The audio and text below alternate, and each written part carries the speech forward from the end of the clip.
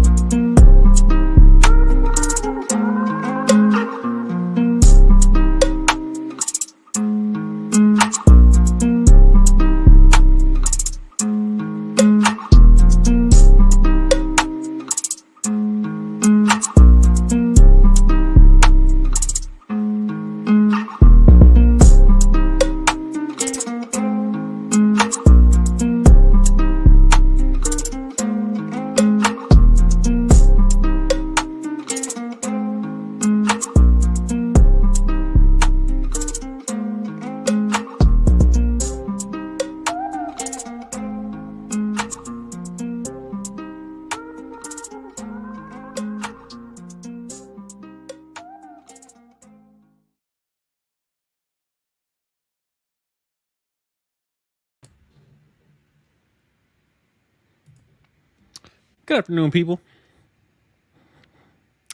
I am aware that we are starting a bit early. Um, our guest will be here probably closer to 7. I was raised in church, and typically before the guest shows up, uh, those who are accommodating and being hospitable are early to the show, and then they arrive when they arrive. But yeah, I'm definitely excited for this conversation. Did a lot of prep work to make sure that we maximize this opportunity and we really tap into the knowledge and resources. But yeah, I did want to come on just before and not only relieve my own nerves because I hate waiting, I hate anticipation, but yeah, just to make sure that everything's working properly. Opportunity is not cyclical, and a lot of people seem to think it is. So we're definitely grateful. But I did want to take some time to just get some, housekeeping issues out the way. Yeah, thank you all for showing up. Again, this is a live Q&A, but also an interview. So yeah, while we have him here, we definitely want to be prepared. But shout out to new member Isaiah Ray joining the channel. Appreciate you. For those of you who don't know, I'm doing a campaign of sorts. My goal is 1,000 memberships across 2 different platforms, one being Patreon and one being YouTube channel memberships. So yeah, that's my goal. Is $5 a month. So those of you who are interested, who care to support the channel, I'm definitely grateful. Yeah, I'm definitely excited about this clip. I met lead attorney a while back. He was on O'Shea Duke Jackson's channel. And again, it's not something, I mean, as most of you probably know, marriage seems to be an aging institution, where it's harder and harder to keep these dusty vows for some reason. And so, of course, why not bring in the defense attorney himself to rectify and bring clarity to a lot of these issues? It's definitely gonna be an interesting conversation. I have a laundry list of questions, but my goal was, I'm like, all right. Typically, he gets brought, these very generalized questions. A lot of people are just showing up to his office. Let me verify my audio is good. Yeah, I'm sure that on a lot of levels, people bring very general questions. I tried to take very general questions and make them oddly specific to the point where it almost. I love a quality question. I love a quality question. And of course, when you have somebody who spent 20 years in their given career field as a defense attorney, or a family law attorney rather, you definitely don't want to waste that time, mainly because he charges. This gentleman, he charges, he's a lawyer. You guys know a lawyer's time is very valuable, so you never go into a lawyer's office or anyone's office for that matter unprepared. You should always have a notepad with you. You should always be doing research before you enter that dynamic, because time is valuable. Time is money, especially his time. So we're definitely about to get a lot of game that normally you have to charge for, or he definitely charged for. I mean, he charges currently.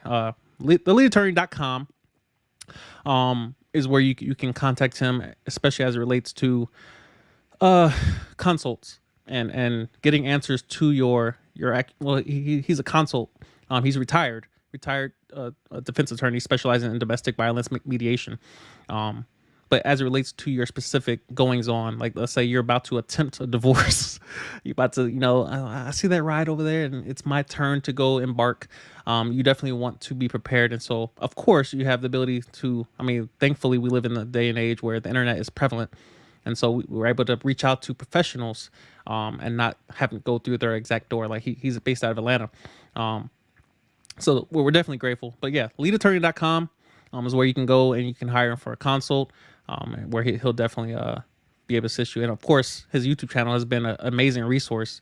I remember when I first heard his content coming out, and you just knew he's going to blow up.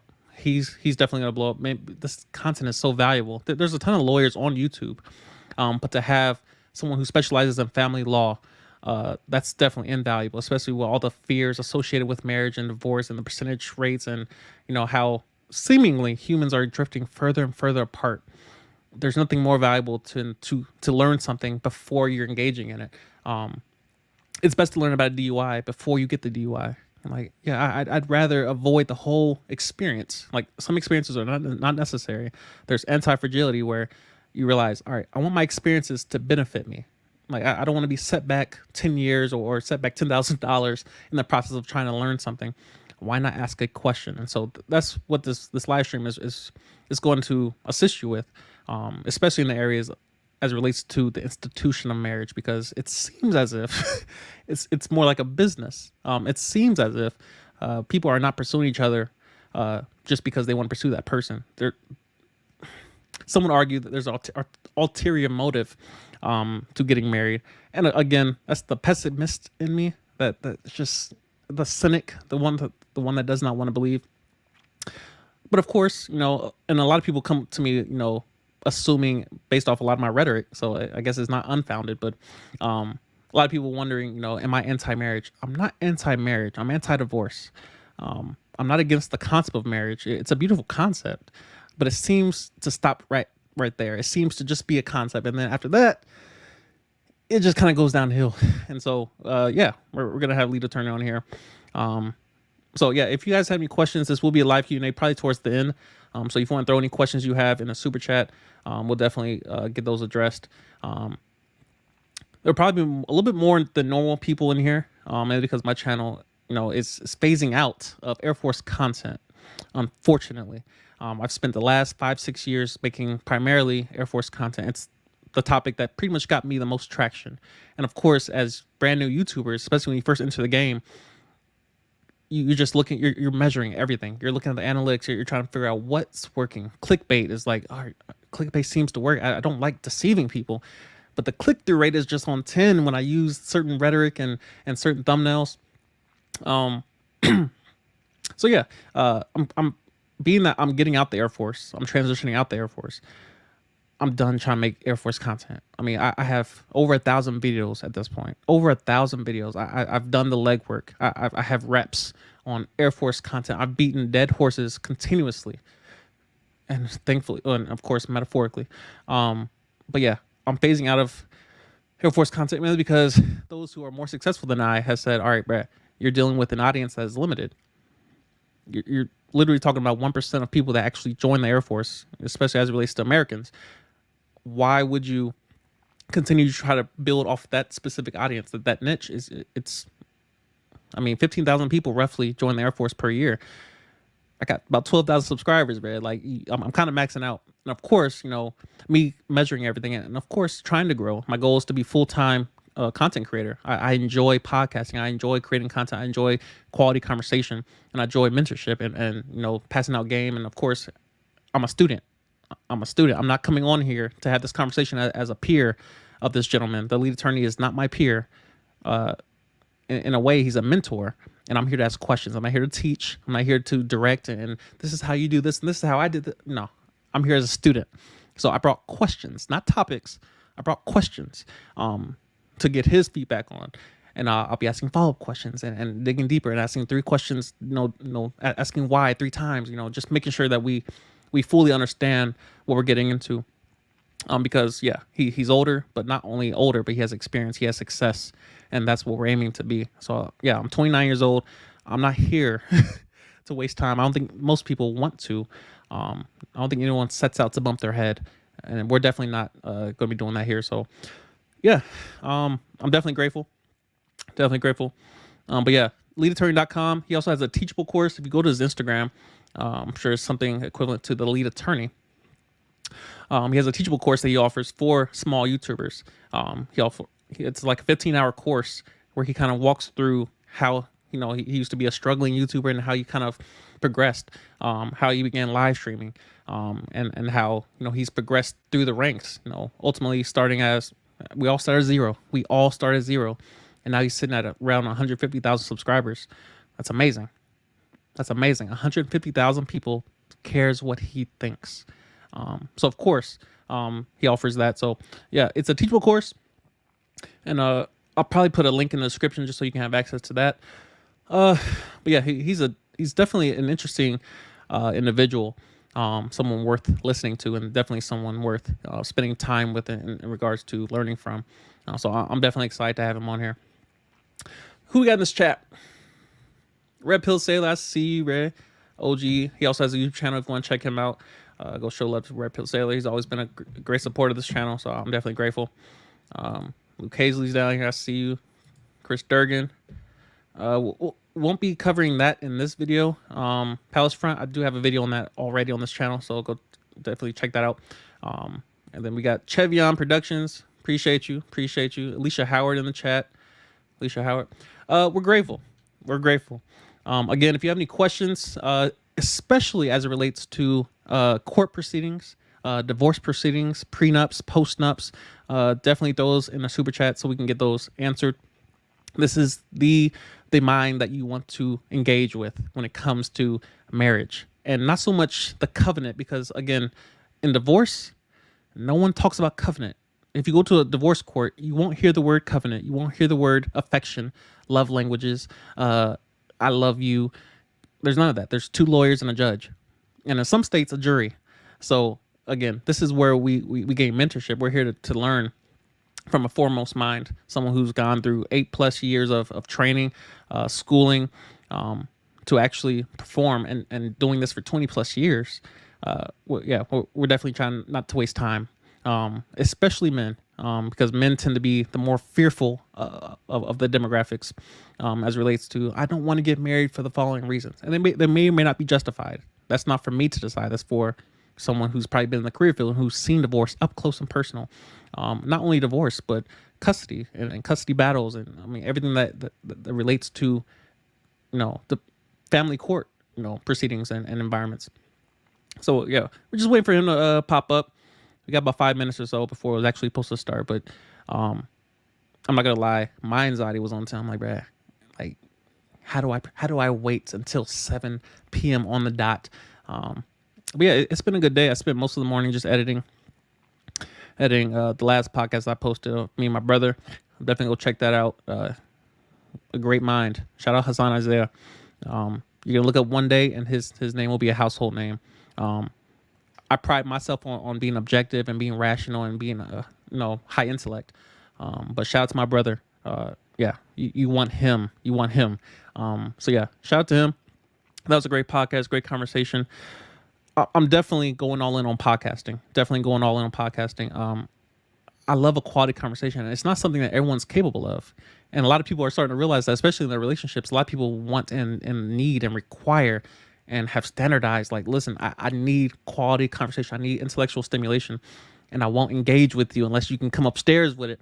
And I happen to be one of those people. Now, I don't need that in my relationship because I have friends for that. I have friends that I can, call them and like, yo, let's debate for the next 3 hours about the following topic. And we go in. But as it relates to just the ability to overthink something, it's not something afforded to everyone. Like, everyone doesn't have the ability to overthink just a simple question, especially as it relates to philosophy and dilemmas. And we just spend hours on one specific topic. It's not possible with everyone. Well, it is possible. It's not probable with everyone. And we're definitely going to be discussing words, because if anyone has an expertise in defining something and into reading fine print, into developing and creating fine print, it's a lawyer. And some people don't trust lawyers. But now we have one that seems to be a white hat lawyer. He's on our side this time. Also a brother. So yeah, we're definitely gonna be tapping into everything he knows and everything he's capable of, especially as it relates to a given court system. But yeah, I'm definitely excited. I'm drinking Dunkin' Donuts coffee today, and it's abnormal. I normally participate in Starbucks or like off-brand coffee shops, but I was in a hurry. We were fishing earlier. I was on a boat, sitting in the dusty ocean, and I was like just sitting there editing and just taking down notes and like, what should I ask them? And I was like, all right, go drop me off. Time to go. Go drop me off. And so they dropped me off back at the dock, and I rushed here and made sure the environment was set. This camera has a full battery. Sonys are not normally overheating. They don't normally overheat. So hopefully I turned on the air conditioning just for this entire conversation. Hopefully we don't run into technical issues. Either way, we're going to be set because I got contingencies in place. I got backups. So we will be straight. He is in the house. So I'm going to transition real quick because I value audio and what have you. But yeah, I'm grateful for him to come on in here. Let me check the audio real quick. But yeah, I am grateful to have lead attorney in here. This is going to be a dope engagement. And we should be good. So yeah, I welcome the lead attorney to the chat. What is The going lead on, sir? attorney. There he is. Can you hear me all right? Yes, sir. Yes, sir. We are good. Wait, hold Ha- up. I cannot hear you for some reason. Let me see. And everything goes wrong on your Give me wedding one day. second. It's my fault. I know what I'm doing wrong. Like, All right, now I can hear you. Can you hear me? there he is. Yes, sir. I apologize for that. You're like, oh yeah, audio is so important. My stuff's all messed up. Hey, listen, I'm struggle listen. streaming over here. See, I Listen, mean, I am so happy to be here. Give me one second. Let me pull this up on my computer as well, so I can see what we're doing. A lot of people might not know um, how we got to be in contact with one another, but I told this on a recent stream about how you just helping a brother out, man. I didn't know right. what I was doing. I was super struggling. I probably had about 1,000 subscribers or something Yeah. early last year, and you had a ton, and you were just like, listen, I know you heard me complaining to O'Shea about how hard this situation was for me, and you gave me a Right. lot of tips, and I never forgot that. I was helped by your um, wisdom and your tips tremendously. So Wow. I really, really appreciate that. And then once you got on my radar, I started watching your content, and I was Hmm. blown away by, the amount of wisdom that you have for such a young guy. Yeah. If someone's wise and they're like Jordan Peterson and they're 60 or something, Right. you'll take it where you can get it. Right? Right. Right. Wisdom Right. is so valuable. But to see it in younger dudes, it's just like, how do you know this? As an attorney, I've dealt with so many people, adults that are just making the simplest mistakes, and Hmm. they can't get things through their head. And then you see such a young cat like yourself, and it's like you got so many keys to moving around this world. I was amazed. So this is one of the this might be one of the two collaborations that I really, really want. Wow. The other collab that looks like it might get set up. We're kind of going back and forth. Is Chris Physiques of greatness. Jones? Yes, sir. Yes, Yes, yes. sir. And I'll tell you why I like him, and it's for the same reason. Hmm. I don't know if you've seen. He has five Up. thousand Yeah. videos. I don't know how many, Yeah. but some of his videos on marriage and relationships, and him Hmm. being a young guy. Right. I remember I sent my homeboy one of his videos like way back in 2016, 2017. I was like, you got to listen to this dude. Yeah. He was younger back then. We all were, but I was like, how does he know this stuff? And talking about relationships, and this is coming from a divorce attorney. Right. And this is a dude. I'm not sure if he ever went to college or anything. Now he's extremely successful. He's Facts. gonna buy his Facts. own building and put a damn gym in it and everything. He's Yeah. killing it. And so I love to talk to people who have wisdom, but especially younger people, because it's Hmm. amazing to me. And so I'm excited about that. Hopefully it goes. And but yeah, so I asked you for this collaboration. I'm so happy that you said yes. I would love it to have it on my channel, but unfortunately, Yeah. conversations like this, people just don't care. If it's not Right. about a Kanye, if it's not about a damn, they Yeah. would take like a 5 minute Right. collab, but not anything Mm. extensive, not anything 30 minutes. That's one of the issues that I have, with Ike Ogiamian. He's Hmm. such a great content creator, such an intelligent brother, such a deep brother. Yeah. And how many subscribers does he have? Like 10,000 or something? Is when he should easily have 500,000. Yeah. So these types of conversations, this type of mentality, they're just not valued by the public. But Definitely. I'm glad that we can have it. That is not going to stop us, right? Yes, sir. Yes, sir. Yeah, my favorite content creator, especially as it relate, and he's not a content creator. He just happens to be on YouTube. But Dr. Mike Murdoch, I've spent so many years learning from him, and he's not mainstream. He's not huge, and he's like 70 something. He's like maybe close to his 80s, maybe older. Um, Mm, but I've been studying him nonstop. Dr. Miles Monroe, and again, these are Christian pastors, so of course, there's a religious element. But when it comes to my goal of not making the major mistakes, I believe I heard was it Bet David from Valuetainment. He mentioned how you want to avoid the major mistakes in your life, especially as you're aiming towards your 30s. Those major mistakes of like the one mistake that cripples you, it just ruins everything else. And like now you spend the rest of your life trying to recover from that one single moment of, lack of discipline or just, weakness. So I'm like, what mistake am I going to make that's going to cripple the rest of my future? And it's something that me and my brother, we both focus on. Like he's one of the people that I probably talk to daily, Hassan Isaiah. And he also has an amazing mind. Like you think my mind is something like, and my mind is different. But he was on my last podcast, and me and him, we have all these constant conversations, but we're both studying. We're both looking to people like you and Kevin Samuels and like just people that are older. And it's not so much that you guys, obviously you guys have experience, but you also have wisdom, and the two pair up amazingly together. But even better so in the form of mentorship, where I'm like, why would I bump my head? Why would I meet you when I'm trying to hire you when I can just watch your channel? And of course, you're gleaning information because I'm not paying you directly. So some questions I may not have access directly outside of maybe a super chat or a consult. But when you get a moment to like, all right, I can watch his channel and he's gonna throw out these nuggets, and you just gather them over time. Even I can't think of Jones.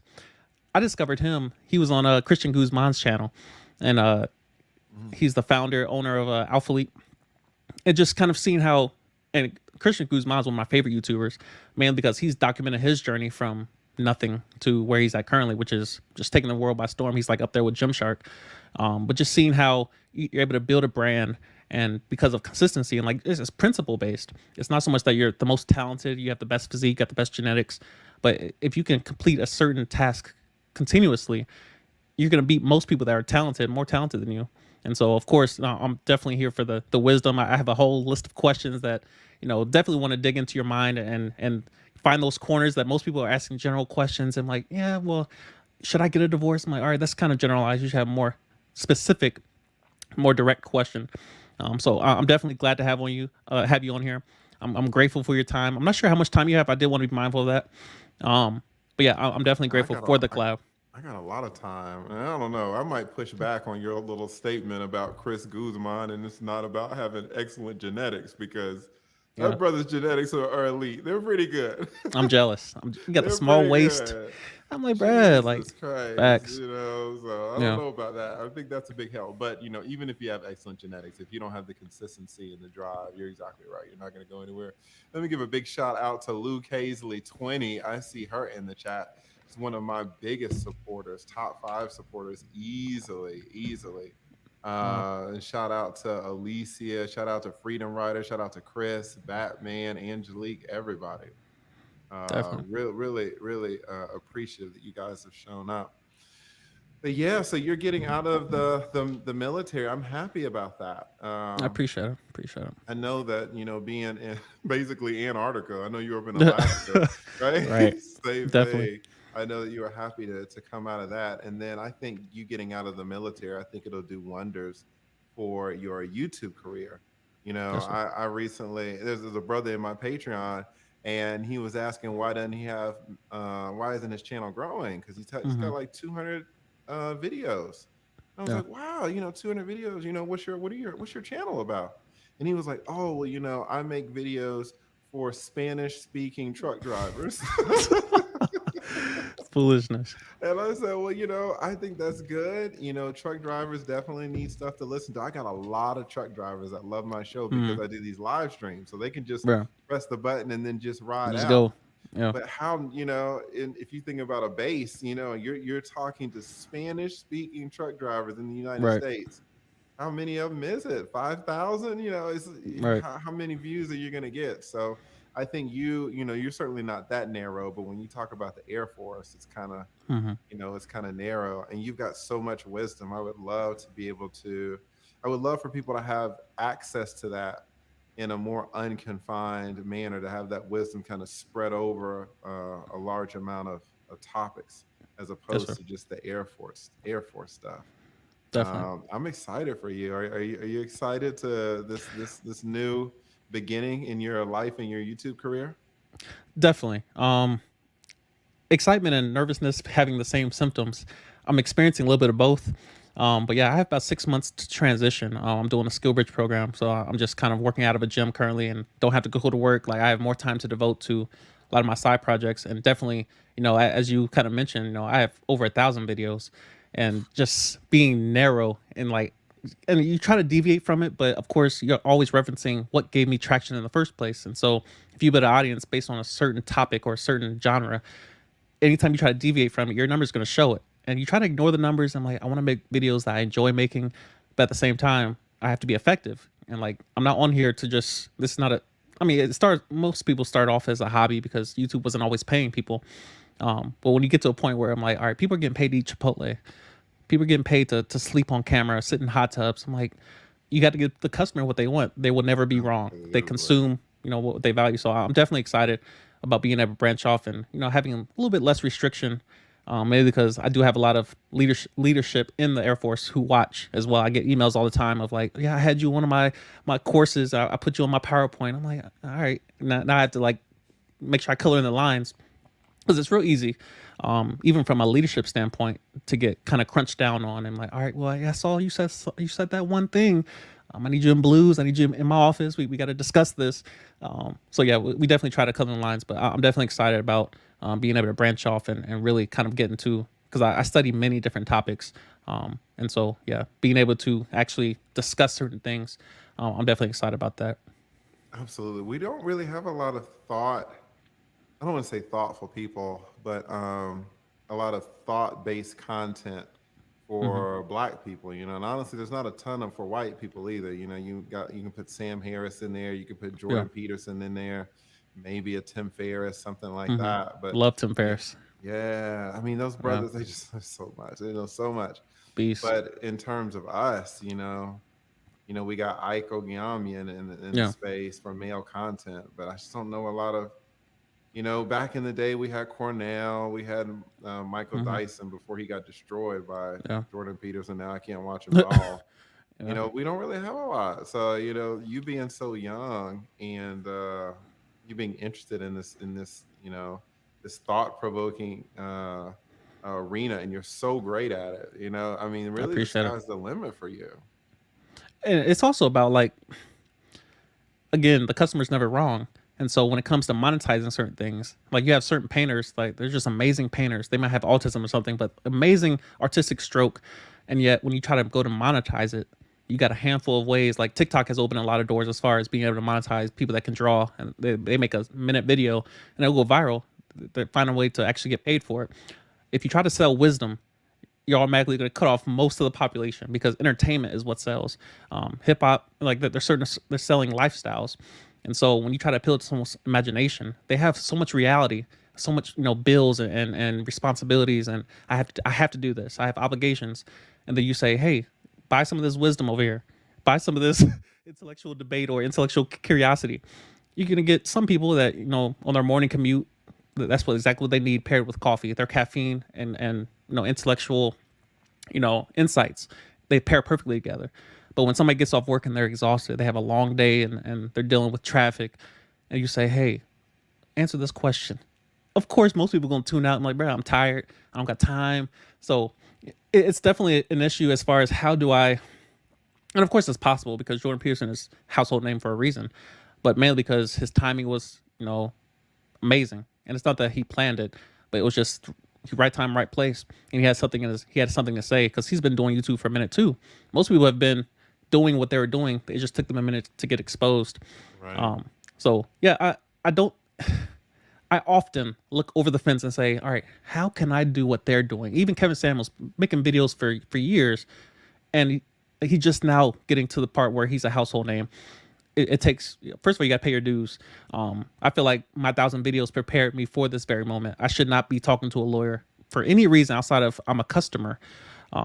But because just really putting time in, and I still sit here as a student. I'm not here to try to, you know, go tit for tat with you. Like I'm here as a student, I'm here as a learner, and I I'm grateful for those moments where, you know, you get in the right environment and you're able to talk and have a conversation with someone, um, especially someone of your stature. Even with no, like, even when you're a smaller YouTuber, you can still see the potential. I'm like, bro, he better blow up. Like, if I don't get in on this ground floor and talk to him and, like, first of all, get access. Access is a privilege. Um, so those who mismanage that opportunity, and they come in there, like, your reaction to greatness is a sign of your wisdom. So I'm definitely humbled, definitely humbled to, you know, even be having a conversation, because I know these conversations tend to be expensive in any other environment. So yeah, No, but I'm the one that asked you for the collab. it's I'm the nothing. one that's thankful for you, and I totally understand what you're saying about, you know, the value of conversations, and, you know, the mindsets that you can have from talking to different people. You Hmm. know, I did a collab recently with Kevin Samuels down in Miami, and, you know, the actual collab when we're talking on camera, to me, that was that's the least valuable part. You Right. know, after we cut off the camera, you know, he talked to me for like 2 hours, Yeah. and some of the stuff that he said to me, just, you know, as a content creator, someone who's got, you know, 1 million subs on Right. here and a million followers on Instagram. Instagram.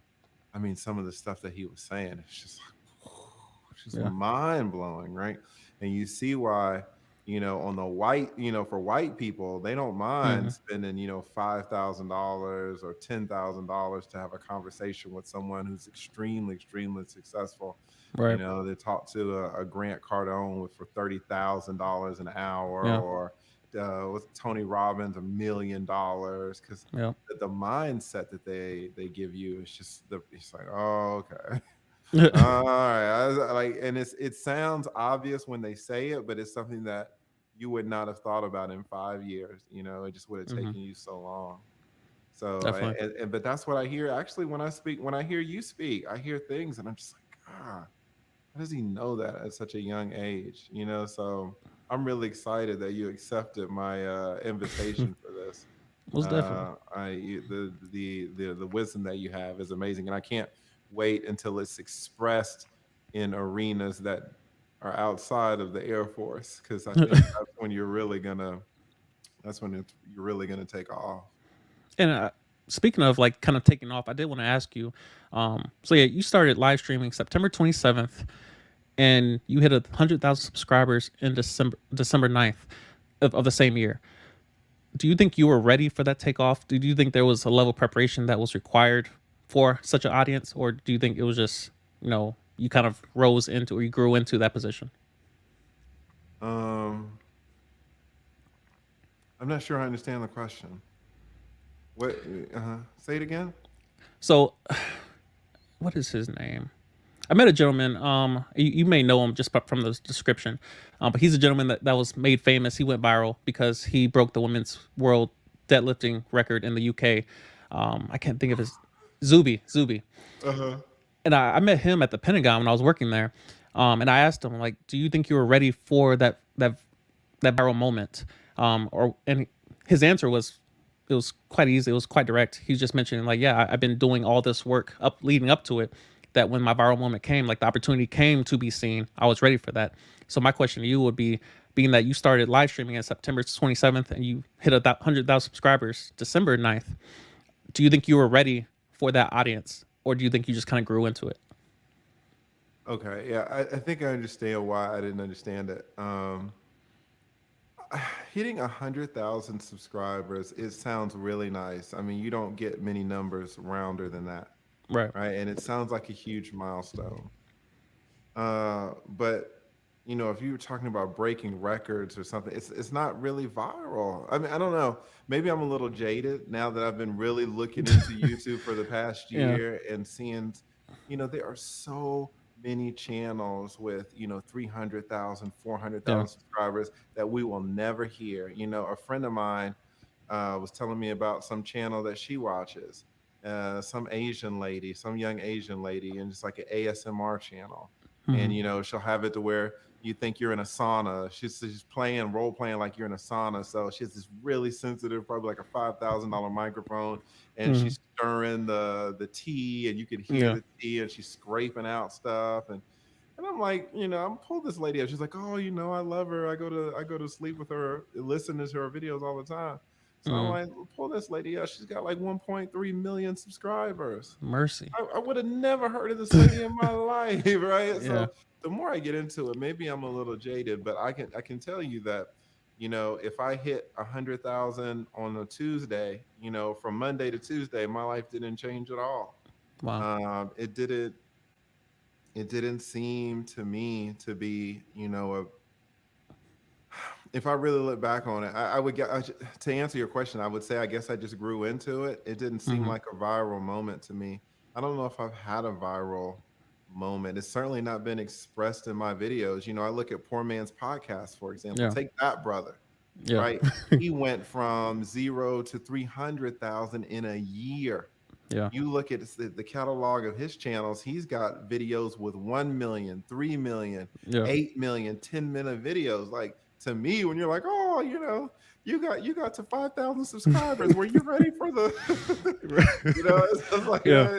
that's how I hear it. Yeah. I don't, I see what you're saying, and I remember, when I had 500 subscribers, to think that I would Mhm. ever get to 10,000 Right. is like, but it's kind of like if you can bench press 225 pounds, and someone, maybe a high schooler is like, oh, do you remember when you put the two plates on, Mhm. and you as a man, and you're repping out 225, you're kind of like, I don't really, Good. you know what I'm saying? Like, but in Yeah. high school, putting on two plates, that's, for a Facts. regular, I mean, that's something, right?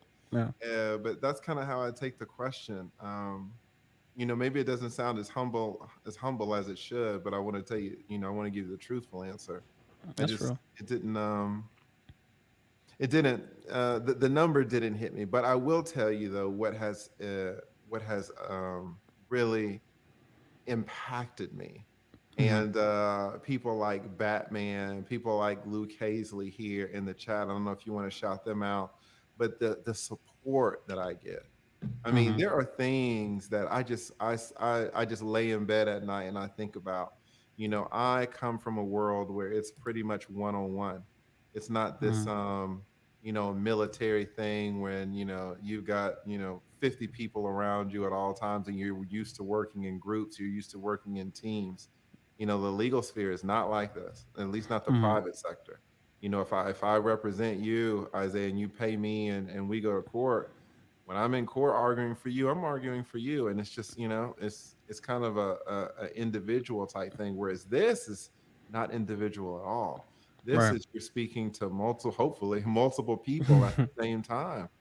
And I can remember my biggest stream that I had. I looked down at the number, and there was like 12,500 people in the chat. Mercy. That impacted me way more than getting 100,000 subscribers. Mhm. To look at the number, being in my house, in my studio, so I feel secure in my Right. introvertedness, but knowing at the same time that there are 12,000 people listening, Yeah. and all interacting in the chat. That was an amazing, amazing feeling, because it's so different than what I've known through my whole life. Humans are not it's not really in our DNA to interact with 10,000 people at the same time. That's Yeah. something that we never had to do back in the Serengeti. It's nothing that we had to do in tribes, and as cavemen or anything like that. Mhm. So there have been things that have been super impactful to me about this YouTube journey, and getting back to the numbers of people, but also the support that I get from people like Luke Hazley, people like Mhm. Iko Giamian, for Yeah. example, the intellectual that we were just talking about. That is amazing as well, because I come from a place where, okay, people pay you a lot of money, but hey, you got expectations. Facts. And to me, Luke Hazley, she'll give me the super generous super chat, and it just feels like 100% appreciation. Mhm. It's never like, I'm giving you this money, so you need to show up on Tuesday and talk that shit. You know what I'm Right. saying? even if you're, Janet Jackson and someone buys a $500 front row ticket, they're expecting a show. Right. And if you get up there and sing 3 songs and go, they're like, no, we want our money back. We're gonna sue, right? Yeah. And so this YouTube thing, in a lot of ways, it's so different than the Mm-hmm. normal everyday world. Like people will support you and show much generosity, and there's nothing behind it. There's no. It's outside of this exchange economy that we Mm-hmm. know that we live in every single day. It doesn't seem like an exchange economy at all when you're interacting with your subscribers on a live stream. I can't explain it. I am the happiest that I've ever been in my life Wow. right now, which is saying something because I'm 45, Mm-hmm. right? And I can't remember. There was a couple of years in my 20s. Yeah, Those he was like living couple it, of years, right? putting in But work. apart from apart from those couple years, like right now, just the support and the Mm-hmm. love and the community, it's just amazing. And that's why I really want everybody to start a channel. Anybody who's over 35, I Mm-hmm. think if there's a way, they should at least try it because it can open up avenues and perspectives, and um, it can just change your whole life. It's changed my life in so many ways. It's given me so many epiphanies, so many insights into how other parts of the world work. I Mm-hmm. would be a lesser person if I was, just an attorney and not an attorney and also have this YouTube background, which is still relatively new, right? Mm-hmm. It's not, I talking to Kevin and he's like telling me things and I'm like, are you like, there's so much that I don't Yeah. know. But just embarking on this journey. And a lot of times what we need, especially men, right? We need a journey, right? Mm-hmm. And especially as you get older, you'll find yourself on a journey, maybe a 5-year journey, and you're like, you know what? I'm done with this journey. Mm-hmm. I want another journey, right? And that's what YouTube has become for me. I practiced law for 20 years, and now this has become a whole new journey, and it's new and it's exciting. It's rewarding in so many Mm-hmm. ways. Like it's just, I really do think being a YouTuber is the perfect job. It is the Wow. absolute perfect job, and so I want everybody to join it. And what the fucked up? Can I curse on this thing?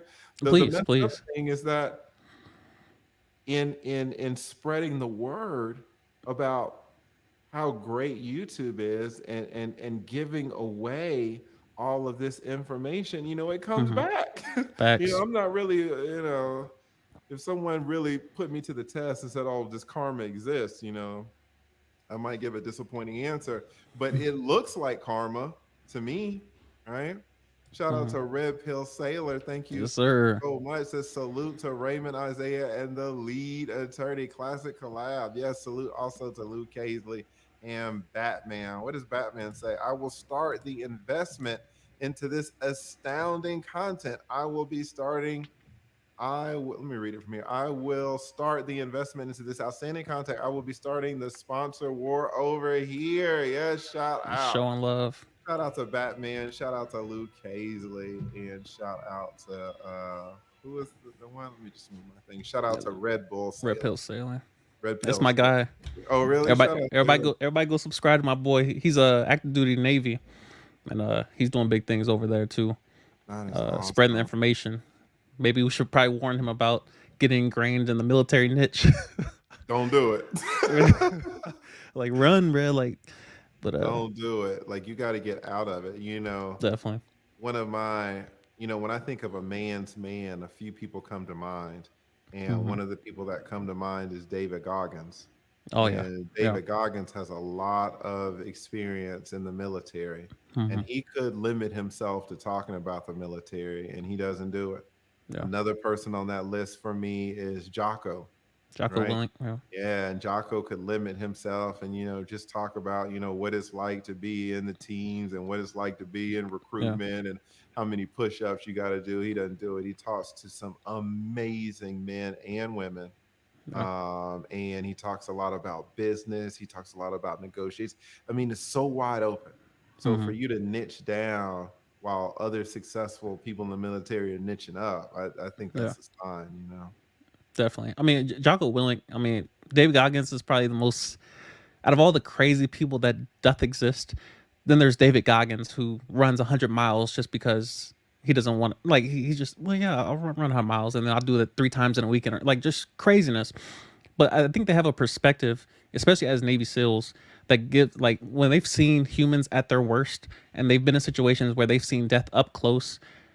I don't know how anything else can be scary, and that's such an elementary word, but when you've seen the worst of humans and what they can offer to other humans, especially in war zones or what have you, and then you come back to the civilian side and you see people are afraid of things, and like it's something I've had to address, especially being in my current niche and kind of being indoctrinized as far as all right, I can't say this, I have to say this, I say it this way, I have to filter myself in certain ways, and then you realize all right, well, I'm changing environments, and of course, this new environment has different rules, and you have to adapt to them. And so, especially I was looking at your Teachable course as it relates to like understanding how, all right, yeah, you can post videos, but then there's also live streams, and it's a different dynamic, and how do you engage with your audience, and Totally. it's a different game.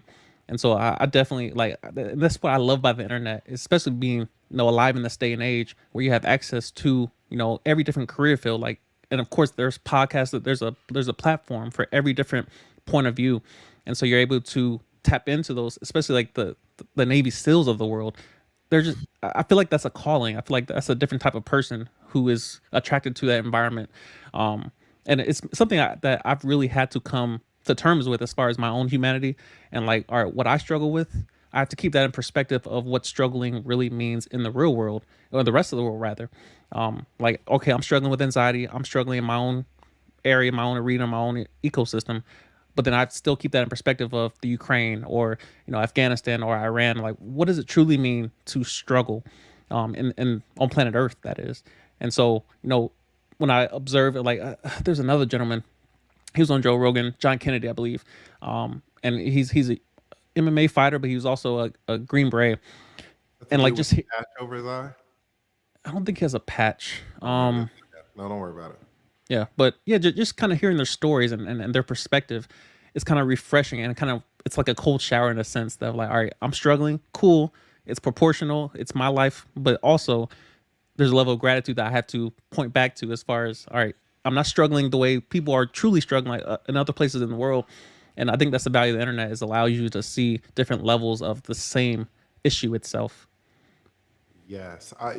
I'm gonna give you some game right here. I'm gonna give you some Talk to game. me. If I didn't know this and somebody told me this, I would really want to shake their hand. I'm gonna give you some game in terms of listening to people, not listening to people struggle, but just knowing that there are other battles out there that are different than yours. Hmm. Do you listen to Jocko's podcast?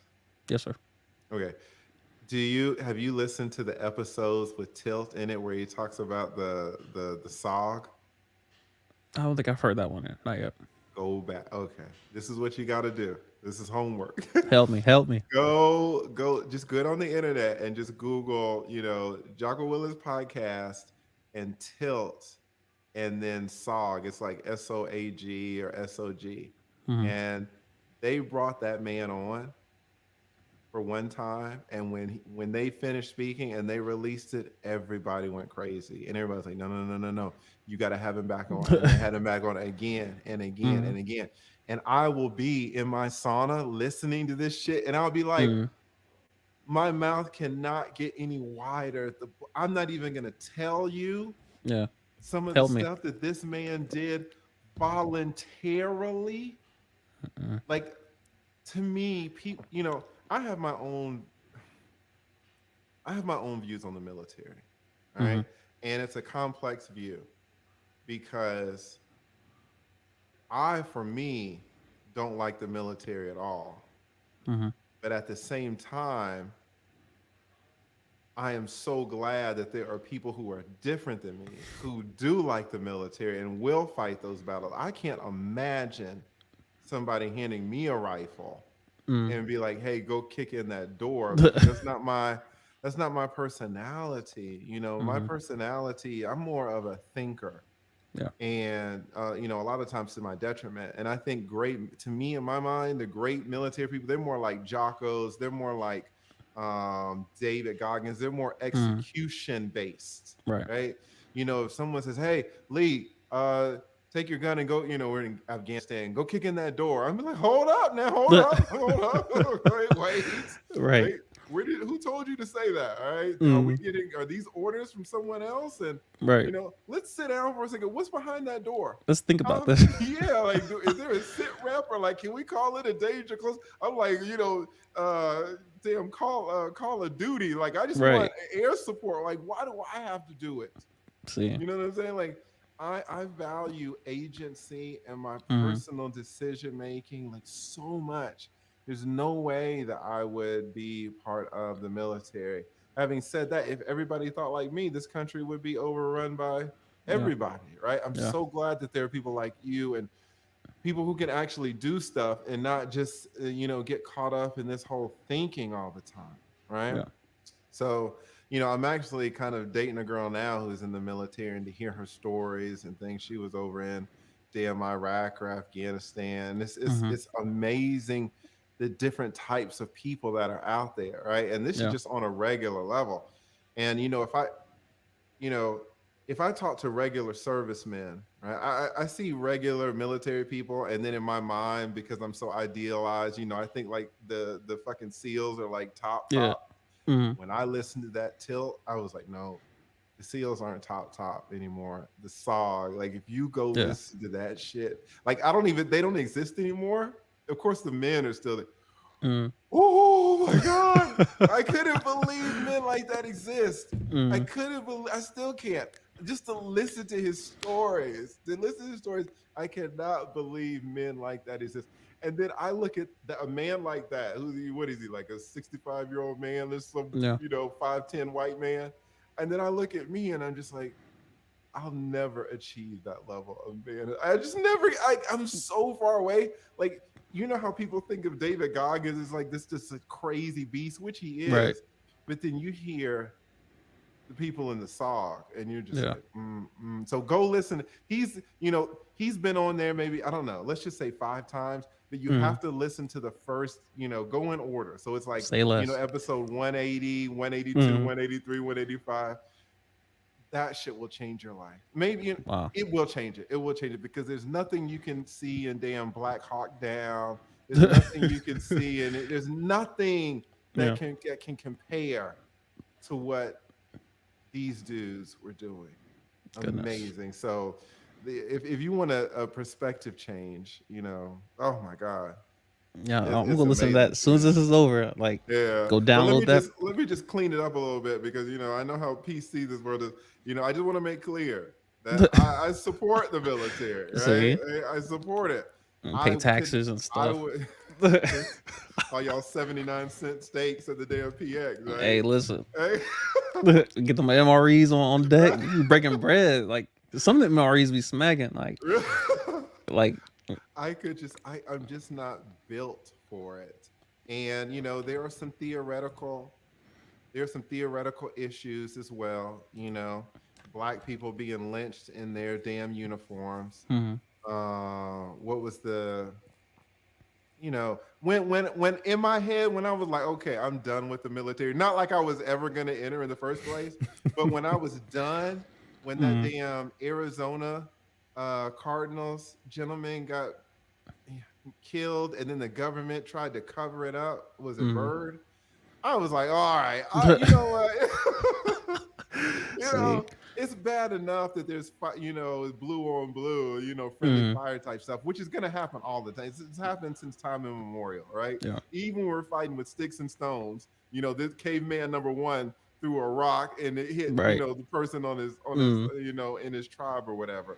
But the cover up, Yeah. for this man to leave the NFL, I don't want to just whatever, we could talk maybe about I know we got a lot to talk about. We could talk about the military stuff on another day, but my views on the military are complex, especially because there's nothing more necessary than the military to Yeah. me. Yeah. I don't know you can't even have a government without having a defense of Mm-hmm. that government, which is the military. Yeah. But It's just complex. I one of my favorite series of all time is Band of Brothers, Yeah, yeah. and the way that they were able to express to civilians, Hmm. the courage on one hand and then the dysfunction Yeah, at the same time. It's just you know yeah. they were talking about, I was listening to Jocko one time and he was talking about, I know this is hell for you because like the last thing you want to do is talking about the military, but Hey, for hey. civilians, right? I'm just here to For listen. Like, civilians, you I'm know just here to listen. they were talking about, Jocko was there with somebody who was in the teams, and they were talking about how they were coming up. And Jocko Hmm. always wants to present, it in the best light because he's Team SEALs, right? Right. But the other guy was just like, hey man, he was more free flowing, and he was talking about how they were in, the basic training or whatever, Hmm. and one of the instructors just fucking beat him up. I mean, a Wow. grown man beat this damn 18, 19. I mean, was just wailing on him. And not Hands. only could he not do anything physically because the man was so much bigger, but he didn't want to get kicked out. And when the guy stopped, Junko was like, yeah, that was a Yeah. thing. That was a thing. And so it's just like, man, can you imagine signing up to defend your country and then you get there and then your instructor is beating you up? Now, Mm. maybe that's necessary for an elite team. I don't know. There's so much about the military. I don't know. I can't. It's definitely a different environment. And there's definitely levels in the military. Like, so Pat I'm Air Tillman, Force. sorry about that, but thank you, Shaquille. Let me. I'm sorry. I just looked at the chat. Mm. Pat Tillman, thank you No, for you're good. for putting that name out there. Yes. But yeah, like the Air Force, it's the intellectual branch more or less. And like obviously we're the step brother, step sister of the military, where people look at us and like they call us chair force, and we don't care. We're in air conditioning. We drink Starbucks. We listen to Spotify all day. We complain about not having cell service. But of course, you go to the Marine. Like the Air Force doesn't have infantry, so when you're referring to like, a lot of these realities, a lot of the Air Force community, like we kind of obviously the tip of our spear is the aircraft, and of course the rest of us are support of that aircraft and those who fly it. So it's definitely a different dynamic, even from someone who's transitioning back to civilian. It's not that difficult of a transition. Where my combat experience was in Abu Dhabi.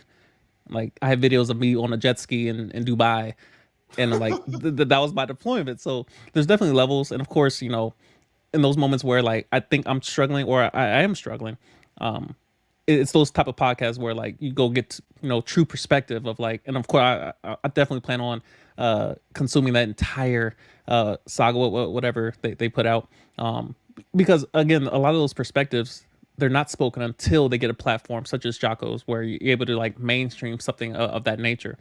Mainly because, and like Band of Brothers, we had to watch that in Airman Leadership School. Um, and of course, in the moment, I'm like, all right, this is kind of cliche and leadership and the troops, and we're gonna serve, and we're gonna take out the enemy. But again, it's the point is to get the principles, the lessons, thereof. So it's definitely valuable. But yes, civilians, it's definitely a different dynamic to try to understand, mainly because when you're entering that environment, they're trying to help you unlearn everything you thought about the military, everything you thought was true, and see a different reality, especially as it relates to life and death. Now, obviously, not every branch, not every individual in the military is going to experience life and death. Like, not every moment is like some days we don't even see a plane. Like it's just you might see the flight line over there, but in the Air Force, people think you fly planes and oh he's up there in F-22. I'm like, no, I work in finance. I'm a budget analyst. Like I fuel the plane. I look at Excel sheets all day long and then I go home. So there's This definitely girl that I'm levels. talking to right now, she's a budget analyst for the government. That's Where hilarious. okay. In I might Florida, in South Florida. see. I'm gonna have to hop in global, see who Lee Attorney messing with. I'm like, listen, what y'all doing down there, man? Like, it's a small world. It's scary out here. It Like is a everybody's in the small global. world. Got I one email. believe you. I'm saying I absolutely believe you. It's that's so crazy. interesting to hear you say, you know, Band of Brothers can Hmm. be described in a lot of ways. There is no civilian on earth who would describe that series as cliche. I Yeah. mean, when you said that, it was shocking to me. But I had to think about the context in which you were shown it, because regular folks, we're not shown that. We Yeah. opt to see it. Right? We're like, oh, we want to see it. It's on Yeah. Netflix or HBO. We want to see it. Whereas you, it was shown to you. Your context was an instructional type of Hmm. thing, Yeah. and that's so interesting because I think that might have. I spend so much time answering, especially when it relates to like the fear of war. Like people see Ukraine and Russia issue, and they immediately come to me. It's like, yo, is the Air Force going to war? I'm like, all right, remember what branch you're talking to. There, we don't have infantry. So in the best case scenario, and again, like there's different ways to deploy. I have videos. I have a whole playlist on my deployment experience. I deployed to watch other country nationals clean bathrooms. That was my entire job for 6 months. We're Mm, Air Force, and then there's Navy, and there's Army, and then during times of war, there's Coast Guard, Marines. There's different levels depending on your branch, and so there's different experiences. So it was cliche in a sense that, all right, I don't think there's any branch that's doing trench warfare. There's no bayonets. There's no, and obviously there's specifics in that movie to convey a certain time. But when you look at the Air Force itself, often perspective is lost on us, and so of course we're taught look at the principles thereof. Like they're trying to convey like this is how you communicate in certain moments. Like if you're trying to save somebody's life, tone doesn't matter, delivery doesn't matter. You're trying to save somebody's life. In other moments where, like in the Marines, one of the first things they teach you is say "I, sir," say "I, ma'am," and it's whenever you receive an instruction, you respond immediately with yes, mainly because they do have infantry. So if you're 11 Bravo, you're running that way. Your job is to run that way and do whatever you're told to do. that's what the girl. You might know her. She's 11 Bravo. Goodness, see, That's I'm hilarious. messing around. You're gonna triangulate it, Hey, it's not too difficult. I mean, the right? email structure, like I can find anyone just about. Um, and of course, That's like like how YouTube is. YouTube will find you. I was just telling a lot of my friends, and shout out Leisha in the chat for a super chat. Shout out to everyone who's Salute to donating. Leisha. Let me hear that. That's Definitely, super generous. Thank you so much, Leisha. I'm definitely grateful to everyone who's contributing. It's love. Um, but yeah, I was just telling like, bro, I got a collab with Lead Attorney who was just in the same room with a Kevin Samuels, man. Like I'm one person away from all that knowledge, all that. So it's definitely a small world as it relates to if you know one person, you know everyone they know, and you know everyone. Like it's just it compounds, kind of like interest. So um, Yeah, it's definitely interesting. that's crazy. All right, let's talk about these women. I know you Listen, have some questions listen. about that. The chaos will ensue. I have a and again, this a lot of these questions, like because you already touched on your sauna, I was going to ask you about like, you installed a sauna in your house, and then your favorite sport's tennis, and we'll probably get to all that later because those are just kind of curiosity questions for me. But yeah, Sauna's a game changer. is it? It's a goddamn game changer. Black people, we don't value a sauna like that. Mm-hmm, Americans don't value saunas like that culturally. In mm-hmm, other parts of the world, that is not the case. I don't want to get too deep into it, but there have been some extremely extensive studies with tens of mm-hmm, thousands of people showing how sauna use lowers all cause mortality rates. I mm-hmm. mean, and factoring out diet, factoring out smoking and exercise and Right. everything. You know, I'm big on genetics Mm-hmm. and the roles that they play in my lives. And in so many ways, physically in terms of your personality, your emotions. Yeah. When you mentioned who are we talking about? Really military people, like people who want to like a David Goggins or something like Mm-hmm. that. I absolutely think that is personality based. People who would Yeah. opt to do into to go into these fields. Masochist. Jesus, They right? That's gotta not be. you don't will yourself into becoming a David Goggins. Like that shit Yeah. was in you from birth. It really Right. was, right? But we have these things in our bodies called heat shock proteins. Mm-hmm. And when they kick in, I mean, they give us a lot of health benefits. Yeah. Now they can be turned on by either extreme heat or cold. That's why cold showers will turn Mm-hmm. on some of your heat shock proteins, and they will go in and really clean up your system Yeah. and activate parts of your body that in these air conditioned places where they're just not activated, Yeah. right? And it is showing how if you use sauna, if you don't use sauna at all, then you're just a control group, right? But if you use it 1 to 3 times a week, then you get like 20% of the benefits. It lowers your all cause mortality rate by 20%. And if you Mm-hmm. use it 5 to 7 times a week, which is what I do, it's Mm-hmm. turned into an obsession with me. It lowers your all cause mortality rate by 40%. Now, I'm not Goodness. trying to, yes, there's nothing else that does that. You can't take Tylenol, not exercise. There's nothing you can do to Mm. get these types of results that work on our genetic level by Wow. by exposing ourselves to heat and to cold to some extent, but Yeah. heat as well. It's like you stress, It's just amazing. stressing the Yes. body in a positive manner. Yeah. Absolutely. And so there are places like Finland, which I can't wait to go there, where they have more saunas than cars, right? Wow. And in that Goodness. country, everybody has a sauna. There's saunas Mm-hmm. in the damn Walmart, basically. The kids go into the sauna. Like saunas are so real. Mm-hmm. And one of the things, I lived outside of the United States for a while, and this is when I really began to appreciate You were in that there are Mexico, right? different, yeah, there Mm-hmm. are different cultures. And Yeah. different cultures, they have their minuses, of course, but they also have their benefits. And they can almost seem like secrets to you because you don't know about them, and they're commonplace in other places. So maybe Mm-hmm. you go to Mexico and there's a particular fruit or a particular dish that they eat, and they're like, yeah, we'll eat that. But then you bring that dish or that fruit over here, and you're like, oh my god, it's the best thing I ever tasted, right? Yeah. And I'm sure there's that, that you can find stuff in Japan, same way, find stuff in Australia, maybe same way, some chocolate or something they got down there in Mm-hmm. Switzerland. Saunas, goddamn game changer. I don't go Yeah. anywhere that doesn't have access. If I can't get access to a sauna, like Mm. it, I got hooked on it when I started doing some research on it. I got into it. Tim Ferriss Yeah. talk about Peter Attia is Yeah. big into saunas. Yeah. Talk about Dr. Rhonda Patrick, Oh yeah. huge into that stuff. And they got me convinced, and I started going to the LA Fitness, and Mm-hmm. then I got addicted to it. And I would jog. So I'll just jog in the sauna. I'll be pissing everybody off. Everybody, like, why don't you niggas sit down, right? But I'm just in there, just like Yeah. hopping, or Yeah. like bouncing, because I want that heat, and I love Mm. it. And then the whole pandemic stuff hit, and all the stuff closed down. I was like, nope, y'all aren't See, locking me out. So I you go got on one. Amazon. Yes, I got one put in my house, man. Mm-hmm. And if you get one, it's the real ones. Don't do this Mm-hmm. whole infrared stuff. It Yeah. doesn't get as hot, and it's not the same. I'm sure it has some benefits, but they're not Mm-hmm. really studied. Have you And ever this. experienced like? So sorry to interrupt, but have you ever experienced steam room as a contrast with a sauna? I think a steam room is just lesser temperatures.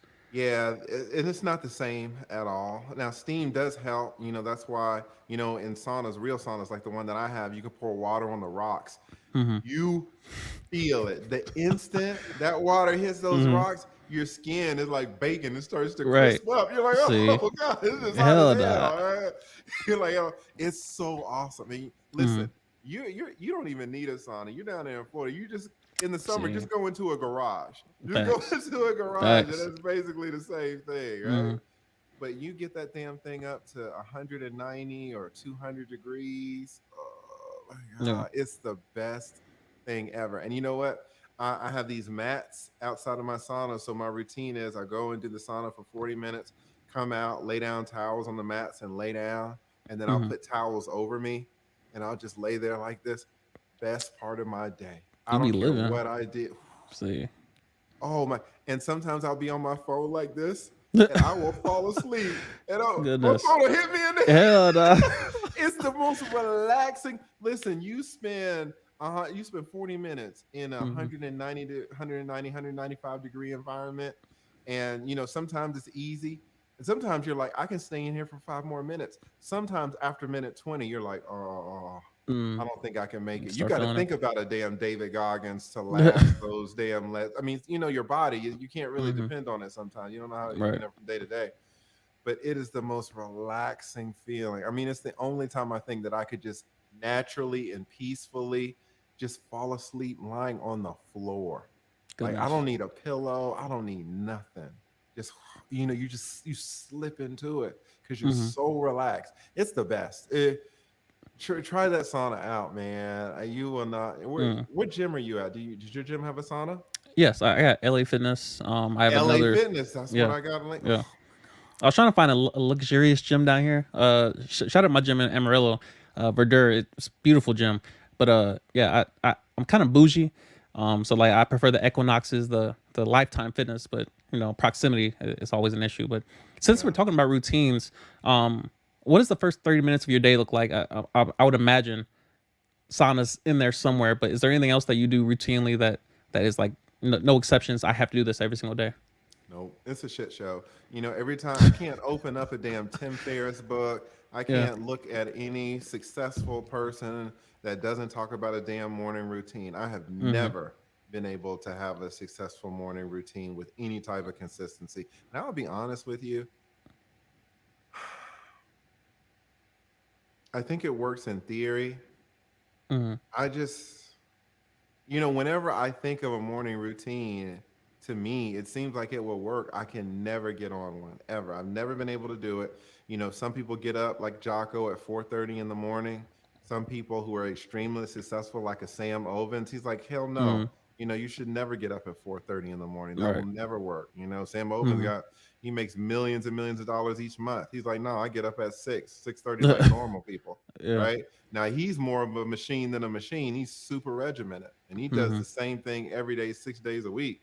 Even though he's married, he tells his wife, "Yeah, me and you, we're going to be together on Sundays." Wow. Sundays are for his wife. He is a machine, Mm. and I bought his course and I consume his content. It's not a YouTuber; it's more of like consulting and business and stuff Mm-hmm. like that. Amazing, amazing person.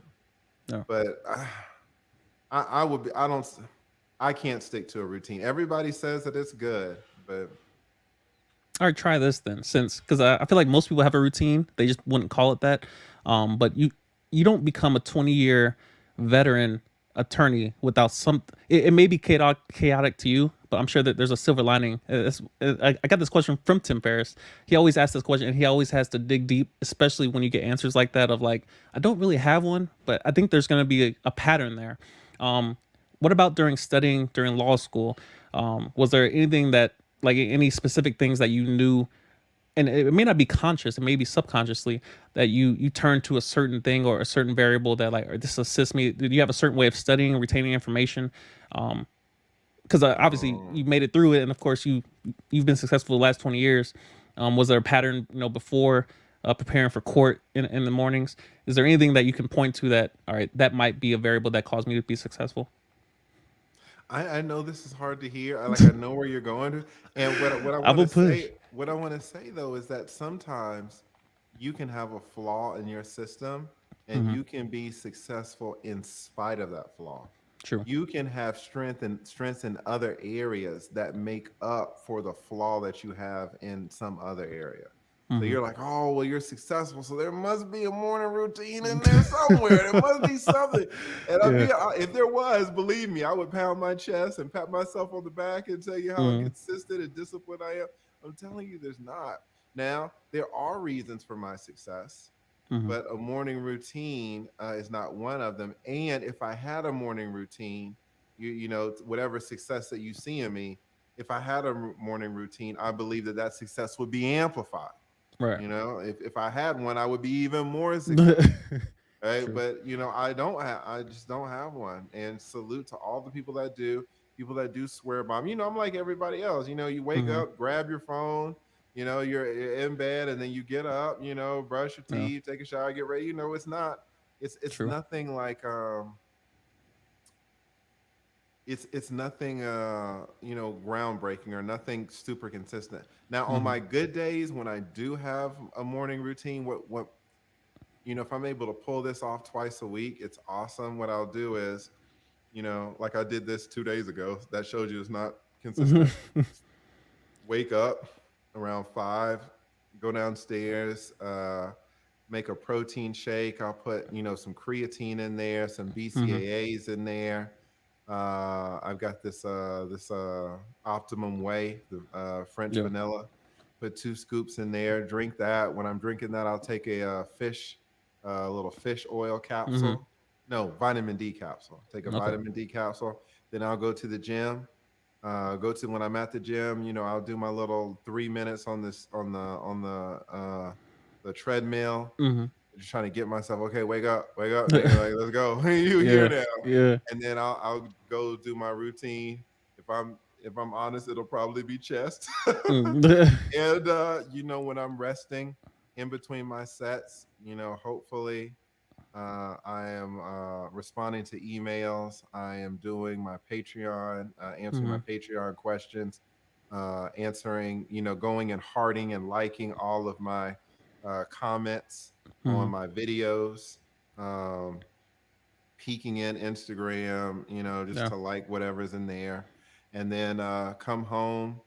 Uh, at the gym, I'll preheat my sauna, so that's already working. Then Mm-hmm. I come home, hop into the sauna, which is the best time to use your sauna after you've done resistance training, weight training. Mm-hmm. A lot of times when you do weight training, some people will want to, take a cold shower, or they'll want to, take a, jump in some ice or something like that.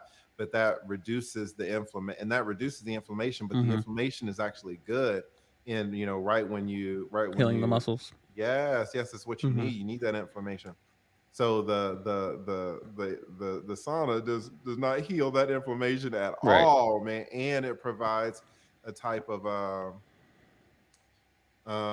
it mimics doing cardio, because Mm-hmm. your heart rate is elevated. And Yeah. so you're not doing cardio, you're sitting there, but it has a mimicking effect of doing cardio. So even though you just weight training, you're sitting down, now it's almost like you weight train and then you're doing cardio. So you're having the best of both worlds, right? Then Mm-hmm. I'll do that. I will lay down. I'll lay down anywhere from 30 minutes to an hour, just lying on the floor for a whole hour, which is Yeah. a lot of time in the middle of the day, right? But that's one of the reasons why being a YouTuber is so great, because you Yeah. can take an hour a day and just lie on the floor in complete darkness, Facts. and just think or be on YouTube. Because really, as a YouTuber, when you're on YouTube, you're kind of working, right? Yeah. You're Yeah. looking to see what's going on. And then I'll go take a shower, and then I'll lay down for another hour because I'm exhausted, right? Goodness. And I get up, get something to eat, and Mm. then maybe it's two or something like that, one, two, somewhere around there, and then I'll be like, okay, what's up with this YouTube stuff? Am I gonna Facts. post something? Am I gonna what am I gonna do? Right? Some Mm. administrative stuff. Like right now, I'm trying to go through all my taxes and stuff like that. Oh But Lord. yeah, that to me is a day where I've done some really great things. But you'll notice that it's really about my body and my mind. Yeah. It's Yeah. not about, oh, I got out 3 videos today, like I'm O'Shea or something. I don't know how he pushes out that content. You got a But it's team. me, right? Yeah. But I'm older now, and so I'm just kind of like, Yeah. I'm trying to focus on other things, and Yeah. it would not be that way at all if I was still practicing law. It would Mm-hmm. not be that way at all. So yeah, that's kind of my theoretical perfect routine that I'm able to do once a week. Well, if anything, let's say you stood by the fact that you don't think you have a routine, you have self awareness, which is the common theme that I pick up in a lot of your rhetoric. The humility that that you lead with, it's a result of self awareness and practicing, understanding where you are and where you're trying to go. It's something I pride myself on. But of course, when I look at people that are more or less and seemingly uh, and subjectively ahead of me, um, I always look for those principles. I'm like, all right, I may not have the same talent as a lead attorney, but I can be, self-aware and understanding my current position and where I'm trying to get to. So that's definitely something that can translate to most humans, if not all humans. So that's definitely a thing. Yeah, but I did want to ask you because I'm trying to figure out often when I active listen, and especially when I'm still learning the podcast game, I love the way Tim Ferriss leads, especially with the quality question. But active listening is it's a huge part, and it's something I'm still trying to master because I enjoy monologuing. But often when you have a guest, I'm like, all right, how do I keep the conversation flowing while still getting topics covered? But you mentioned earlier about living outside the country. How did you end up in Mexico? Um, that's a, I mean, so I was doing my prep and I was like, all right, he's fluent in two and a half languages. Do you speak Spanish fluently? No, I went to Mexico. I didn't know anything. I didn't know Goodness. any Spanish at all. I knew about 6 or 8 words. Most of them were Hmm. numbers. and I had graduated from law school, and I was working in Atlanta, Mhm. and I was at the office, and this one of the partners walked by my office, and it was late. It was like 8 o'clock and at night, and I just had this terror. It's like, oh my god, like it just hit me, and it's hard for me to explain. Mhm. But it was like, what if that's me? What Wow. if I'm 80 and I'm in the office, Mhm. right? And I have, just my personality, which is another reason why, I have a complicated mental relationship with the military, is because, Mhm. I'm extremely, I value my freedom, right? Facts. Even if I don't use it, I value it. Mhm. And to think that, I would have to go here because someone says go here or go there, or maybe because I'm trapped, or, because I've got these kids, or maybe I'm trapped because, I'm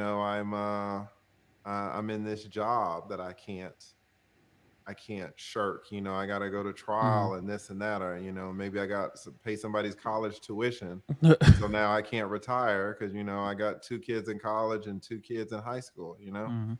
And I've always had this mentality of just wanting to be free. Yeah. And when I contemplated, the road that I was on, I went to Mexico, Wow. and it was an extremely valuable experience. I would be much less of a man if I did not have that trip. I have that experience. Now I don't talk about it much, Mhm. because the people on my, they don't care about Mexico or anything like Right. that. But I'm just a black dude from Decatur, Mhm. and that was the first time where I actually lived in a country, and I saw things, man, and I Wow. did some things. That was from when I was like 24 to 26, Mhm. and just and my Spanish, when I came back, my Spanish was so good. And Wow. now my Spanish isn't that great anymore because language is a use it or lose it type of thing. It's just like your just like your pecs. Mhm. If you don't Facts. use them, right, They go away. that's Entropy. exactly right. That's Yep. yes, and that's how we all are. That's like isn't that one of the laws of nature or something like Yeah. that? Everything So tends toward disorder. yes, and Yeah. so my Spanish now is in disorder. Shout out to Luke Hazley, right? Mhm. Um, but yeah, there are a few experiences that I've had. Some are big or smaller, where it's just like that was living outside of another country, and not just Australia or something, right? Yep. But a country that was so different, a country where I was Mhm. so frustrated at times because I'm a grown man. I was an attorney at the time, and I felt I was speaking like a child. Mhm. Sometimes people would treat me like a child. I remember very distinctly. I had some girlfriends when I was down there, and I had one of my very first girlfriends when I was there. Mhm. We went to a restaurant, and I had to tell her what I wanted, and then she would tell the waitress, and the waitress would kind of look at me, but really just looking at my girlfriend. It's like I'm a Right. grown ass man. I can't even read the menu. I don't know what's going on. Right? Right. I just don't know what's going on. I was dating this one girl, man, in this city. That whole, I mean, oh my See. See. there's so much stuff I can tell you. So much stuff Mhm. I can tell you. But I remember, man, I was at her apartment. I had moved in with her. Oh Lord. See. I had moved in with this chick that I had known for a week, and Goodness. she would go That to good? work. Man, she would go to work, and I would stay at home with her sister, who was in college, and she was older than Lead. me. Man, listen, we've all lived some real lives, and I Lead attorney was out remember. here, man. Listen, I He was out here. remember. Well, in our 20s, we all did such stupid stuff, man. I But mean, how old are you? 29. Jesus, are you 29? You're so Yes, sir. young. I mean, we try God to be grown a little damn. bit, but yeah. Man, listen, there's a lot of stuff. It's a lot of stuff, Mhm. but going living in Mexico off and on for 5 or 6 years, you would have to know me to see, or to really appreciate it. And even then, um, it's hard for me to explain to someone how much of an impact that had on me as a person and as a man, the experiences that I had in that country, the things that I struggled with, the things that I learned. If I had not gone through those struggles and learned those things and experienced so many, beautiful things, if I would just stayed in Atlanta just working, I would just be less. Mm-hmm. I would be less of a person. Facts. Maybe you can say that about you. If you hadn't joined the military, if you had just gone to college and now you're Yeah. just some middle manager or something, you had never lived in Alaska, you had Yeah. never known, some of the great things, some of the Mm. hardships, Facts. right? You might, those things added to me. And so if I had just, gone straight through just like everybody else, I would be less, Yeah. certainly different, but maybe less. Right. True.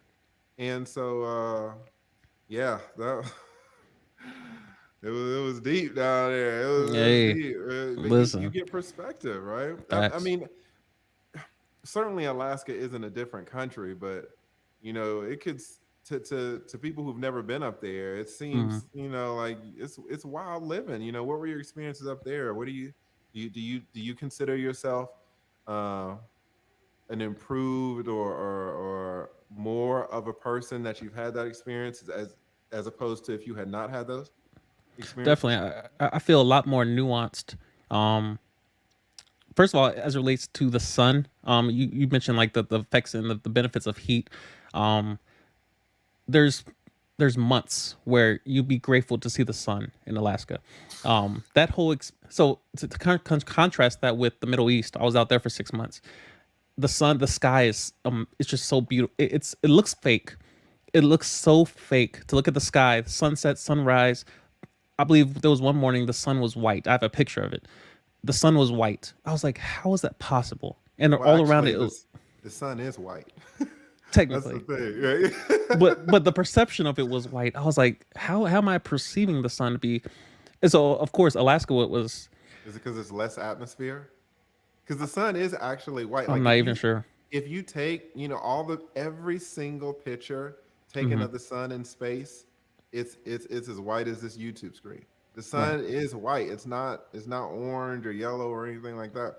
So Hmm. it's interesting how you were able to see it in its natural color, but it is Right.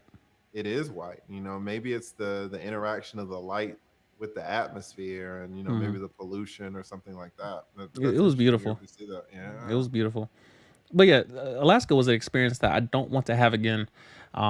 It was dope for. Luckily, it was just a short tour, so I was only up there for a year. I almost got stuck for an extra 3 years, and luckily I got New Mexico after that. But yeah, everything from, I mean, right now there's about 4 feet of snow currently, and it's frozen solid, because the temperature probably won't get above -20ish. And it'll probably get as low as -47, -50, -60. You plug your car in at night. If you stop at Walmart for too long, you plug your car into an outlet. There's outlets lining every parking lot.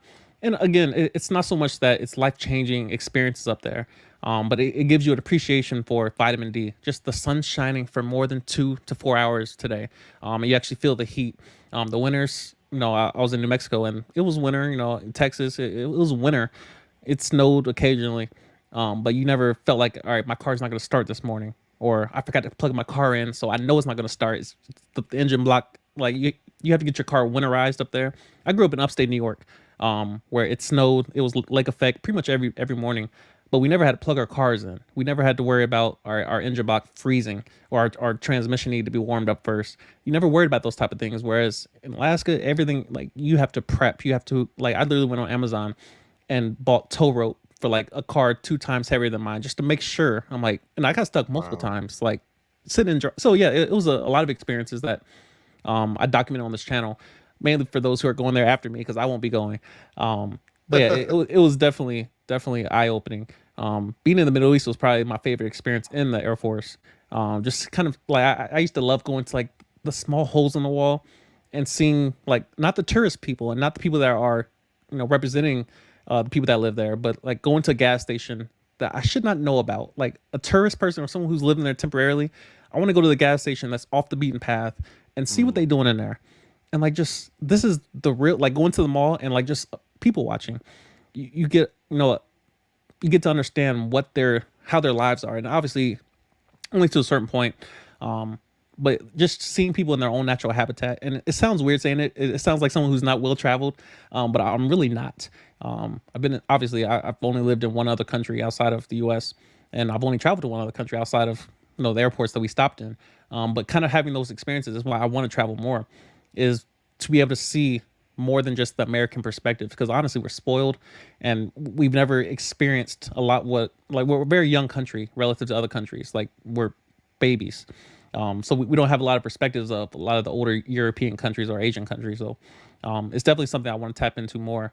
And obviously, I'm trying to leverage YouTube because you can do YouTube anywhere, and the U.S. dollar is Anywhere. amazing. So take this U.S. dollar to Venezuela somewhere and just buy a castle for $25. Like, yeah, definitely trying to leverage that. Shout out to Luke Hazley. Luke Hazley Facts, grew up in Venezuela. Also, let me shout out Friendsgiving.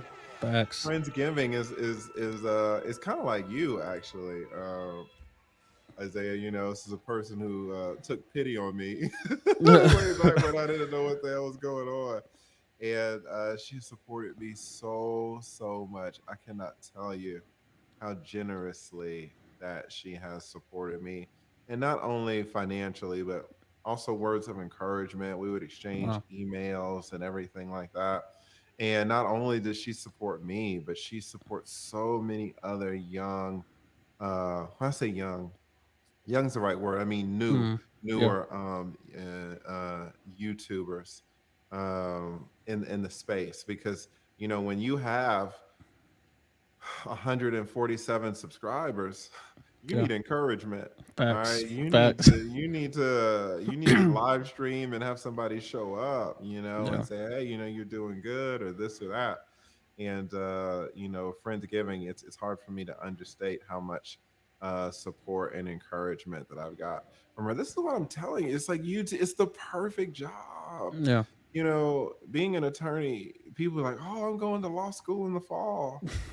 And I'll just say, yeah, good luck. Good luck. I don't want to tell Yeah. you that you don't want to shit on anybody's parade Yeah. but it's just like, to me, it's like you're running in the opposite direction. Yeah. You really, really are.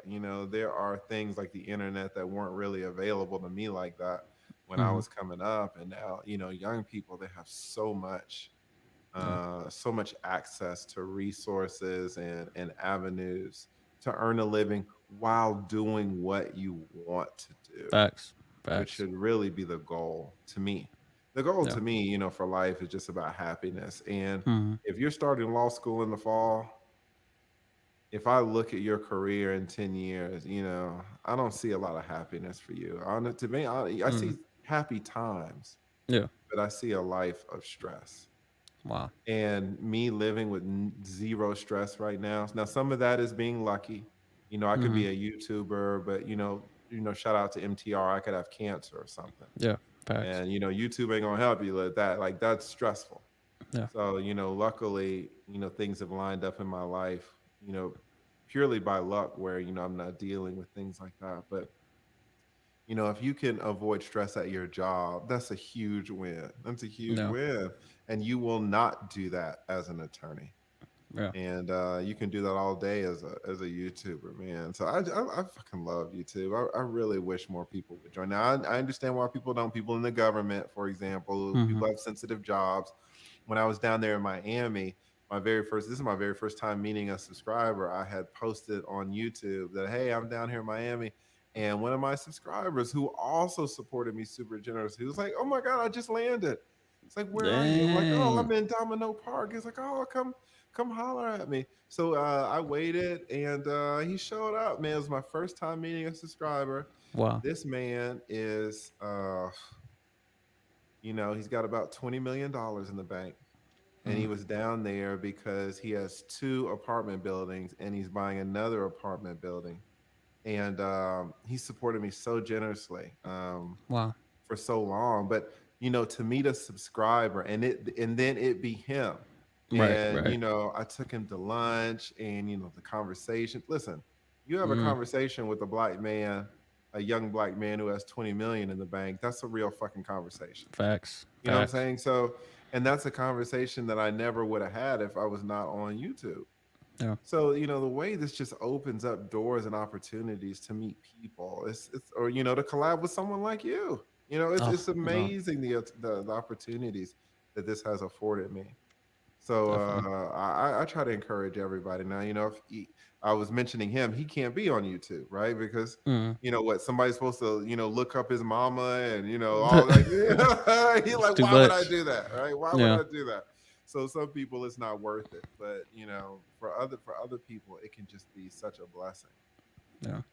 And I actually do want to tap into just a little bit of your knowledge, because you did spend 20 years doing it, and so I can only imagine what you've seen and heard and experienced in that career field.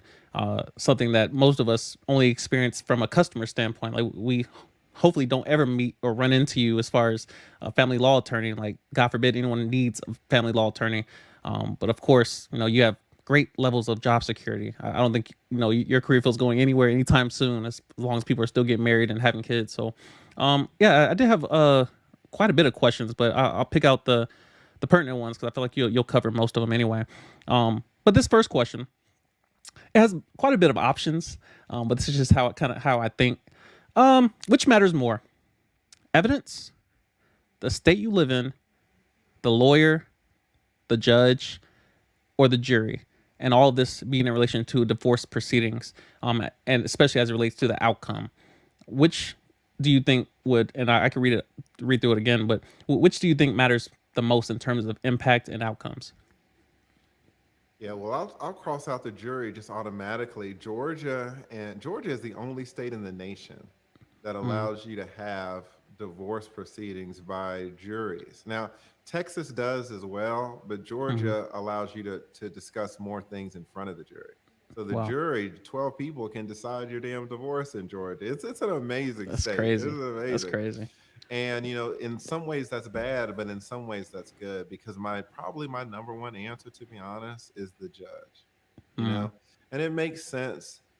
If you think about, if you die, right, what's the most important thing? Is it how you lived your life? Is it the state that you lived in? Is it how much money you made? Is it how you impacted people? Or is it God, right? right. Like Don't the be person wrong. who, yeah. I Yeah. mean, it's in his hand. Like, you know what I'm Yeah. saying? If you are the judge, nothing else matters. Yeah. Nothing else matters. So it would be, on the lowest thing where it doesn't matter, the jury, Mm, because most there really aren't jury trials for divorces. And then the highest thing would be the judge, and everything else would be in between. But at the end, and that should be a scary proposition because what you're talking about is, you living with a woman for 8 years, having two kids, you know this woman better than anybody. She knows you better than anybody. Y'all know y'all's kids better than anybody. And then some mm-hmm. white man in a robe, 56 years old, who has never met you Yeah. on purpose. He's supposed to be impartial. So he's never Yeah. met you, has no idea how you're living, no idea what your goals are. He gets to sit back and decide after 6 hours what your future is going to look like. Imagine. Imagine. That's crazy. All right. So, and he's the judge. Yeah. Okay, like it's just you're putting so much power in one man. Yeah. You know, Hey, uh go ahead. no, well, in regards to you mentioned the word partial, and of course, my mind started running with it. Um, in regards to truth, do you see judges operating more off the law in terms of deductive reasoning, or do they pursue the truth of what they're actually debating? Like, obviously, you got two lawyers on two different sides, you got two different points of view. People are telling on each other and pointing the finger. Do you think the judge is being impartial, or from your experience, do you view judges being impartial in relation to justice, or do you see them being deductive in terms of the law? Um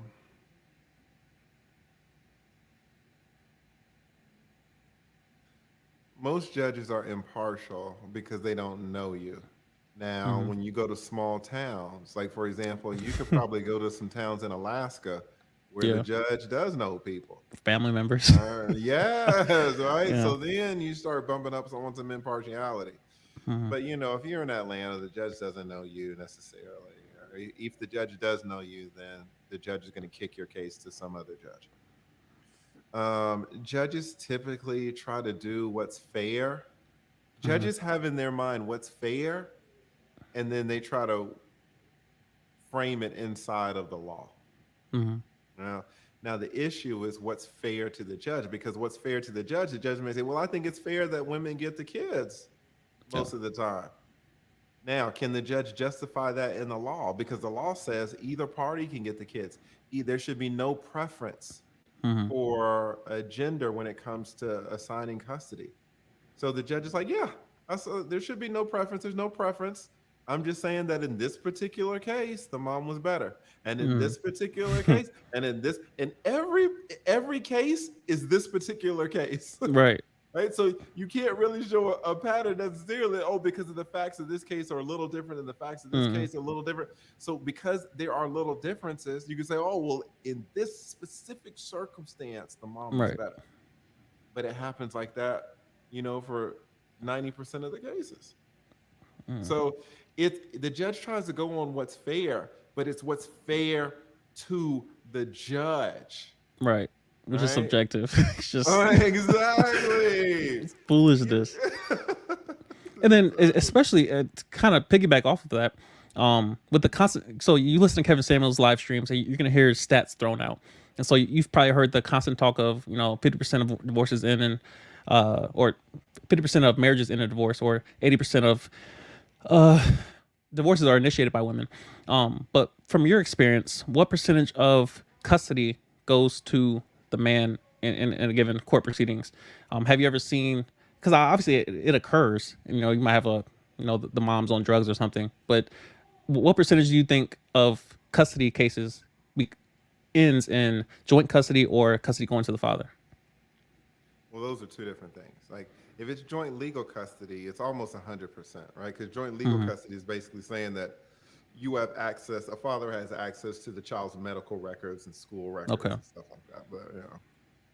But in terms of physical custody, where the child is going to live, for a father to get Mm-hmm. custody, in my experience, in my 20 years of experience, to me, it's about like 5%, if that. Jesus. If that. Now, you can look up different states, and maybe the national average is 85% to the women. So maybe it's Mm-hmm. 15. Right. Even though I've been practicing 20 years, I'm just one person, right? Right. And there are millions of cases, right? In my Mm-hmm. experience, it's like 5%.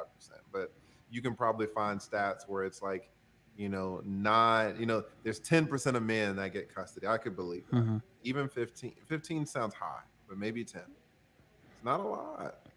Can you Not a think of a lot. way for, and not that men on here would be planning on getting divorced. I don't think anybody plans on it, but obviously prenups and postnups, all those things. But is there a way to increase that number from like if I was coming to you and I'm like, all right, I'm planning on getting divorced, I have 2 kids, what have you.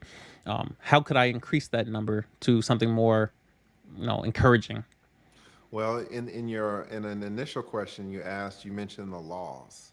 Mm-hmm. So the laws now, Florida has been making waves saying that they're really trying to be more fair. Mm-hmm. California is the same way. In my experience, you're still going to get screwed over in Florida and California, but there's less of a chance. I did a live stream yesterday, and a woman was from California was saying that she had to fight to get custody, and she didn't think it Goodness. was fair.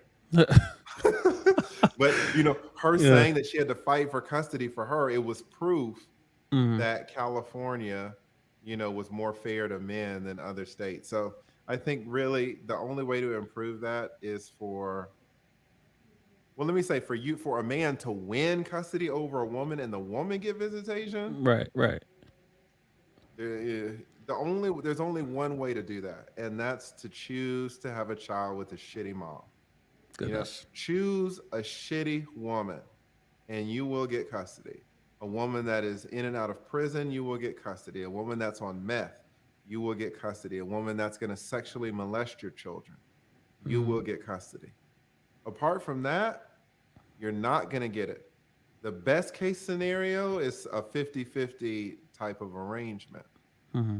Now, for you to increase your odds, the mom shouldn't be shitty, but don't go marrying some great woman, Right. some woman who's doing everything that she should, because then where's your room to Yeah. to You can't. shine? It's a Right. zero-sum game, right? It's Dang. not like she's a great mom, but you're a great dad, so you get 50-50. No, no, Right. no. That's not how the game works. You have to be a great dad, and you have to step on her a little bit. You Mm-hmm. have to win. It's Right. not like what did they say in baseball? The tie goes to the runner, Yeah. right? The tie goes to the woman. So you have to be demonstrably better, significantly and demonstrably better. They used to say this about black people. Mm-hmm. Oh, if you're black, you got to work twice as hard to get to the same place. That's how it is. That's how it is Yeah. with men, Mm, right? So that's real. and it shouldn't be that a man should be looking to have a kid with a shitty woman to win Yeah. custody. That you're starting off all wrong. Behind the eight ball. Yeah. Yeah, but that's kind of the only way you're gonna get it. Here's a question: is a contract evidence of distrust?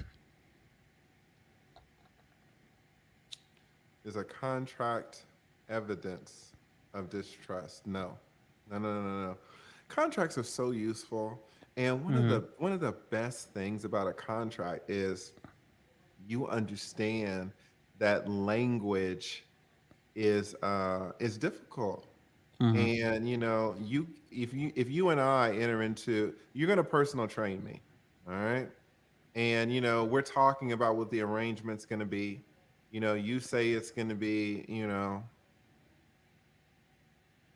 you say it's gonna be $500 for a particular package.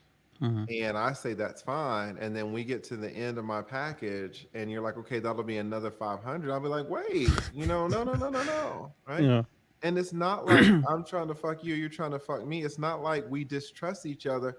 We Mm-hmm. have a reasonable and valid misunderstanding Mm-hmm. of the agreement, right? So you can look at a contract as like a Google Calendar, Mm-hmm. as a reminder. They say, hey, oh, what do I have to do next Tuesday? Let me look on the calendar. It's not that you don't trust. It's just not.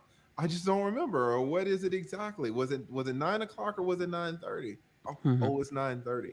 Having stuff in writing is so useful because maybe you can say it's a sign of distrust of your memory. It's a sign of distrust of the language. It's a sign of Mm-hmm. distrust of how people can communicate. Right. Now, it could also mean I don't fucking trust you. You're gonna fuck me, right? It Yeah. does have that Exactly. purpose too. But a Mm-hmm. contract has it has so many purposes. Mm-hmm. So it's not it's not necessarily a sign of distrust. It can be a Okay. sign of many things, but it will Okay. protect you from people who are trying to screw you over. Okay. So in relation to contracts and more specifically prenups, so that you've made plenty of content on prenups, and of course that's where I heard it. And I was like, oh, that's how you do it. You need two lawyers, not one, and then of course you need 6 months when everybody reviews it. Everybody has time. There's no duress. But in regards to postnups, how effective have you seen postnups in your experience, if at all? They're extremely effective. They are as Mm-hmm. effective as prenups. The problem is getting the woman to sign. Mm-hmm. All right? How can you get me how let's say I'm supposed to buy a house and the person selling me the house has me sign all the paperwork, all the deeds and everything. He's quit claimed and now the house is in my name. Mm-hmm. And then he's like, oh, wait a minute. I forgot to have you pay for it. Right. Can you pay me? But the house is already in my name. Yeah. Now I can be a nice guy and be like, oh, okay, I'll pay you. See. But what if it's a 300,000? Well, what if I give you 150? Like, go Right? get a lawyer. Go get a That's lawyer. exactly right. It's like, you're asking somebody to do something when they've already received the benefit. Right. Contractors are like this. If you ever want to flip a house, what happens when you hire a contractor to put a new roof on your house, but then you give them the whole 15,000 up front? Right. Are they going to come back and do the work? What No incentive do they incentive. have? Exactly. Exactly. Yeah. We're like saying the same They're thing. just ready for it. Right? So it's the same thing. What Yeah. incentive does she have to sign a post-nup? That's Now, true. maybe she has an incentive if she's not going to get much right now. What if you Mm-hmm. say, "Hey, listen, baby, listen. See. I've been losing money on this damn small business for 2 years. but I think in another 2 years it's gonna blow up. But right now, we're 28. You ain't got nothing. I ain't got nothing. I want you to sign a post now. We've been married for 8 months and no one has anything. Will she sign it? Well, in that situation, she does have an incentive to sign it because if you say fine, you're not going to sign, I'm going to divorce you right now. She gonna get nothing anyway. You're Yeah. 28, she's 28. You got a car, she got a car. Y'all got that damn mattress. Y'all ain't got nothing, Hmm. right? But she might know, hey, in 2 years, this man might have a couple million.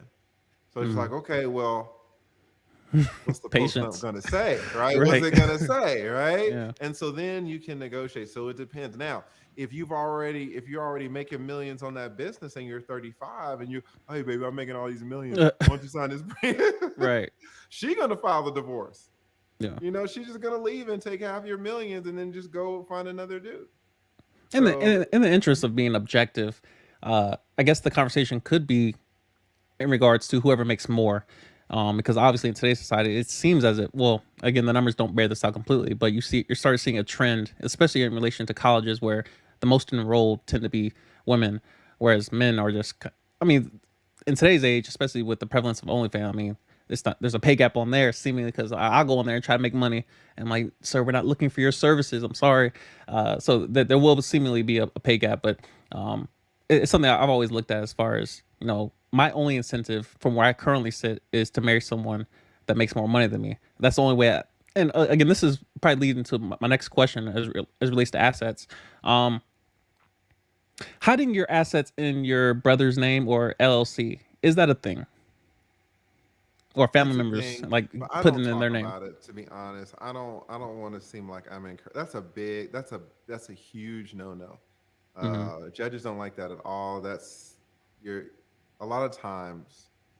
Some people can do it in a good way, and some people can do it in a fraudulent way. And it looks like you're trying to put a fraud upon the court. So Mm-hmm.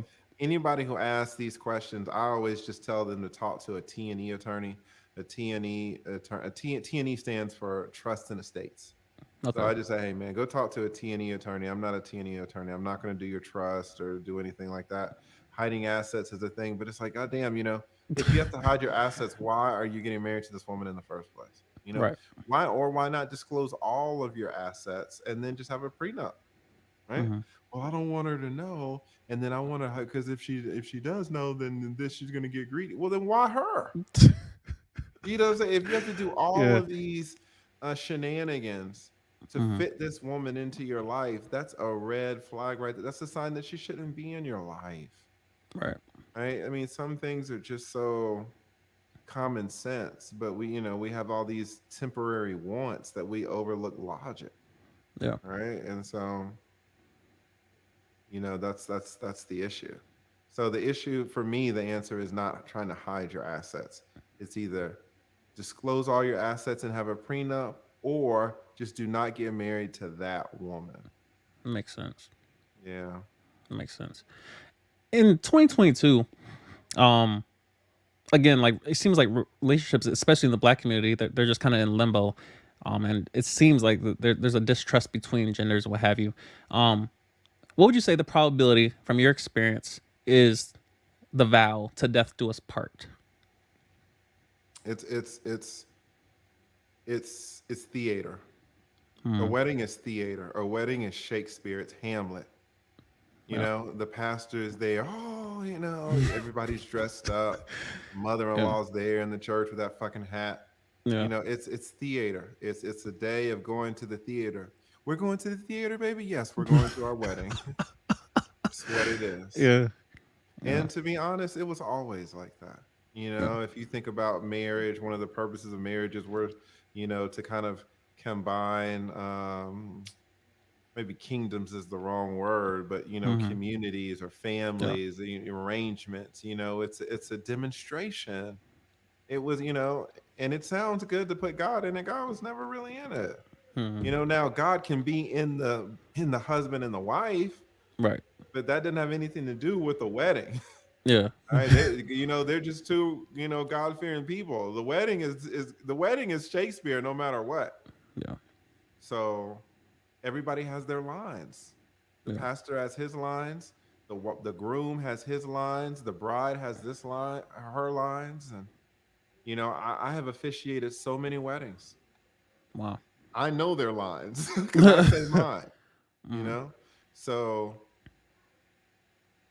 no, goodness. it's theater. Now there is a time and a place for theater. There's a time and place for ritual, Hmm. right? I'm not trying to belittle it. I'm just saying that people get confused about what it is. I'm not trying to belittle something, but I'm trying to show what it is accurately. Just Right. because I'm exposing something or just because I'm describing something doesn't mean I'm belittling it. I'm just Right. describing it. And the vowels are theater. Now, oh, well, I'm very religious and they're not theater for me. Okay, okay. Yeah. They're not theater for you. They're God's vows from on high. Okay. Mm. I'm not going to argue that point with anybody religious. I'm going to let them have it. It I'm seems talking as about it. if Mhm. that, like, especially with today's weddings, with the internet being usually like, when people plan their wedding, they think about how this is going to look. It's kind of like Valentine's Day. Like, if I sent flowers but you couldn't post it anywhere, would they mean the same as if people saw you? Like make sure people get flowers, like send it to the job, make sure people see that they got something. It's the spectacle of it. And you see how weddings, they're just expensive as hell. I'm like, how the hell that, first of all, the institution is a thing already, so you got to have somebody, you got to sign the papers, all that. But just as you mentioned, like the wedding itself, it's such an event. And I'm like, what if they put as much effort into the wedding as they did, or into the marriage as they did the wedding?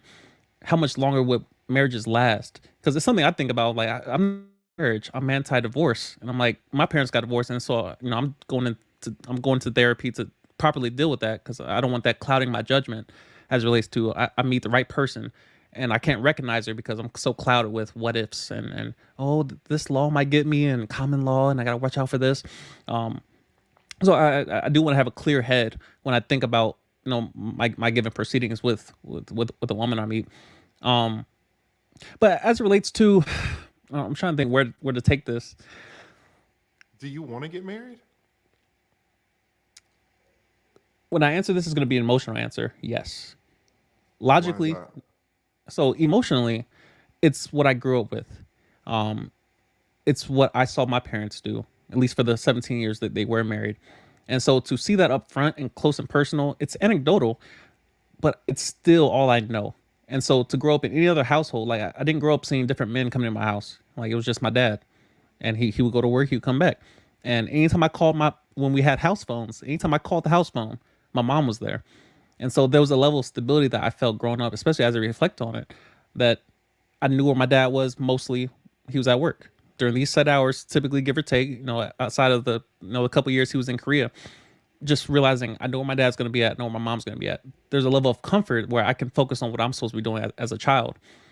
Now, when I think about what marriage currently is, I constantly monitor deception, and I love studying it. Art of War, 48 Laws of Power, any book by Robert Greene, I'm obsessed with. I love deception. I love how the human mind works.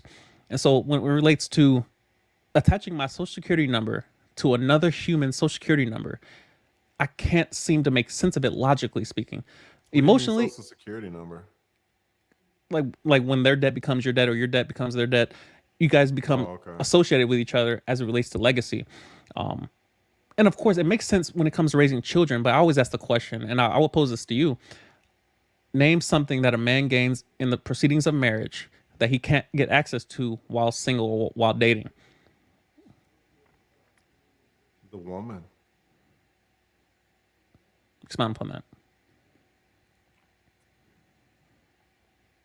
It's been my experience that most women want to get married.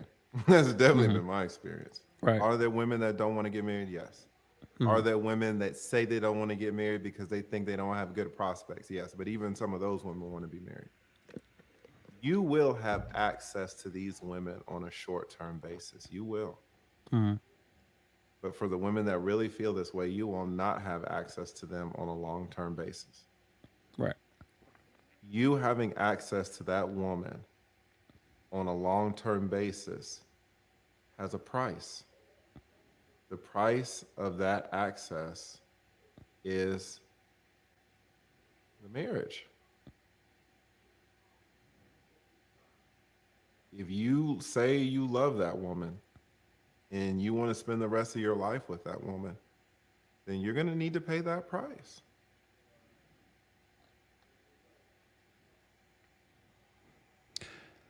And I guess trying to square that perspective with the fact that you don't see marriages lasting until death do us part. And of course, there are some that do, but of course, I have to factor in, all right, when that marriage start, it's not that marriages are not. So again, if we look at statistics, the probability of a marriage lasting, cool, there's that. But then, of course, most people focus on the 50% that ends, and again, that number is speculative because it's not concrete across the world. Like, all right, is 50% to the number to the decimal?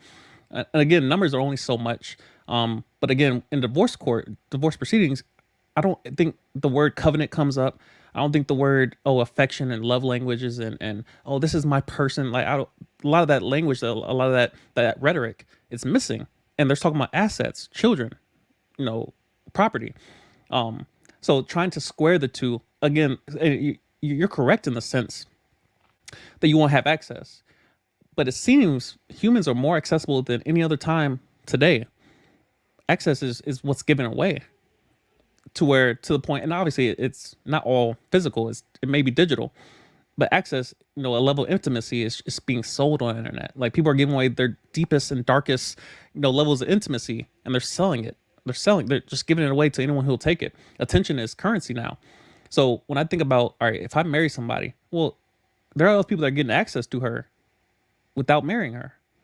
And again, this is the same for men because men have DMs too.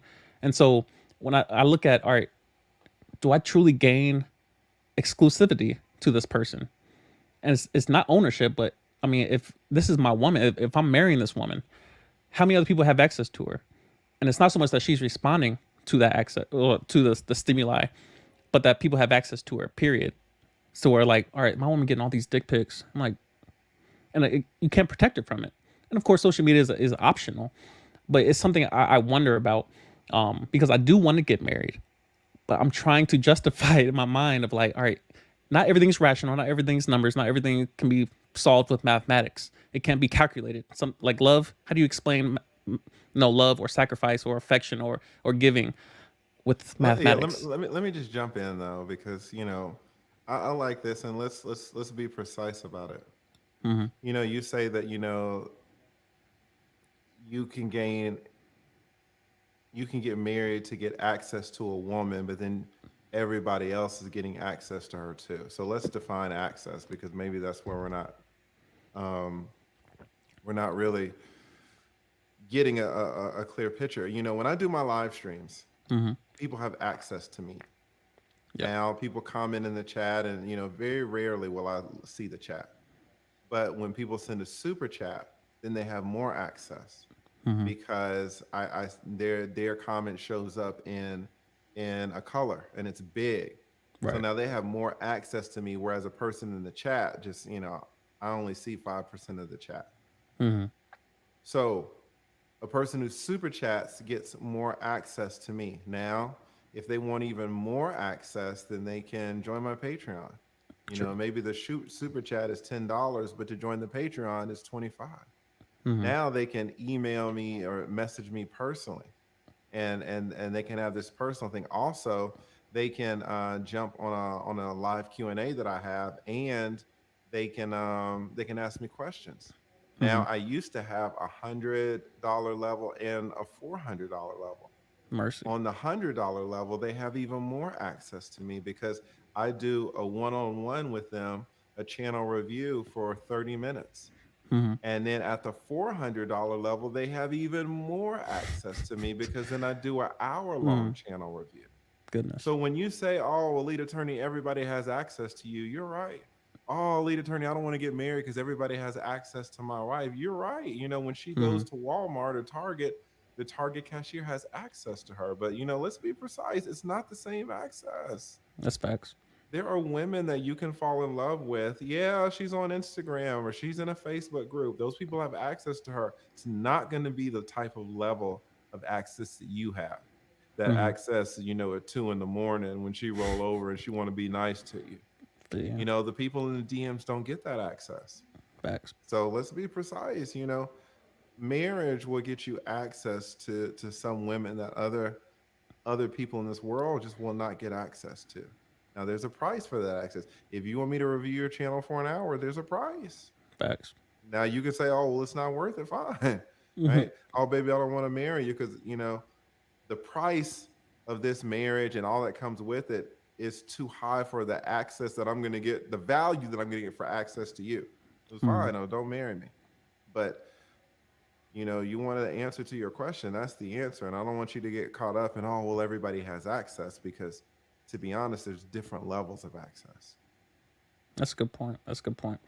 Here's a question: do you think loyalty must be tested for it to? I'm trying to think how to square the question. But do you think loyalty must be tested with temptation?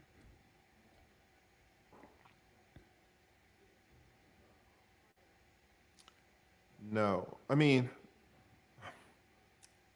loyalty must be tested with temptation. Hmm. No. Like, to prove someone's loyal, they have to be tested first, and giving the opportunity to act upon that to see what the response will be. No. I mean, everybody, everybody, everybody who's loyal to you will be tempted in some way or another. Hmm. And almost everybody in the world who you think is loyal to you, in their own head, there is something in this world that will cause them to be disloyal to you. Hmm. Like, if I have a best friend that I've grown up with for 20 years, and someone kidnaps me and say, "Hey man, listen, we're going to kill your best friend, or we're going to kill your mama, you choose." Well, my best friend got to go. And my Right. best friend can be like, The you disloyal motherfucker. Hey, right. hey, Mm. oh, we're going to test the lead. Like, don't test me. See. When you put my mama into it, you know what I'm Right. saying? So it's Right. like, if you know from the get-go that almost 99% of the people in your life are loyal, generally speaking, but they can be tempted away, like, why even fucking test it? Like, let's not delude ourselves into thinking that the 10 people that we're closest with, all 10 are going to stay Hmm. around in every single circumstance. If you That's know real. that going in, then you know that there's no use in testing, Hmm. because you put somebody's mama in it. How loyal can they be to you? You put somebody's Yeah. child in it. How loyal can they be? Like, so what? Why even go down the road of testing? You already know the answer. It's like these women who get cheated on. No, baby, tell me. Like, I seen the pictures, and my Yeah. girlfriend told me, and I Mm. saw it, but I want to hear from your mouth. Like, you already know. Yeah. Like, why? You know what I'm saying? So I hear the question, but I don't think you got to test it. You could just assume. That's real. That's real.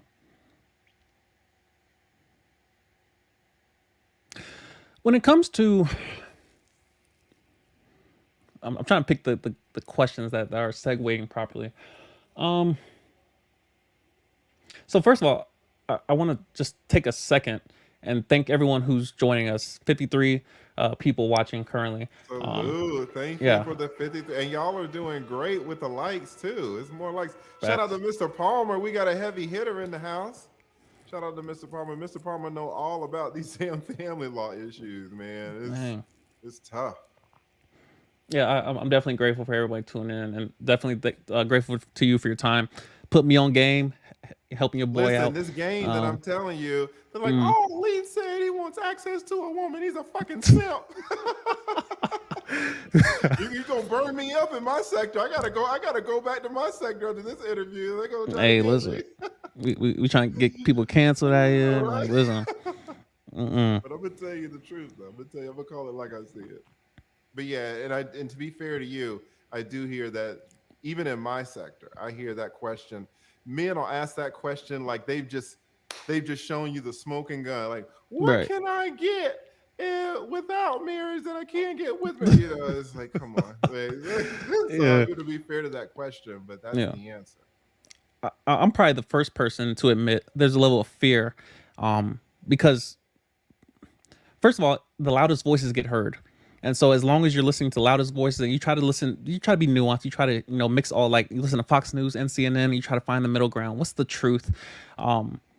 We tend to still focus on the negativity. Like, again, these news networks, they're not publishing the positivity. Oh, like, a dog crossed the street and he didn't get hit and it was a nice dog. And no, the dog bit somebody, they got AIDS, and so some foolishness. So it's something I pride myself on trying to practice being objective and, like, all right, there's rationality, there's numbers, there's metrics, but then there's also the emotional connection, where we're humans and we're social creatures, and so you still have to connect on a human level.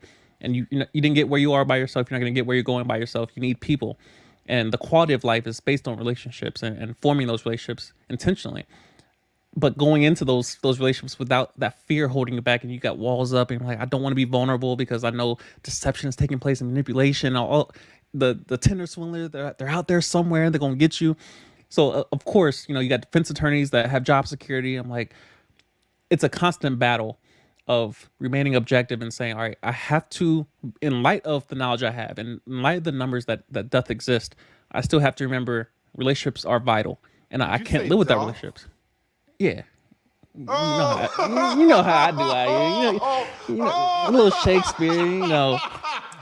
This is what we do out here. See, we getting every deep now. Let me straighten up. Let me straighten see up. This is see. for real. I mean, you got a This suit is on. I mean, for real. I, I got to bring a rhetoric with me or something. Like, Okay, in light of the fact you that know, that doth exists. Okay, I let's mean, get it then. see, we out here a Shit. little bit, but yeah, it's definitely a concern.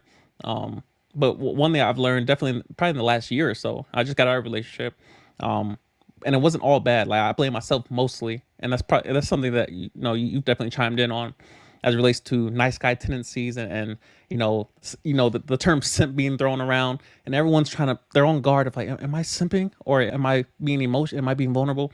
The constant battle of, especially with the prevalence of red pill content just being pumped into society, almost going mainstream at this point, where you're still trying to retain a value for relationships while keeping your own integrity, and keeping my pride intact. And, like, all right, you can't be prideful, you got to be vulnerable. And I'm like, it's constant.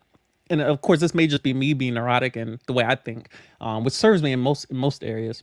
But when it comes to relationships, I often have to turn my mind off and say, all right, just feel. You're allowed to feel. Emotions are not against you. You pair that with logic. You prioritize in certain moments, logic versus emotion. You don't have to choose between them. You prioritize them.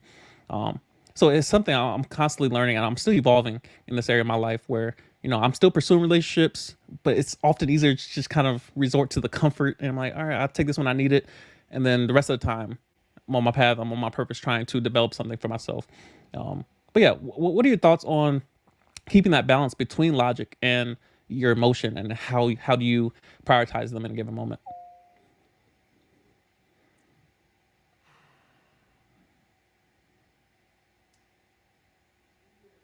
Mm,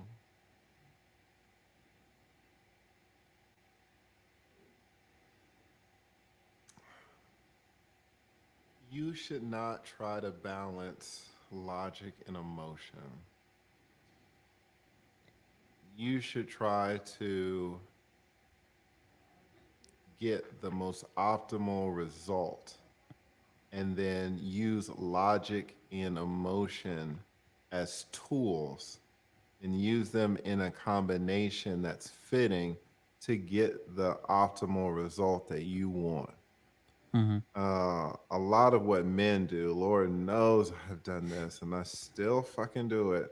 I will prioritize logic over emotion in so Mm-hmm. many ways when I'm dealing with these women, and it has never worked. It has Right. never worked. Um, and Lord knows, trying to be emotional with them, like, dude, It's a why rabbit would you hole. do that? Right? Why Don't would do you it. do that? Right. Yeah. One of the best attorneys ever, that ever in the nation. Is a white guy up in Wisconsin. His name was Jerry Spence, Mm-hmm. and he represented some high profile cases. And I'll be damned, that dude almost never lost. He was so Wow. good. Wow. But he wrote a book. Yeah, what was the name of that book? It was like How to Win Every Argument or something like that. But at Mm-hmm. the end of the day, it's one of these things where, you know, what do they say? If you're a bike and you're riding along in the street and a truck comes out and you got the right of way, but you see the truck's going to blow through the light. Yeah. Do you want to be right or do you want to be dead? Right. Right? If Yeah. the optimal solution is to stay alive, then you don't use logic and you don't use emotion. You focus on the result, focus on what you Mm-hmm. want. Now that's very difficult to do because as men, we're just socialized to think certain things and Right. to be the nice guy. I suffer from that. And it comes up all the time. And I have a lot of weaknesses when it Mm-hmm. comes to women and the way that I deal with women. Yep. I can be too nice, and at the same time, I can be very logical. I can be very literal. Being Right. literal with a woman, oh my God. Especially if you're an attorney, you Right. can hang it up, Yeah. man. It's like, why? Yeah. But see, and that's the key. That's the question. Why? Yeah. Like, what is being literal? Is this helping? Right? Yeah. Is this, or this being nice? You emotional. So let's say literal is the logical, Mm-hmm. right? I'm being literal. Is being literal getting me to my optimal result? Right. Or emotional? Emotional, I want to be nice and I want to give her I want to be like Future and give her everything. The That's emotion. Back. Is Right. is that optimal? Mm-hmm. Once you see that fucking neither one is optimal, then it should never be a balance. Why would you Right. balance them out? Why would you not just use them to get the result that you want? Mm-hmm. Right? And the result that you want could be multifaceted. You could want a healthy relationship. You could want her to do well, to be happy. You could want yourself to be happy, right? You would want the relationship to continue. Maybe if you want an LTR, a long term relationship. Mm-hmm. So there is, some adjustments that you're constantly having to do. But I don't like the word balance because it seems like you're trying to say it should be 50% here and 50 here or 40 or 60 here. For example, if you are going to Bruce Lee kind of made this famous Mm-hmm. about in fighting. It shouldn't be all fucking you know karate or taekwondo. What you would like is to have all of the elements, all of the knowledge of fighting Mm-hmm. assembled together, and then you choose, right? Right. Um, or let's say you are for MMA. Let's say you're an MMA fighter and you are an expert in Brazilian jiu-jitsu and you're also an expert in striking. And I Mm-hmm. ask you, okay, Isaiah, you're an expert in jiu-jitsu, an expert in striking. What is the proper balance? How do you Right. balance those? What's your answer going to be? Like there ain't no You fucking can't answer it. balance. Right. Yeah, it just depends on my opponent. It depends on Stimulus. my yeah, it Yeah. depends on what I'm trying to do in a given thing. It could be Yeah. 100%, 0%, right? That's true. If I'm a great striker, but I'm also great in Brazilian Jiu-Jitsu, and you're a great striker, but you are a white belt, there's gonna be no striking. Yeah. There is no striking. So you can say, is it supposed to be more logical or more emotional? What's the balance? There is no balance. So what are you trying to do with this girl? That's real. And then you go from there. I'm sure the audience, and I'm sure at some point you'll pick up on it as well. But my love of binary thinking, and I think that's often what gets me into trouble is my love of black and white, and how it simplifies life. It simplifies a lot of decision making. It's like, do I want to go? If the answer is not hell yes, the answer is no, and often it works. It makes me a lot more quicker to escaping indecisiveness.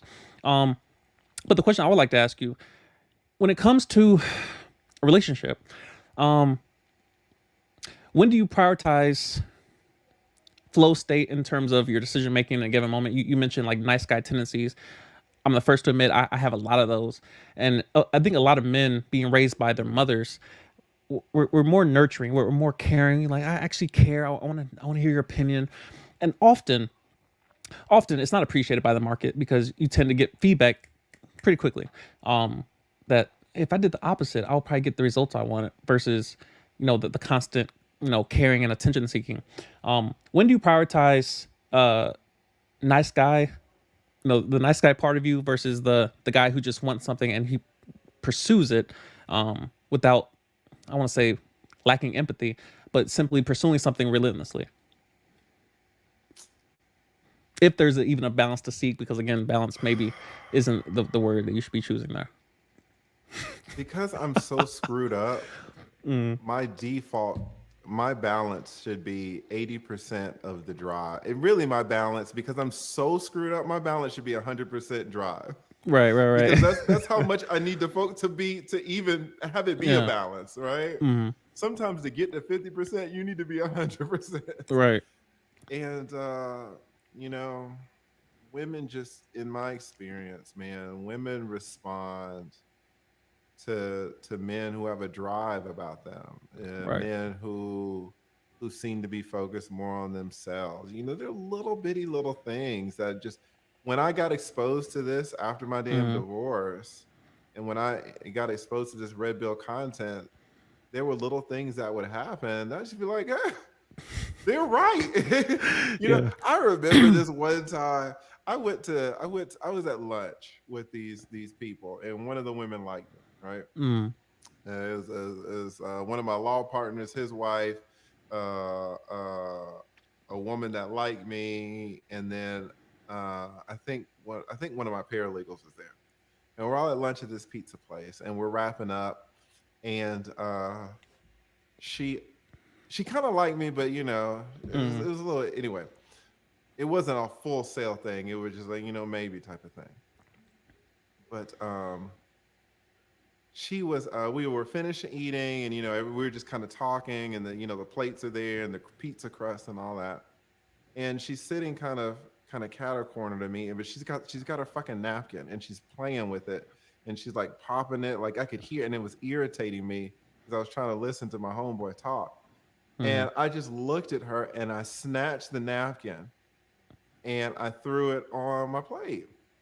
And she was like, "What if I wasn't done with that napkin?" And I looked at her and I said, "You're done." And she was like, I just was See, like, you know, foolishness. Yeah. they fucking, little shit like that where Mm-hmm. you're just like, you know what, like it's just, we're doing it like this. Or Yeah. recently, a more recent, that example was from years ago, but there have been just so many little examples like this recently. I went to the Atlanta Braves. We are the World Series champions. Yep. We See, won the foolishness. last World Series. So Mm, I went to the ceremony with those tickets were so hard to get, man. But I went to the ceremony with this chick, and it was cold. mm, It was so fucking cold. And she has this thing where she always wants to drink water and stay hydrated or whatever. So she was like, "Oh, I need some water." So I was like, "Fine." So we go, we get the water, but she gets two waters, right? She gets mm, two waters that are ice cold. And so we're sitting there, and the whole thing, and she drinks the water, and she drinks one of the waters, and now she's fucking freezing. She's like, "Oh my god, I'm so freezing." And we're getting ready to leave, and she says, "Hey, give me my water." So I gave her the other water. She took a sip and she handed it back to me. As we were leaving out, I just fucking threw the fucking water away. And kind of similar. She was just like, "Why did you throw the water?" I was like, "You're freezing now. Like, you're not gonna fucking drink that water." And she mentioned that night how she loved the fact that I threw her fucking water away. A nice guy would have held that fucking right. water all the way. You're not drinking the fucking. You're freezing now, right? Yeah. It's a thousand little Mm-hmm. examples like this that are tiny, but if you put them all together, they form like this collage of the attitude that women like. Now, no woman will ever admit it. Any Right. woman will say, "Oh, just let me play with my napkin." Or Right. any woman, "Oh, don't throw away my fucking water." Be capping. Right? Because they don't even fucking know. And Mm-hmm. you can't blame them for not knowing because you were there fucking holding the water anyway. You know what I'm saying? Right. It's like none of y'all are operating in reality. Oh, But as long as you can as a person, as long as you can as a man, that's really all that matters. And so that's that's the real. whole thing about using logic versus emotion. Maybe logic would have told you, well, she wants the water. You bought her the water. She just took a sip. So you're going to throw away your $3. Why would you throw Right. away $3? Like logic would tell you not to throw away the water. Right. Also, emotion would tell you not to throw away the water because That seems like a rude thing to do. She asked you to fucking hold on to it, right? She Mm, wants to drink it. Right? So like neither one is really, it doesn't, yeah. or at least you have to, if you want to, you have to think more deeply into it. Hmm. So I don't You ever see know. yourself getting remarried? Maybe, maybe. Mm, I am not afraid of marriage for hmm. many reasons. I think my vetting process is extremely high. Yeah. I know how to protect myself. Now that doesn't reduce my chances of getting divorced, Hmm. but it significantly, well, it does reduce my chances of getting divorced. Let me say it does not eliminate the chance of Right. me getting divorced. But so it reduces my chances of getting divorced and it greatly reduces my chance of getting screwed. Hmm. So if I'm not going to get screwed and I have a lower probability of divorce, then I don't mind getting divorced. Hmm. It's not something that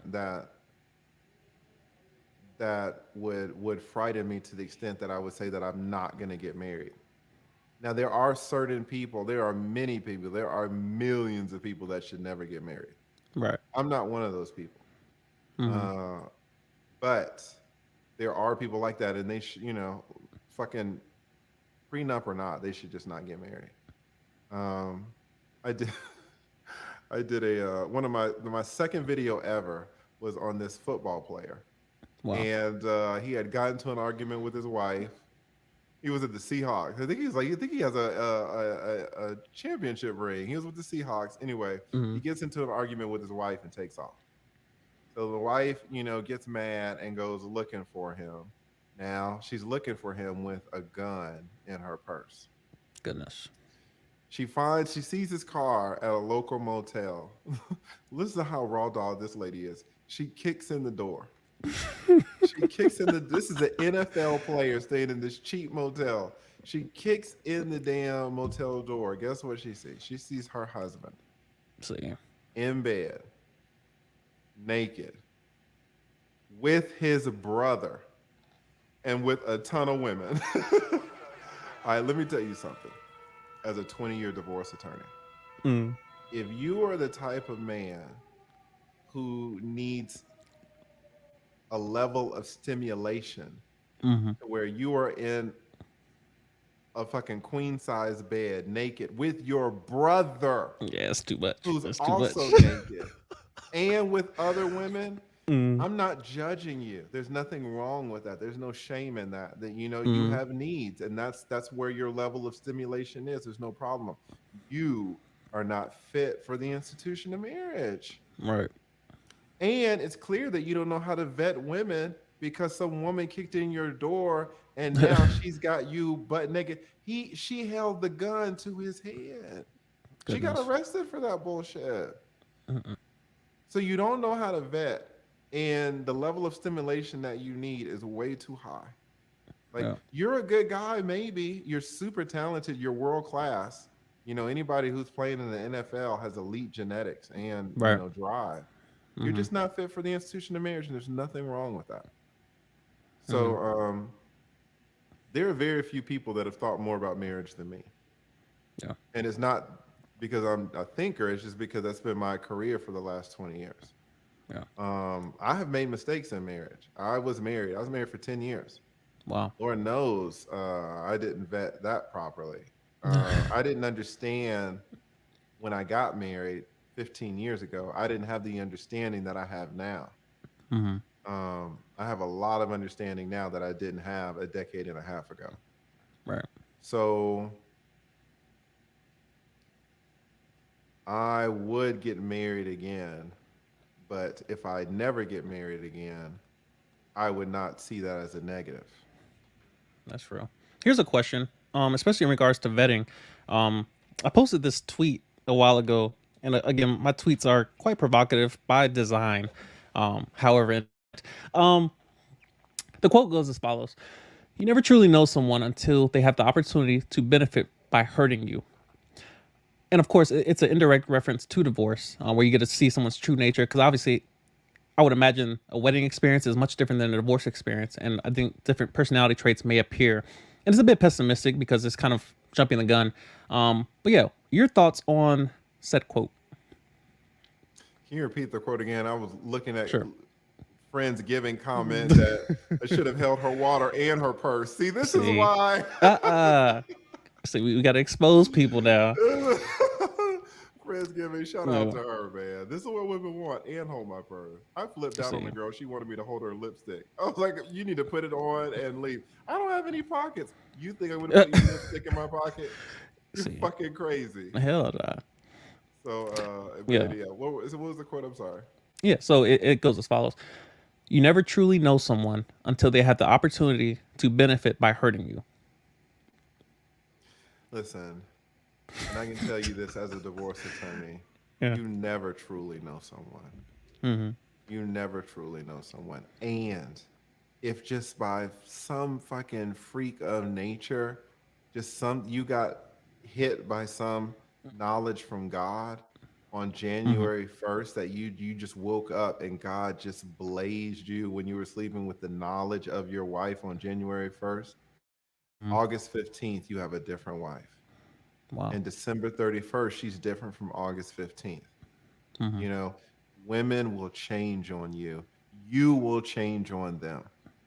Yeah. You know, you attempting to know someone with a capital K, Yeah.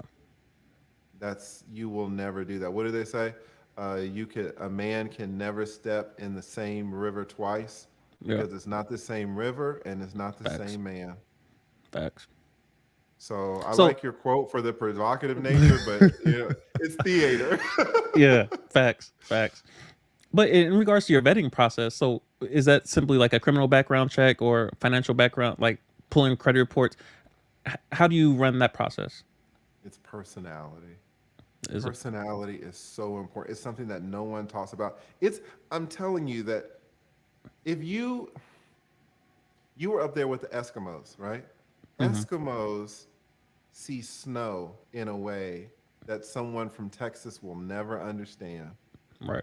because it's them, you know. Mm-hmm. Divorce is me.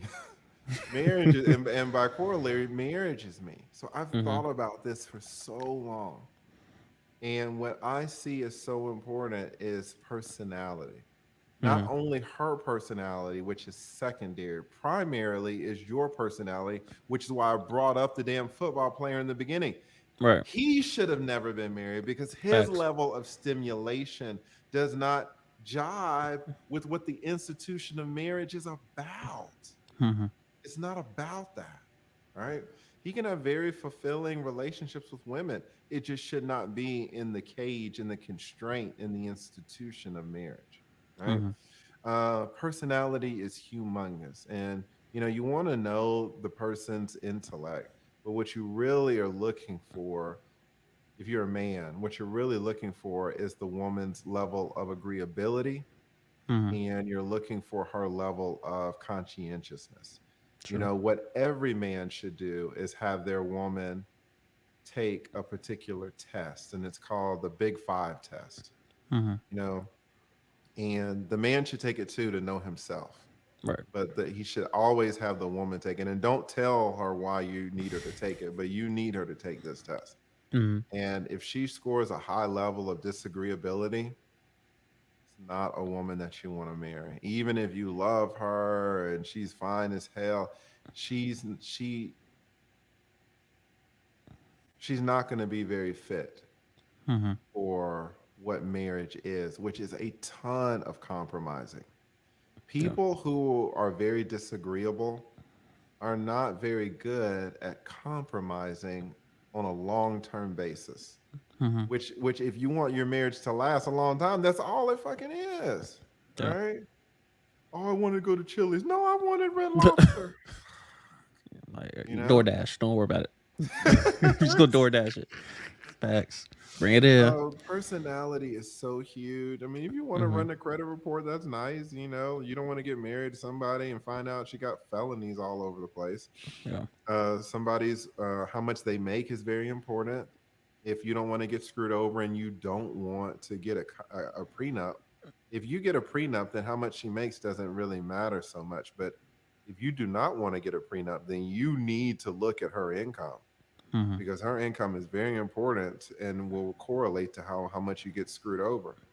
You Yeah. know, you say you want somebody who makes more than you, that is a de facto partial defense to getting screwed over. Yeah. You know, if you marry a woman who's making 200,000 versus a woman making 20,000, that's all the difference in the world. Right. Now, once you have kids, you know, the kids is on a whole nother thing. You're not going to be able to Yeah. protect yourself against that. But just in terms of a financial dissolution, like a business dissolution, how much she makes is important. But it doesn't even compare to knowing her personality. Facts. No one's going to tell you this stuff because no one has the experience that I have Yeah. in terms of thinking and about divorce. But to me, the personality is number one. Personality of her, and even more important, your personality. There's so many Mm-hmm. men that should not get married. Yeah. You mentioned children, and you mentioned in a live stream how you've represented children in different court proceedings. How's that experience been, especially as it relates to their guardians or their parents? And I'm curious about how that dynamic works as far as what your priorities are when you're representing the child, and how you interact with the parents. Yeah, your priorities of the child are really to do what's in the best interest of the child. And, you know, so many times the child wants to be back with the parents, and the parents are shitty. Yeah. And so, even though the child wants to be, and, you know, it just depends. It depends on the age of the child. If you're representing a 16-year-old, that's much different than a 6 month old, because a six True. month old can't even tell you what the child's desires are. Yeah. And really, another way, I mean, technically, you're supposed to be, let me take that back. Technically, you're supposed to be representing your client, right? Mm-hmm. So, you're supposed to be doing what your client wants. But at the same time, if your 9-year-old client wants to get back with her drug dealing, drug using mother, Mm-hmm. are you going to fight for that? Right. Yeah. So it's kind of, you're kind of wearing two hats depending on the situation as a guardian ad litem. It kind of depends on the particular case, but it's difficult. It's never fun. It's never rewarding. Even if Mm-hmm. you win, you feel bad. Like, what did you win? All Yeah. right. Yeah. Sometimes representing parents is a lot more rewarding when the state wants to take their children away and you're Mm-hmm. fighting to get the children back and you win that. That feels good. Now, you don't know if it's best for the child long term, but it feels more of a win, right? Yeah. Sometimes when you terminate, when you're representing the child and you're arguing for that the parent's rights should be terminated because the child should go to somebody else. Like the Mm-hmm. mom is shitty, so you're arguing that the mom's rights should be terminated because the grandparents want to adopt. And you know the child will be so much better with the mom's parents than the mom, but the mom and the mom's parents hate each other, so they can't agree on nothing. Mm-hmm. It's complicated, but it's so fact dependent. It depends on the particular case, but I don't really like it. I feel. I don't Uh. really like any of it. This YouTube thing is so much better. It's so much better. Oh my Right. god. Right. I can imagine. Um. I do want to switch gears just a bit. I do want to be mindful of your time. Um. No, Even take though your you. time. Oh yeah. But yeah. I don't want to overstay my welcome. Anyway. Um. I love these conversations. Just kind of when I was doing my prep, I was just discovering you more and more, because there's the lead attorney, and you get in live stream mode, but then there's also the person, especially before the fame. But as it relates to chess, has there been anything that you've used from the game of chess? I think Patrice O'Neill uses a ton of analogies from chess as it relates to relationship dynamics. But as it relates to your law career and then chess itself, the game itself, I watched one of your live streams. I believe you're in Miami, and you're in the park just giving people the business. Has there been any lessons you've taken from chess as it relates to reality or your law career? Oh my god, so many. So Mm-hmm. many. I'll tell you this, man. I think about this. This happened to me years ago. I mean, happened to me. This happened years ago, but you won't be able to understand it really. But I mean, you'll Mm-hmm. understand it, but you won't be able to feel it. You know how you can, Yeah. if you tell me that you went to war, I can understand it. But if Mm-hmm. I'm a veteran who went to war, I can feel it. Facts. Right? So Facts. you have to be a chess player to feel this, but for the longest, humans were better at chess than computers. Mm-hmm. And then in the 90s, I think it was IBM built Yeah. that damn machine that beat Gary.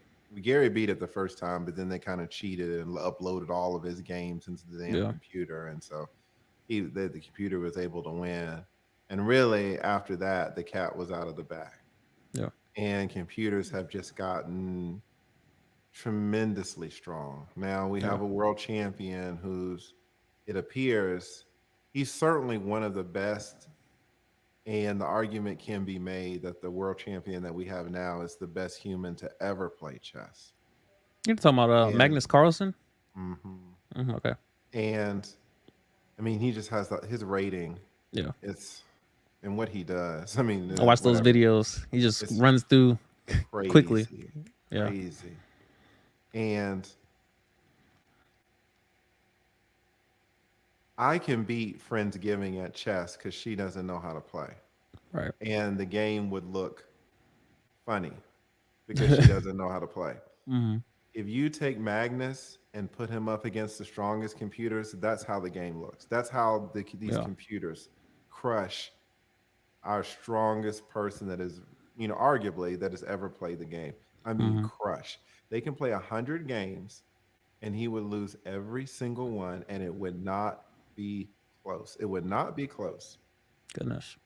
That's how strong computers are, and they get stronger fucking every 6 months. Mm-hmm. Really, they get stronger every day, but the gaps Yeah. are just crazy. Anyway, there was the strongest program that we ever had. It was called Stockfish. Mm-hmm. And it was like Stockfish 1, then Stockfish 2.0, then Stockfish 3.0, and who knows what the final version was. This damn thing was so strong. I mean, just no human, like, why, you couldn't, there's no use in playing it. Mm-hmm. It would be like a 4-year-old playing a LeBron James and like you can't Right. even, Yeah. why a 4-year-old, he was stuff on you.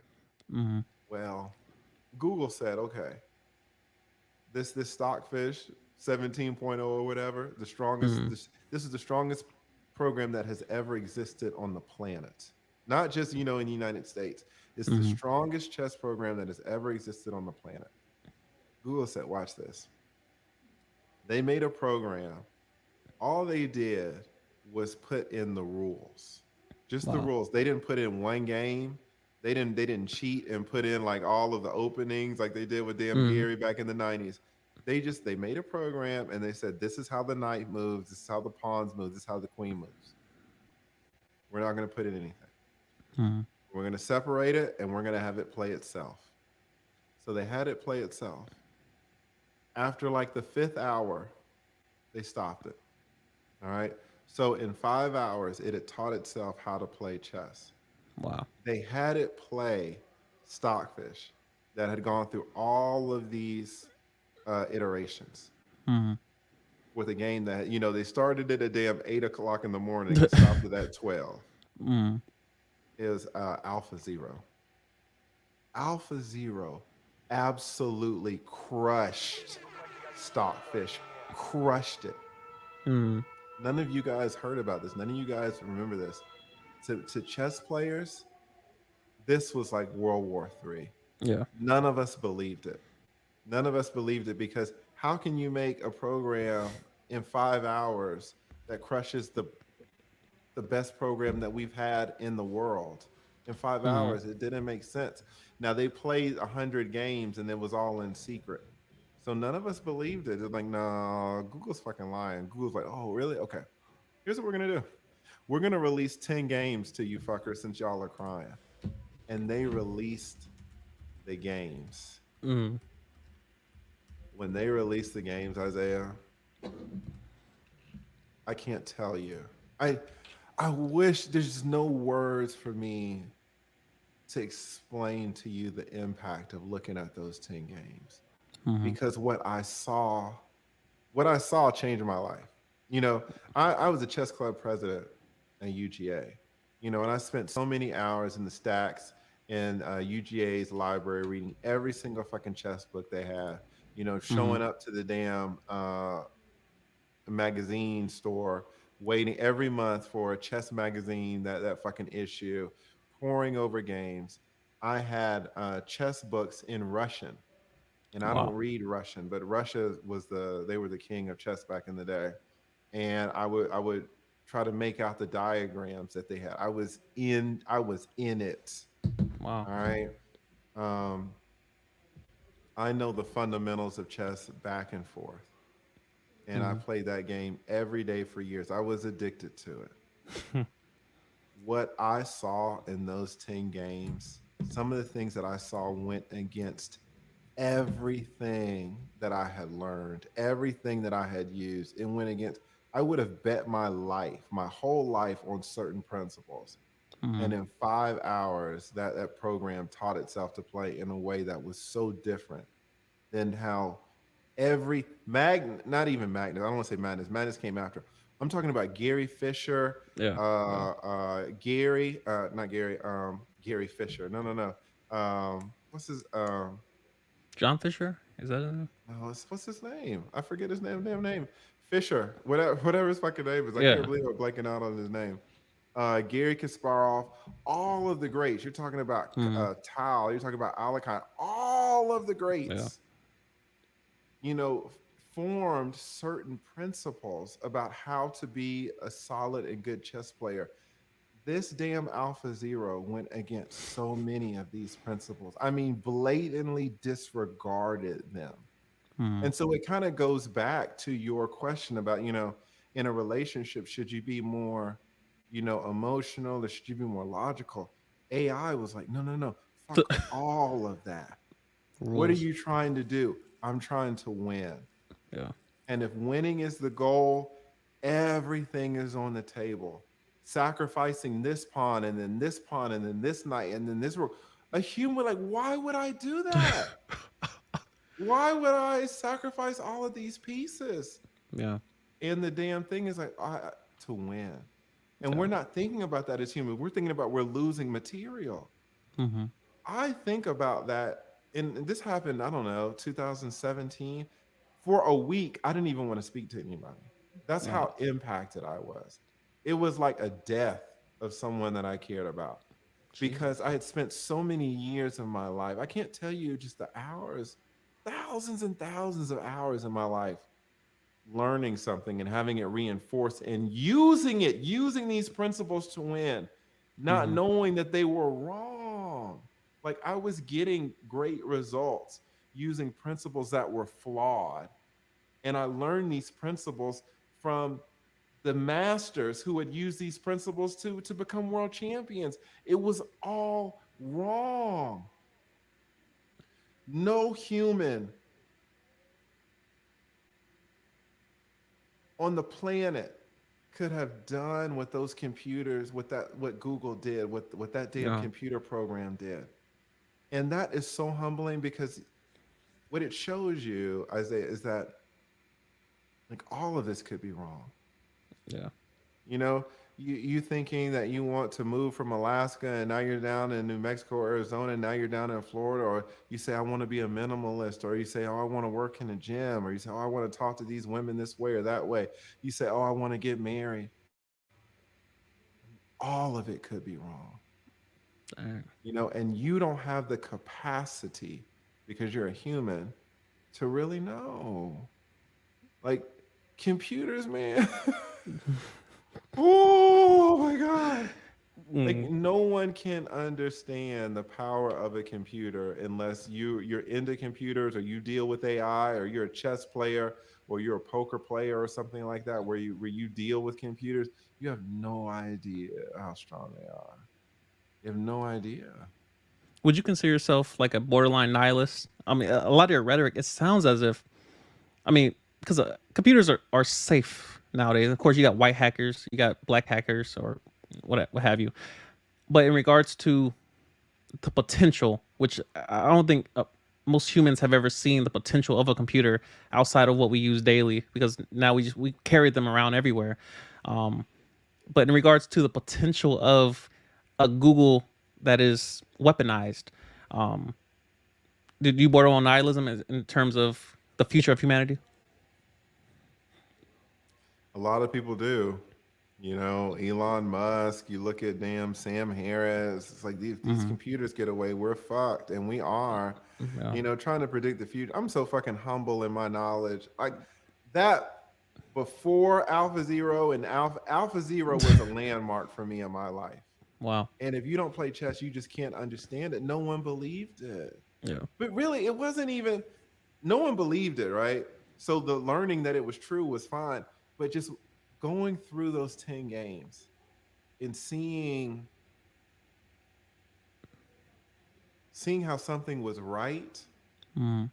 that you would have bet your life was wrong.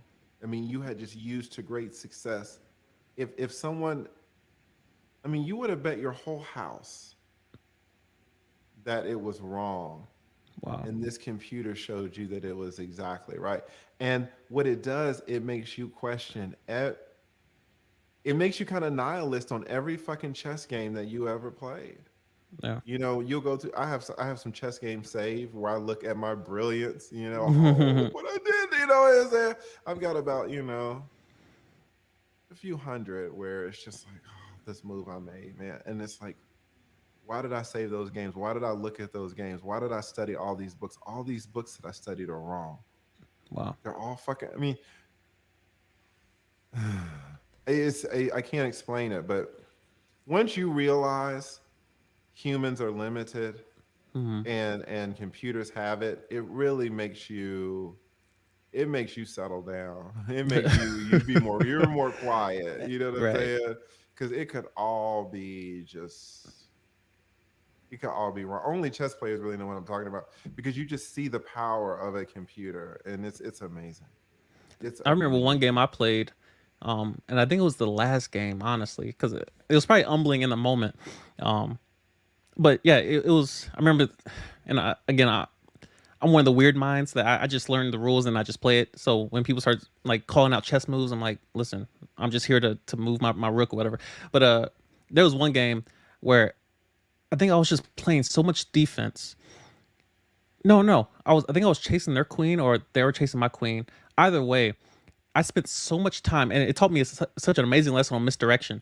I was so focused on protecting my queen or going after their queen that when I looked up, I was in checkmate, and I'm like, I did not even see what was going on the other half of the board. I was so tunnel visioned on just this side of the board, and it was some type of queen engagement, and it scarred me low key because I spent the rest of the night thinking about, I'm like, bro, what have I been missing? What have I been ignoring? What have I been so focused on that I'm just missing the whole other half of the board. The importance that I should have, like, obviously you want to, and again, this word's going to keep coming up, but having some type of balance as far as being self-aware of where you are, and yeah, this was going to happen at some point. But we Oh, have back. did your camera overheat? No, actually, the battery just died. I got the stream now. Hey, This we is my here. ship now. Ah, so I switched it we'll do up. that. We'll do that though. But Got some contingency plans. I knew it was gonna happen because I'm like, Lee Turner be having like 7 hour stream, like just he be on there for a minute. So I'm like, let me just have this Let me set up give just you in a case. let me give you a pro tip. Let me give you a Appreciate pro you. tip, grasshopper. Help me, help me. Don't use batteries. My camera is connected with an AC DC plugged in. I got Mm-hmm. electricity running through this bit. It's a $600 camera, Mm-hmm. but just plug it into an outlet. You don't have to worry about batteries anymore. And that's the issue because it's currently plugged up, and this happens. This I think it's the third time it's happened, and it might just be the charger. And of course, on this scale, I'm like, all Your right, camera's listen. plugged into the wall. Currently, So a why did the sixty four battery die? hundred. Oh, you got a fancy camera. Yeah, it's a trick. I mean, it was on 4K mode too, so I'm like, it was oversampling and it was downsampling down to, I think we're streaming at 1080. Oh, So see, yeah, you're trying it's to a whole get too thing. fancy. Yeah, Yeah, fancy.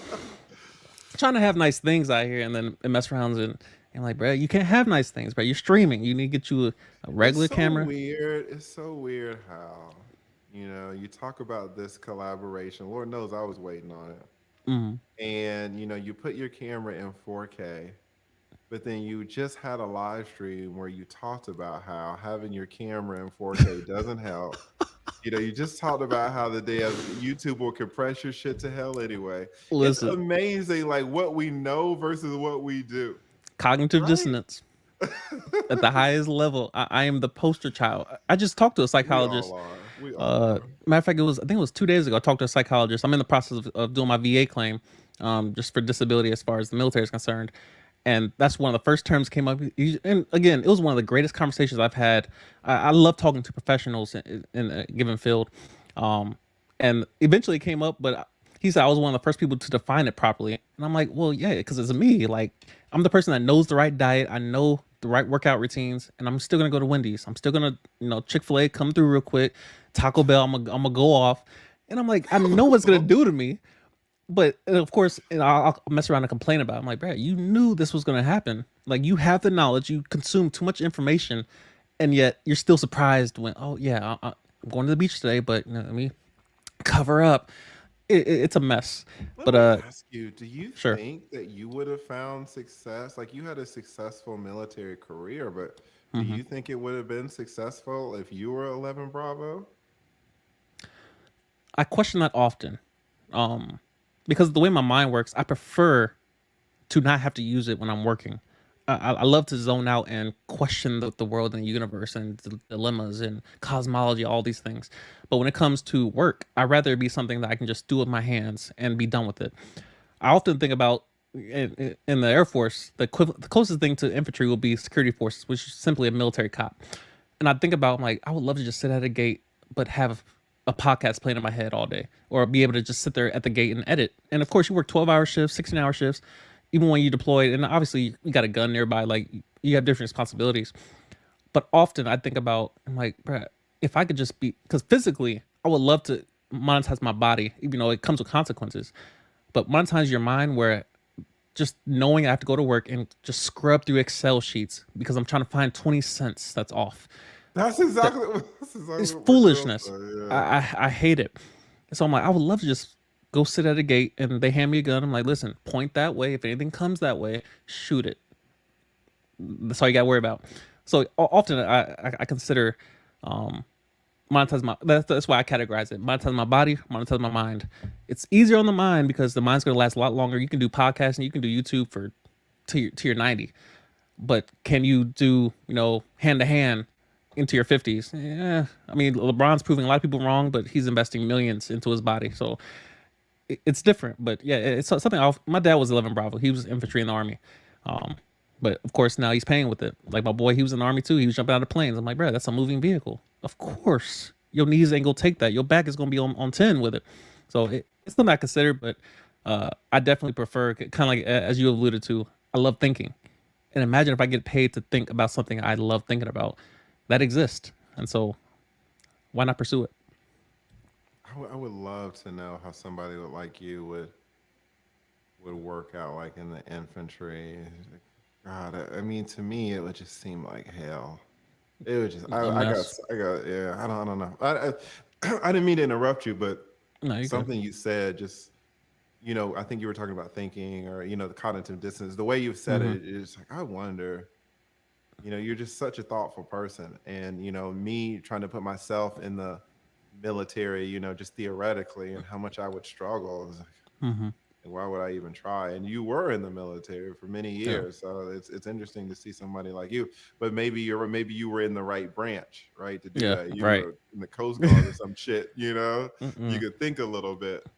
But And the Coast Guard was it's in Alaska interesting. too. They have several bases, especially along the islands.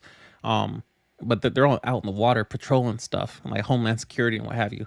I'm like, thank God I work inside the office.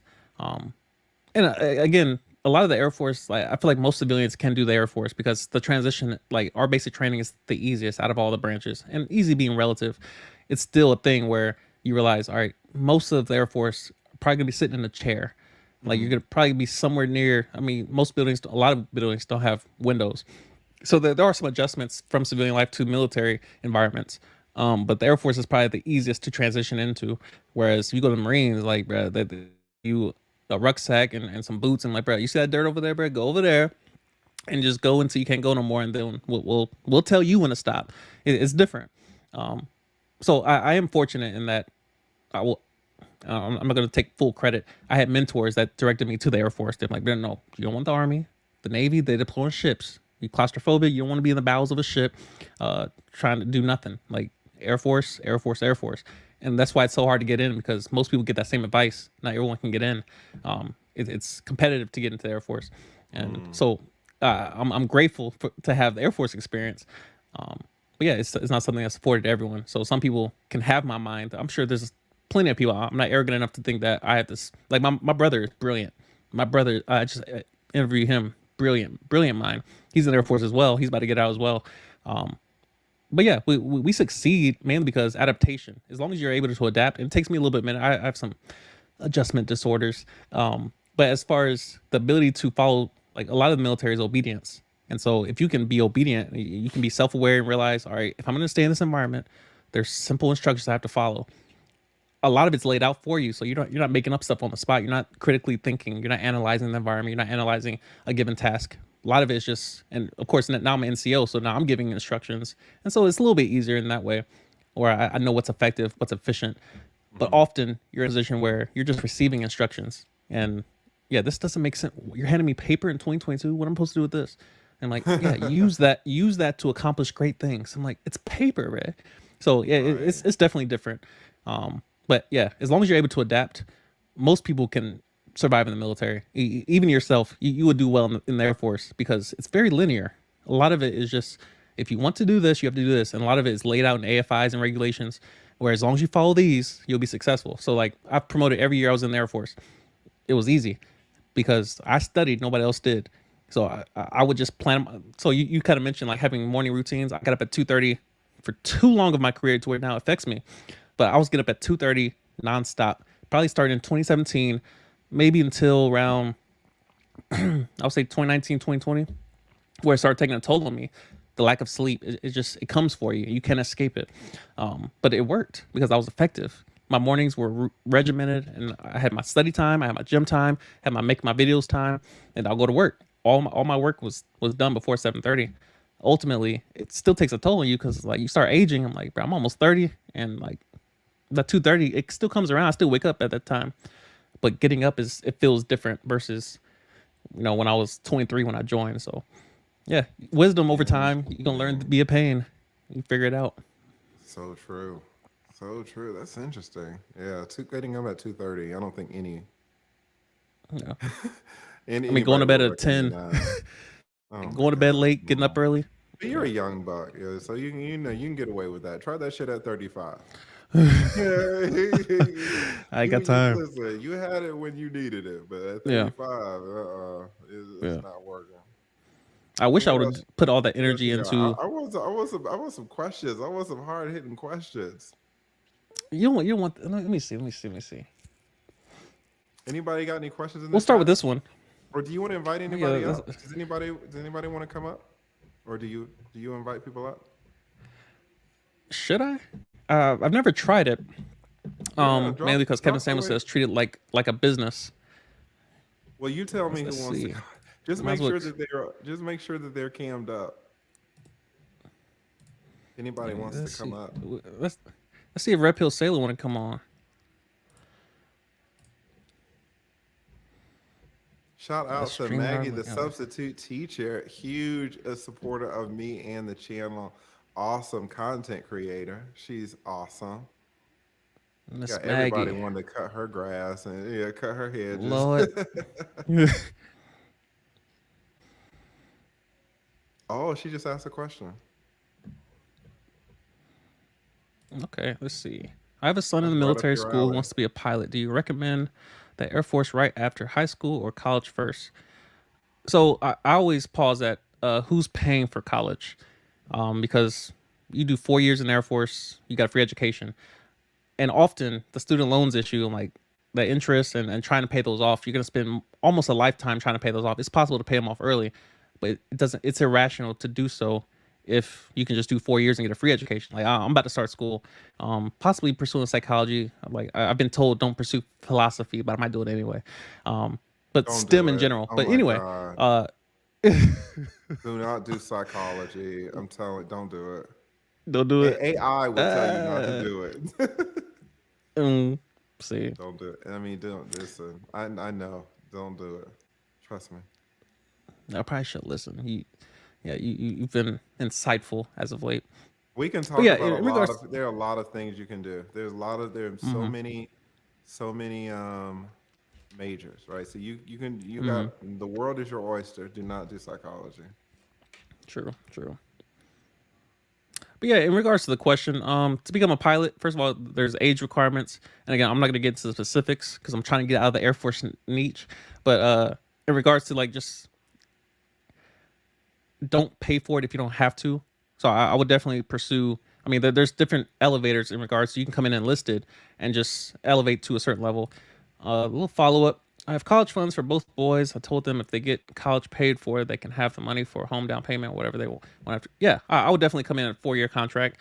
Uh, Even if you choose to go reserves or guard, it's still you're not paying for college. Again, the military benefits are amazing.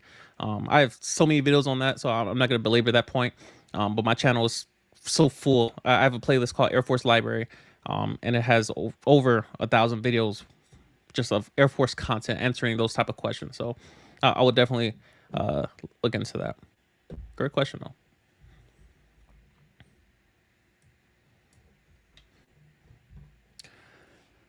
Here's a question for you, lead attorney. I don't think Yeah. anybody's looking to come on. Nobody wants to come up. This is a deep conversation, man. They don't really want to come up for these. Hey, we just here asking questions. We're not trying to flex on nobody. We got some questions in the chat. Anik, I think I know her.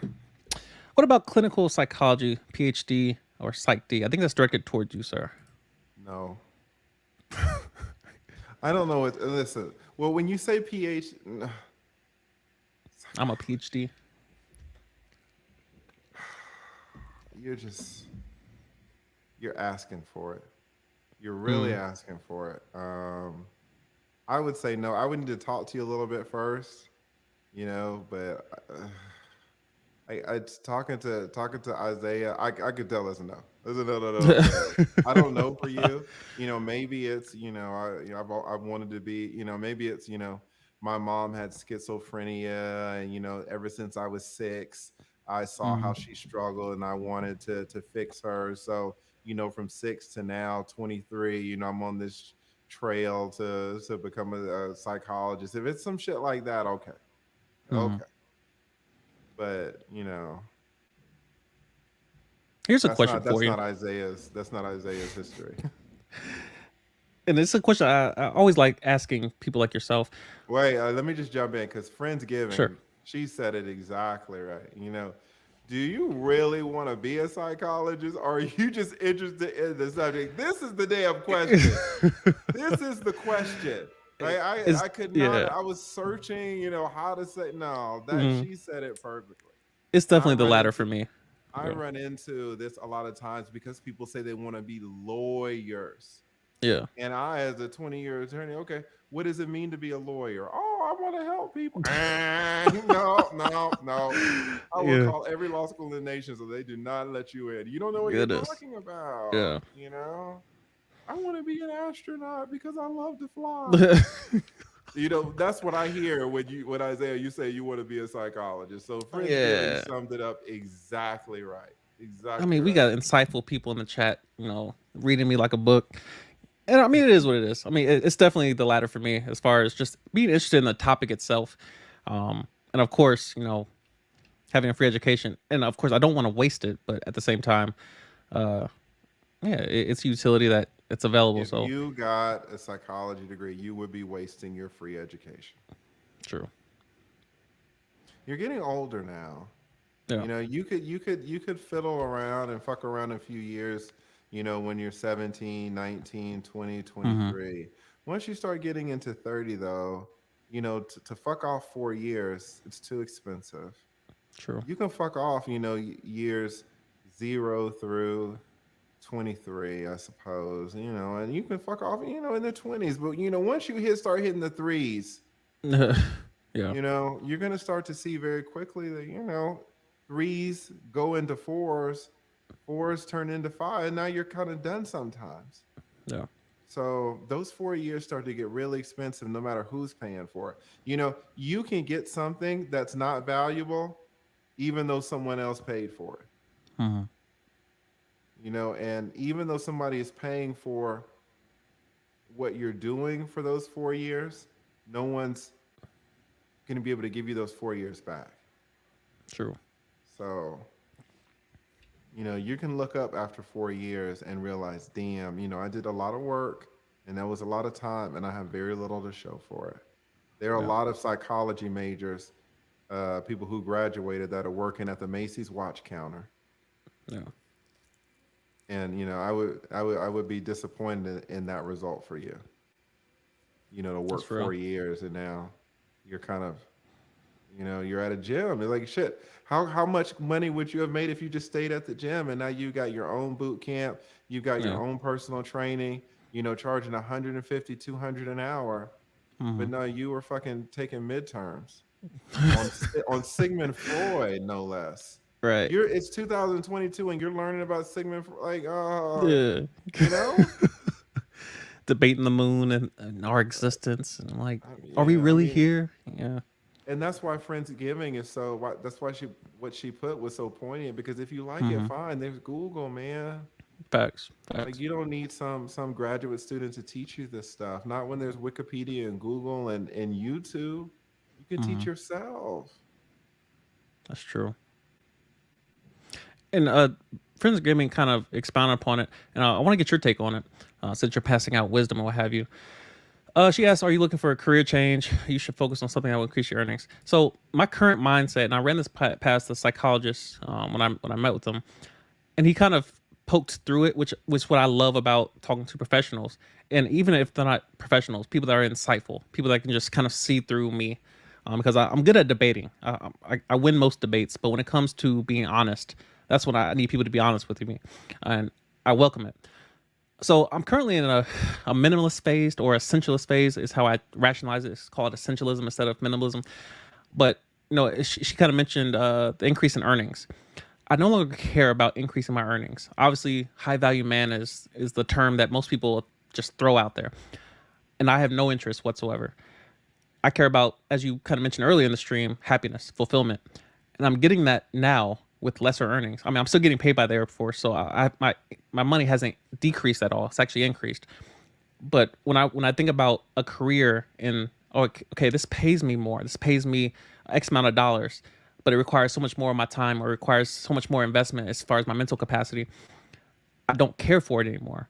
But a lot of the wisdom you're giving currently is kind of referencing, all right, so you need to pursue something that pays more or something that gives you return on investment, which I'm definitely tracking the logical side. But when it comes to fulfillment and something I'm currently pursuing, I don't want to think that this is a phase for me, that I'm just kind of going through a phase of, all right, my anxiety was a thing. And of course, I'm addressing that holistically. But when it comes to or the path I should be taking as a man, I welcome your feedback as it relates to where you would start or what I should. And it's not like you're giving me advice on what I should do, but what wisdom would you give out in regards to someone who's in a current phase, more or less? Why is it that you said that you don't want to think that this minimalism thing is a phase?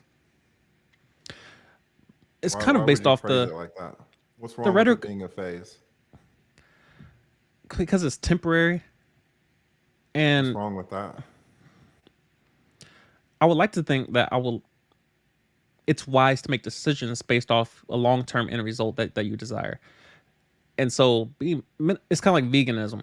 Most people pursue it, but how long can you truly pursue that, or any fad diet for that reason? Fad diets, they're diets for a reason because you can't maintain it long term, and meaning beyond this 21 days that you're doing it.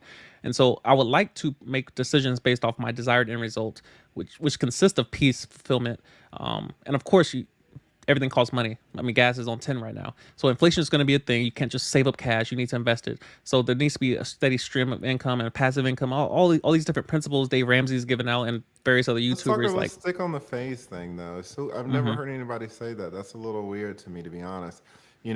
Talking about chess, mm-hmm, what they teach you and when you're first starting chess is that there are three phases to the game. mm-hmm, There's the beginning or the called the opening, then there's the middle game, and then there's the end game. right, All right. The opening, the middle game, and the end game. And there are certain principles ascribed to each phase. Hmm. It would be super weird to hear a chess player say, "Oh, I want the opening phase to continue through the whole game." True. Sometimes you have to decide whether you're in the opening or the middle, or if you're in the middle Hmm. game, do I want to keep the middle game continuing or do I want to run straight to the end game? Hmm. But it's weird to think, oh, I would hope that the middle game never ends, or people who are into physical fitness, men who are into weight training, Hmm. there are phases. There are three phases to weight training.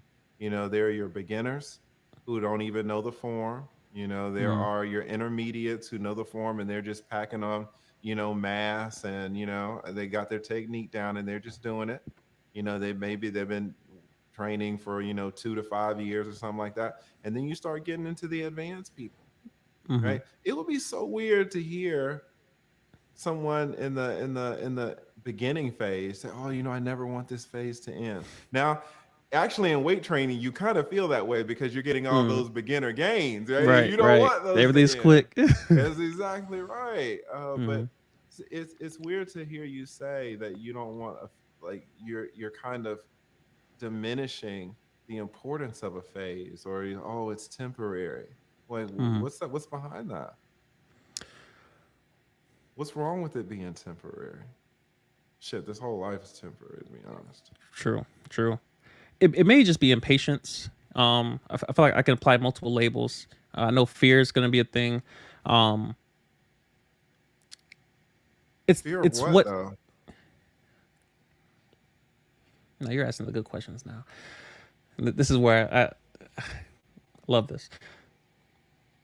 Fear of success usually comes to mind, but I think fear of failure is probably the primary thing that I think about. Definitely fear of regret is probably the ultimate, or like in terms of the hierarchy, it's number one on my list. Fear of regret, and so I don't want to be making decisions that are based on temporary circumstances, and therefore my anxiety being temporary in nature because it just started in the last year. Wait. How does fear of regret relate to making temporary decisions? It would seem to me that when people say they have a fear of regret, what is regret? It usually means you had an opportunity to do something that you didn't do, or you did Hmm. something wrong that you should have done right. But when you say you don't want it to be temporary, you're already limiting your options. Right? You would Hmm. think a person who feared regret would want to expand their options because they want to try this and try that. They would regret not trying this or that. It's Hmm. weird to hear that this diminishing of something being temporary. Hmm. I don't know if I've heard that. I don't know where I'm trying to. And you're so well read and well studied. I'm trying to relate it to something, but this kind of seems like a Isaiah thing. Yeah, it's I've it's a never. common theme with me. Um, and you're right, and I'm inclined to agree. It's actually I have quotes, especially as it relates to relationships. One of my quotes will be, "We fail to enjoy something or a relationship because of the belief that it should be permanent." And so it kind of speaks to the fact that all right, this relationship can end tomorrow, but today I'm going to invest my time, effort, all these things, to enjoying the moment and pursuing this person while I have it. So I do the same thing with the military. I'm like, all right, while I'm in the military, I'm going to pursue what I have and the opportunity I have that's available to me while I have it. And of course, not believe that opportunities are not cyclical. So when you have opportunity, you pursue it in its season, and then when it ends, you don't have regrets because you know and you were aware that this may not be permanent. I have to enjoy this currently. So like when I apply that to my life and I think about all right, minimalism, what category does it fall into? Well, there are people that live it long term, but of course we don't look at the exceptions. We look at the rule. Most people are not minimalists. So I'm like, all right, well, if most humans have figured out that this doesn't apply, I have to I try to look at principles and seek wisdom in the fact that all right, my life, I'm not the first person to do most things. Like I'm not Elon Musk. I'm not out here reinventing the wheel. So this is why I seek wisdom in regards to there are people ahead of me, 50 years old, and they're not trying to seek minimalism at 29 years old. That they're pursuing certain things, and so I try to look at the masses and glean and figure out all right, what direction do I take my life in because I'm not aiming. And this is where the regret piece comes in. One wrong decision, I mean, it's the butterfly effect. It affects you years from now. It doesn't have to, but if it does, I would prefer it to benefit me. So it's something I think about in relates to, all right, today, the next 24 hours, what can I do that's going to benefit me 20 years from now? One wrong decision, it takes me on the wrong path. And of course, anxiety ensues because you're trying to keep the, you try to keep the vehicle on the rails. But it's still something I worry about as far as I don't want to go through any temporary phases that's going to fizzle out at some point. And then I realize, all right, you just spent the last 3 years in a phase. And yes, it was opportunity, it was a thing. But still, I want to make sure that my trajectory does not change based off temporary decisions. If any of that makes sense. I'm trying to make it make sense. Phases are important because they get you to where you need to be. Mm-hmm. You can never be an advanced weightlifter without the beginning phase. True. You can't do it. You can't just skip it. And it's temporary. So I don't understand the pushback, to be honest, but I understand your point about, not wanting to go down the wrong road. Now, Mm-hmm. I think your anxiety about that is a negative thing because no one who's accomplished anything worth anything has not gone down the wrong road. You know, True. um, you're like a parent who wants to shield their 12-year-old from everything bad in the world. And Mm-hmm. the point is not to shield your child from life. The point is to equip your child for life. You Right. trying to avoid going down the wrong road. I mean, number one, it's an impossible path if you're Mm-hmm. going to be successful. So I True. don't, I don't, I don't, I don't think that's the right way to look at it. But I think your initial point was, I think Friendsgiving maybe, or someone said something about earning more money, and then Right. you talked about that juxtaposed your ideas about minimalism. Mm-hmm. I myself am a wannabe minimalist. Mm-hmm. I love now. Friendsgiving is right. You just need to make you need to make more money. Money, man, money's important. Money is Mm-hmm. absolutely important. But you can, here's the thing though. You kind of, again, and you acknowledge this about the Mm-hmm. binary thing. Yeah. Okay, you kind of position you making more money on one hand and then you being a minimalist on the other. And you Right. can do both. Mm-hmm. You look at Warren Buffett. Not many people on this planet have more money than Warren Buffett. He stays in the same $30,000 house Yep. that he grew up in or whatever. You look Yep. at Elon Musk, more money than anything, Yeah. and I think the way he lives is pretty simple. You can do both, but you talked about the ability to make the right decisions and not regret. Well, you need options, Mm-hmm. and money affords you options. Sir. And now you can have a lot of money and not be a minimalist. You can have a lot of money and buy a lot of shit and it can tie you down. Mm-hmm. But you can have a lot of money and you don't buy a lot of stuff. One of the things that I admire about you is your willingness to travel alone. Mm-hmm. I'll tell you, I'm a pretty introverted, and in my mind, when I get on Instagram and stuff, I see all these pictures, everybody traveling, and I'm like, oh, I would want to do that. And then I cut Instagram off, and I ain't buying no tickets. Yeah. I love the video that you did when you talked about how you drove the 9 hours to go to that gym, and I'm like, Mm-hmm. oh my god, that's so fucking cool. Like I wouldn't want to. I wouldn't. I want to do it, but I just wouldn't do. I would feel Mm-hmm. weird about it. That's the problem that I have. You can get up and go and you do it. You don't just think about it. You take action and you do it, and you have Mm-hmm. great experiences. You can do more of that with more money, True. right? Um, you if you got money, you don't have to do the 9 hours. Maybe you do. You just buy a ticket first class. You're comfortable. You're well rested when you show up, Mm-hmm. right? And it doesn't mean, oh, now you got 7 couches and 3 houses or this or that. But making more money is very important. But here's the thing, too. So making more money should be a goal, True. but it should not be a goal to make more money to acquire more things. Okay. Right? It should be making more money to have more options, but you have to make the money in the right way. Mm-hmm. You making more money doing something that you don't like is going down the wrong road. Now, there are some caveats because what if you can be, an NFL running back and make, $3 million for a 3-year contract or whatever, but you don't like the game. But Mm-hmm. you know, after those 3 years, you might be set up, Yeah. right?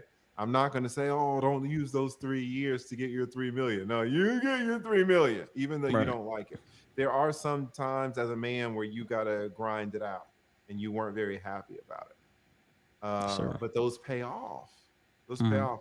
But don't dedicate your whole career to doing something that you don't like for money, and then also don't do something that you just like to do, but it doesn't make you truly happy and you're poor. Now there's a black guy who wanders around Alaska all the time. I forget his name, and he's a minimalist. He has a YouTube channel, maybe 50,000 subscribers, and he's like, man, I don't have shit. I go up Mm-hmm. to Alaska in the summers. I make $9 an hour. I'm at these hotels when the tourists come, and I'm just free. I don't have. He'll show his paycheck. Oh, look, I got paid $182 this week, you know, and he seems happy as a clam. So you can be a minimalist and broke. He will tell you he's broke. He ain't got no money. He ain't got no retirement. He's just Mm-hmm. broke, but he's happy.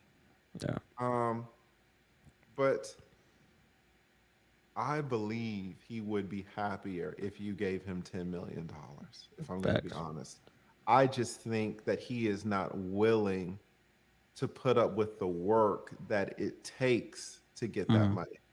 He's Yeah. like, for me and my happiness, it's not worth it. But if you gave him $10 million, he would be happier. Yeah. Right? He knows how to administer money. You can have somebody win the lottery and they win $10 million, and they off themselves 3 years later because they're broke. This man Yeah. will not do that.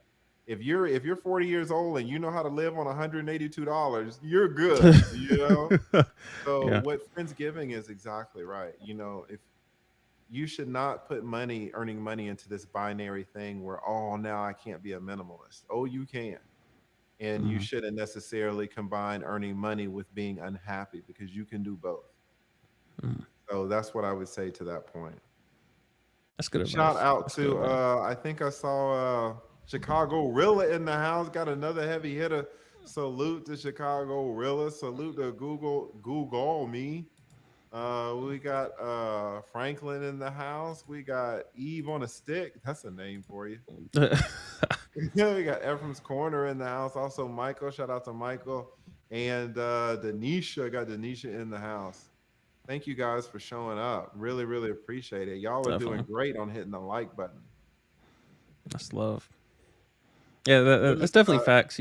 yeah, go ahead. You've been Let putting me me just on let me just game. answer this. What Ephraim says, Sure. I know I'm pronouncing that name wrong. Does minimalism mean you don't have to make more money because you can be stupidly rich and live a simple life? That's exactly what you guys are saying it Yeah. better than me. I ramble.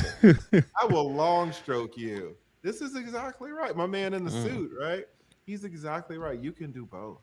yeah. And being a minimalist when you got some money, fucking nice. Right. It's Simple things. nice. Yeah. You can put a sauna in your house, Mm, and if you can put things in your life that bring you real pleasure. mm, They could be small things or big things, but they bring you pleasure and you choose them intentionally. You're not just accumulating stuff. And if you've got money, you can walk away from it. You're not true. tied to it. I love that damn sauna. If I wanted to move, I just leave that sauna here and I'm gone, because maybe I'll move next door to a LA Fitness, or Mm-hmm. maybe I'll get a place and then put a sauna in my new place, right? Because I got the money to do it. Now I'm not filling up the new place with a bunch of BS, but having money allows me the ability to keep levels of comfort in my life that improve my life. True. So you can absolutely do both. So That's real. salute to Coley and salute to, I already shouted out Ephraim. Ephraim said that way better than I could have. Anybody want to come up? I mean, they dropping the wisdom in the chat. Friendsgiving, do you want to come up? Hit the link, Friendsgiving. You got to hit the link. Hit the link for Isaiah. You won't hit that shit for me. See, Hit it for Isaiah. Where you at? they ain't gonna do it. I love having these conversations. These videos will never get views. Facts. I feel bad. My boy, you see what I said that right there? My boy Mm. Chris Jones, just Ah. sent me an email. He's like, "Yeah, Pep, let's do it next week." And I'm worried Okay. that he's got about 500,000 subscribers, right? So Mm. he's used to getting views, and he's gonna come on my shit, and guess what? Like no one's gonna, no one's really gonna Yeah. watch it. And he's like us. Now you would look Mm. at him and you would think that, oh, he's just a meathead. Yeah. And he's so much better than us in many ways, because Mm. not only is he thoughtful, but when he makes mistakes, he puts his mistakes on YouTube for everybody to see and Yeah. everybody to criticize. And he's made mistakes in his relationships. He's made mistakes, not mistakes. He's had issues with mental, Mm. um, you know, you don't want to say mental issues, but and he's talked about how he's coped with those. I mean, Yeah. this man has just been so open, and he's super successful, and Yeah. he grinded that shit. Like, you and him, man, y'all are really the only two people that I've really wanted to collab with that I haven't collabed with already. I've Wow. collabed with a lot of people, but really you and him, I love having these conversations. But Facts. again, no one's gonna fucking watch them. Just for us, to be honest. Hey, I mean, the more for me, I mean, quality conversation. I mean, you see the how podcasts are coming back around. I mean, I feel like they're just replacing quality interactions between humans, and I think COVID may have kind of pushed it ahead, just because of the distance that we've kind of grown accustomed to, and of course now with the dropping of mask mandates, and now, humans are kind of getting a little bit closer to each other now. But I mean, podcasting in general, it's what I turn to, especially that's why I love books, because it's the most concentrated version of someone's thoughts, is when they take the time to edit and then write and then edit and then write and then edit and write. Versus obviously we're on here just kind of spitting it back and forth, questions answered, what have you. Um, but to get concentrated thoughts from someone's life and from someone's taking the time to actually think through something, I definitely enjoy it. And of course podcasting, it's probably the closest thing to get it quickly. It's a book sped up. So I definitely enjoy conversations like this, especially with someone who has wisdom, because it's one thing to talk to someone who's older than you, but to talk to someone who has wisdom and life experience and able to like, especially someone who pushes against me, because when I come to conversations like this, I'm waiting for somebody to push back. I'm like, please push back. Like, tell me I'm kind of missing it. Tell me I'm in my binary thinking, because I'm trying to grow. I'm trying to be better. So, I'm definitely grateful for anyone in the chat who, push back a little bit. Like, come on now. So it's Yeah, I mean, definitely you're a thing. such an authoritative figure. I can see people not wanting to push back. I really can. And I can see you winning arguments that you probably shouldn't win, Right. right? Lord knows I do that in my relationships. Yeah, logical fallacies There you everywhere. go, I boy. love them. I love them. You can poke holes in that stuff. You end up Yeah. winning when, maybe you shouldn't, right? Maybe Right. you shouldn't. But Like, if they knew what I was using here, the appeal to authority, they would call me on it, but they that's don't know. exactly, they don't know. They Yeah. don't know. But yeah, and I do want to underscore the fact though that I myself am, minimalist. There's a range, right? There's a Right. Right. spectrum, right? There's a Mm-hmm. continuum. But I'm on there, and I love it. What Friendsgiving says about money helps buy some time and freedom, Mm-hmm. it's so true. And I do want to tell you that you can do both, and it feels fantastic. It Uh, feels fucking fantastic. I love being a minimalist. I love reducing my stuff. A lot of people know this about me, but I'm super, what I try. I'm not a minimalist just to be a minimalist. I'm a mm-hmm. minimalist because I have seen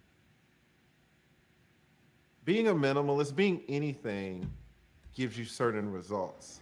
And what Mm-hmm. I'm trying to do is get the results necessary for me to be happy, right? True. If you say that you're a minimalist, like this guy, the black guy in Alaska or whatever, you could be a minimalist, but now if you say, well, I'm a minimalist, so I'm not going to have money, you're limiting yourself. I just did my Mm-hmm. taxes, and I'm gathering all of my stuff together over the weekend. And I found out that, for example, in December, I gave away a little bit over $1,000 in super chats, right? Dang. A minimalist might think, oh, well, like this guy and walks around Alaska, he's not going to do that. Mm-hmm. But the encouragement that it gave people, Yeah. was very satisfying. Yeah. So you can not have a lot of stuff in your own house, let's say, but still have the money to give back to improve other people's lives. That's But I'm facts. all for you on this minimalist thing. If you ask me what I ate for dinner on August 17th of last year, I can tell you pretty well. I eat the same thing Wow. for dinner every day. I eat the same thing for lunch every day. I eat the same thing Goodness. for breakfast every day. Been doing it for maybe 2 years.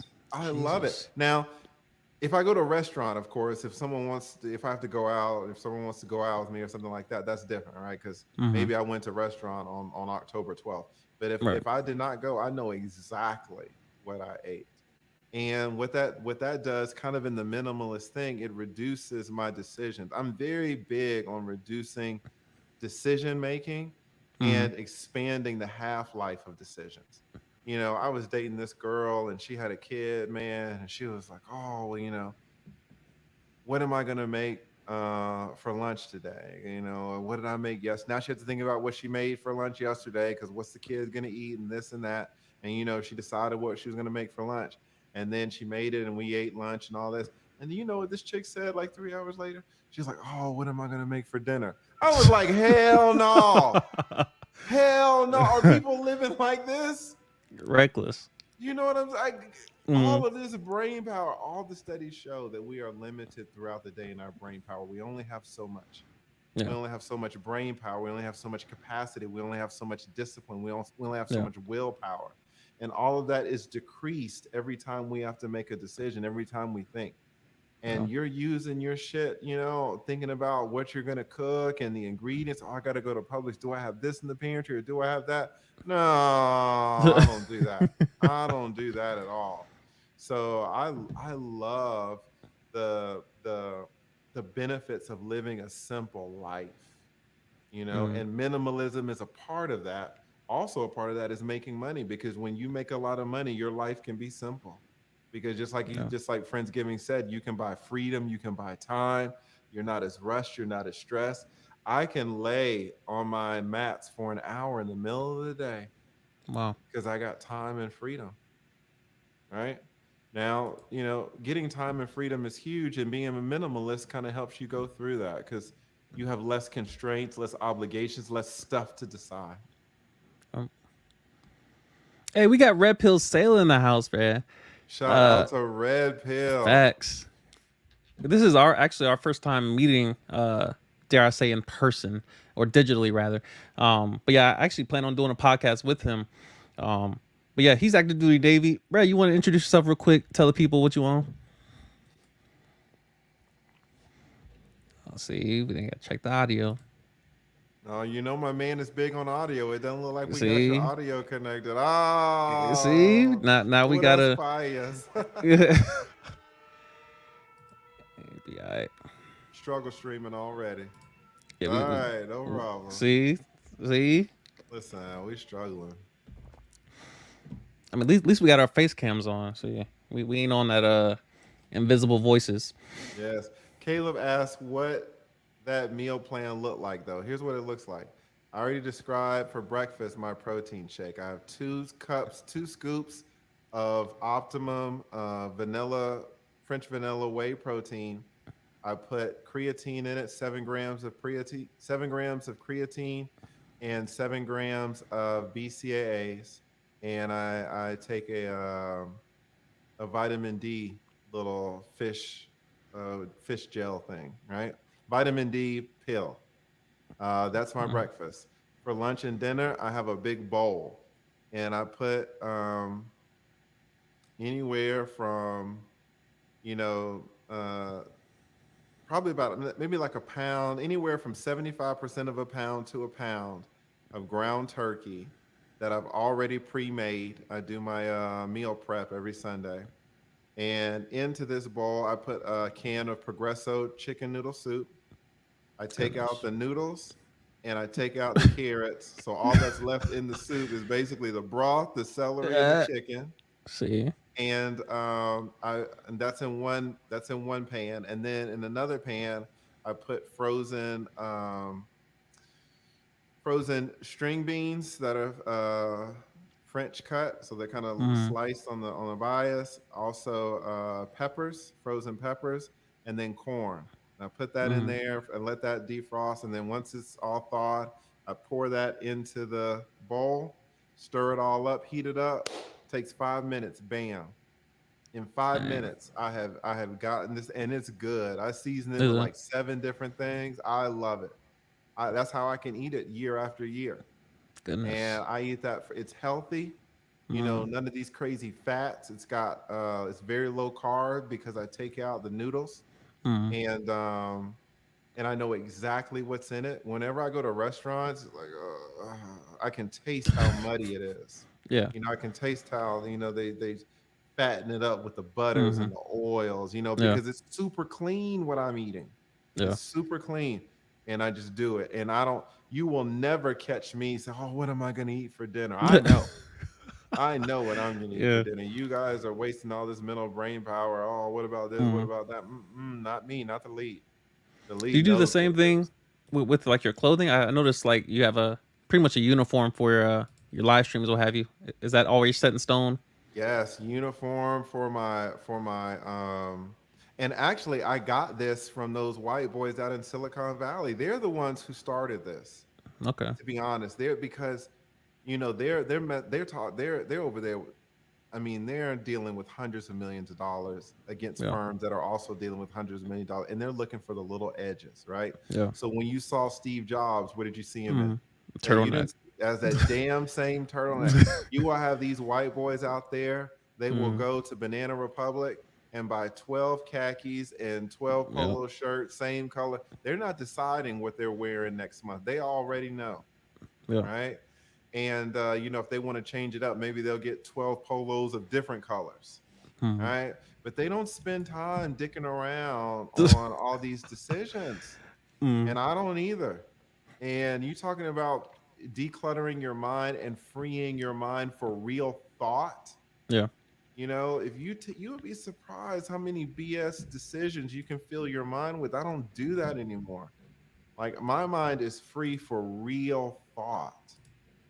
And shout out to Snuggles, Mr. Snuggles. Everybody wonders whether Snuggles is a man or a woman. And I'll be honest. I Because of the Snuggles and the what she wanted to Bernard Mm. Riley to play, she got me. She really got me. I know Oh for a Lord. fact that Snuggles is a man. See. I know for a fact that Snuggles is a man, and he exposed himself by making a comment on Mm. a YouTuber, a content creator's community tab that exposed exactly what gender he was, because no woman ever would have made that comment. So See. everybody, Snuggles is a man. Shout out to Expose them, Snuggles. man. Get them Exposed. out here in the broad And daylight. Snuggles great. It's actually though, there was a guy in my Patreon, and he's a content creator, Mm-hmm. and he's going down he was in the Patreon, and he stopped. Great brother, and he was going. He has a problem with his content, Mm-hmm. and I joined one of the live streams, and I was just in there ninja watching, and him and Snuggles was going back and forth, and Snuggles was asking him questions that were direct. I mean, they were on point, directly related to what was wrong with his content. So Mm-hmm. Snuggles is a real troll, but then Snuggles really does try to help too. Like, shout out to See. Snuggles. He really, Got a really good does. heart. He does. He tries to help. Now it's always a little bit incisive. It's always a Mm. little bit pointed. But he was really trying to help that brother out. And then sometimes he's just fucking trolling. But Ah. shout See. out to Snuggles. Shout out to First Gen Corporate. This is another young brother. Another young brother who is super intelligent and always trying to soak up game. This is what we need. Mm. Just young brothers like you, like First Gen Corporate. Just, everybody just becoming better men. Definitely. Yeah, Perry. Shout out to Perry Unlikely. We got the heavy hitters in the house. I thought Perry was a woman too, man. Perry was that Sidney Poitier movie, Nothing But a Man. Nope. Snuggles ain't Yeah. nothing but a man. Shout out to Snuggles. Mr. Snuggles to you. Man, we got Red Pill here. We're gonna try again, see if he can get his life together. Yo, can Are y'all you? hear me? There All he right, is. loud and clear. How are Okay, you doing? I'm good. I'm good, man. Salute to both of y'all. I'm not gonna stay on too long. I just want to hop on since you offered the invite and say I appreciate this collab that you all got going on. I don't want to really take away from it. Raymond know that prior to joining this, I was like really involved with YouTube, but I just kind of Mm. took a back seat, man. These orders can kind of take all of your time and energy. Yeah, So I just wanted to say it is not easy what Raymond was doing. So shout out to you. Shout out to the lead attorney. I'm a big fan, and I just wanted to. I'll probably catch up with y'all another time. I'm gonna get my stuff together with the live stream. I just want to hop on, say shout out to y'all. Shout out to the chat. most def, most def. Salute to you. Thank you so Appreciate much for you. coming out. That's love. That's love. Yeah, it's difficult. I mean, I had a whole, system in place to try to create content and be full time active duty. It's definitely a thing, but I mean, he's doing his thing too. Just showing love to the recruits and those coming behind him. Because I mean, honestly, it's blindsiding. Joining a whole new environment. It's artificial. It's a whole new lifestyle that the military is. So he's doing his thing with the Navy content as well. So shout out to him for that. What's up? I'm amazed people still watching after all this time. We drifted into Kevin Samuel's domain. I don't know if that's allowed in this season of. You might get an email. Yeah, I'm sure YouTube will be in contact with us soon. I'm like, listen, don't be live streaming Hey, past a gotta certain time, straighten bruh. that out. You're I'm exactly saying, right. but yeah, I'm grateful for your time. You've said a lot of things that's given me a lot to reflect upon. Appreciate all the game you put out. Uh, just imagine having to pay for a lot of the insights that you've given to us for free, more or less. I mean, it costs time, but I'm grateful. I'm sure the chat is grateful, and of course, the opportunity is not it's not taken for granted. I'm grateful for you to even come on here to show love to my channel, to show love to me. I'm grateful. So yeah, thank you for that. No problem. Again, this is my pleasure. I asked you, I asked Hey, you whatever, to do this whatever. collab. So I am super appreciative of your time. I appreciative of the fact that you reached out to me way back in the day when you had no reason to, when I didn't Uh, know what I was doing, when you just saw me on O'Shea. I've no, always been super grateful for that. So again, I know the stuff that we talk about isn't very well received by the masses, mm, but it doesn't diminish the importance of these conversations. So facts. I really appreciate you agreeing and saying yes to this invite to this collab. I want to thank everybody also in the chat, Most everybody def, who most showed def. up. Really appreciate y'all coming out and showing support some of Isaiah's people and some of my people too. Facts. And And this to is a everyone who pleasure. donated, thank you. Uh, I mean, yeah, I'm grateful. I'm grateful for those who took the time out, even who donated super chats, all that. Wow, Friendsgiving showing love. Listen, man, Jesus. Friendsgiving. She's. He, I know it's a she. Snuggles got me questioning everybody. See.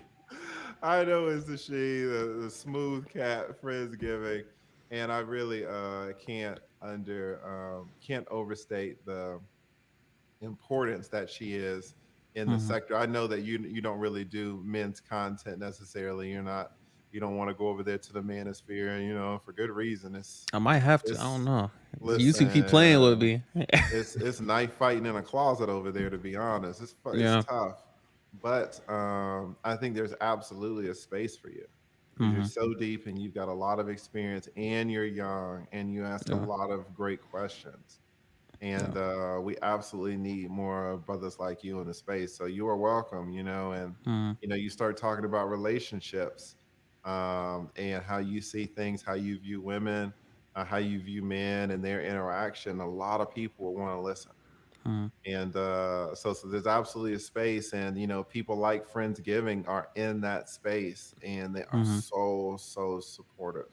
Wow. I don't see a lot of Friendsgiving, to be honest, on the white side of YouTube. Hmm. They gotta they gotta, sell merch and affiliate links and all that shit, Yeah. which they do with a great success. Fair enough. And over here, it's not so much of that. But what we do have is just support, just people Yeah. support, and not only financial support, which is humongous, but also emotional and emotional support and encouragement. Mhm. And it is fantastic. Shout out to Perry Unlikely. Wow. Thank you so much to Perry. This man, again, long money. Him and his beautiful wife showed up to my meetup, which was Wow. fantastic. Got to meet them both, man. So it's awesome to meet your cohorts live Mhm. and in person. That was the our very first meetup, and it went fantastic. Thanks to my number one moderator, Gail. Gail organized it all, so it was Mhm. awesome. I So definitely would have yeah, been there if I was in Florida when you had the meet. Yeah, I would have been on the road, definitely. But I'm like, yeah, the New Mexico to Atlanta, that might be a stretch just for some Red forget Lobster, that. whatever y'all went. Yeah, oh, come on now, don't do me Red Lobster. Y'all had some chicken fingers. I'm like, listen, I don't know about that. Like, Those biscuits though, what's up with those biscuits? Right? listen, Those cheddar biscuits or whatever. there's a All right, place in uh-huh. Orlando, Charlie's Steakhouse. Is it So I good? have a ranking of bread. Number one spot for bread is Papa Roti. The nearest place to us is, I think it's in Michigan, but second place is Charlie's Steakhouse in Orlando. Their bread is just amazing, amazing. A little side Interesting. tangent on bread. Pull up. I'm about to go to that place. I'm gonna need some recommendations for places down there. Pull up Snuggles' question. What does Snuggle say? Do you think the black side of YouTube does not have as much money as the other side? That's why they cannot do affiliate links because people don't have the money to buy merchandise? No, um, that's not it. The reason is people on this side are less professional, to be Mm, honest. To really do all these affiliate links and especially even more so brand deals, you gotta organize all that stuff and you gotta do it and you gotta pump mm-hmm. it. And we don't do that. We're so focused on calling people out and holding people accountable and Yeah. telling women about themselves. We're kind of focused on something different. Whereas these Mm-hmm. white people, man, especially these women, these white men, they are focused on the real money. Yeah. They're focused on getting it. And so if our focus was more business minded, we would make a lot more money. Mm-hmm. Um, so I think that's why. It's true, we're 13% of the population. So how is our buying power going to compare to their buying power? So Mm-hmm. you're right in that, Snuggles. We as a group, as a collective, we just don't have a lot of money compared to them. Yeah. I mean, they've got Elon and damn Warren Buffett. They got some heavy hit. We got Oprah. Right. Like, Hey, they got some old heavy girl. hitters. They got some Yeah. heavy hitters. But we do have a significant amount of money. I mean, just look at Perry, just look at Mm-hmm. Friendsgiving, look at KD, look at Ike Ogiami, and look at Yeah. Chantel from Forever Fresh. We got long money, look at Mm-hmm. Condemn You. I could go on and on and on. Tasha But K. we shout out to Tasha K, right? It's funny. Yeah, I could do that. But we got it. We got it. We just don't press it like that. And I'm part of the Mm-hmm. problem. Go in any description box. You see me with damn affiliate links.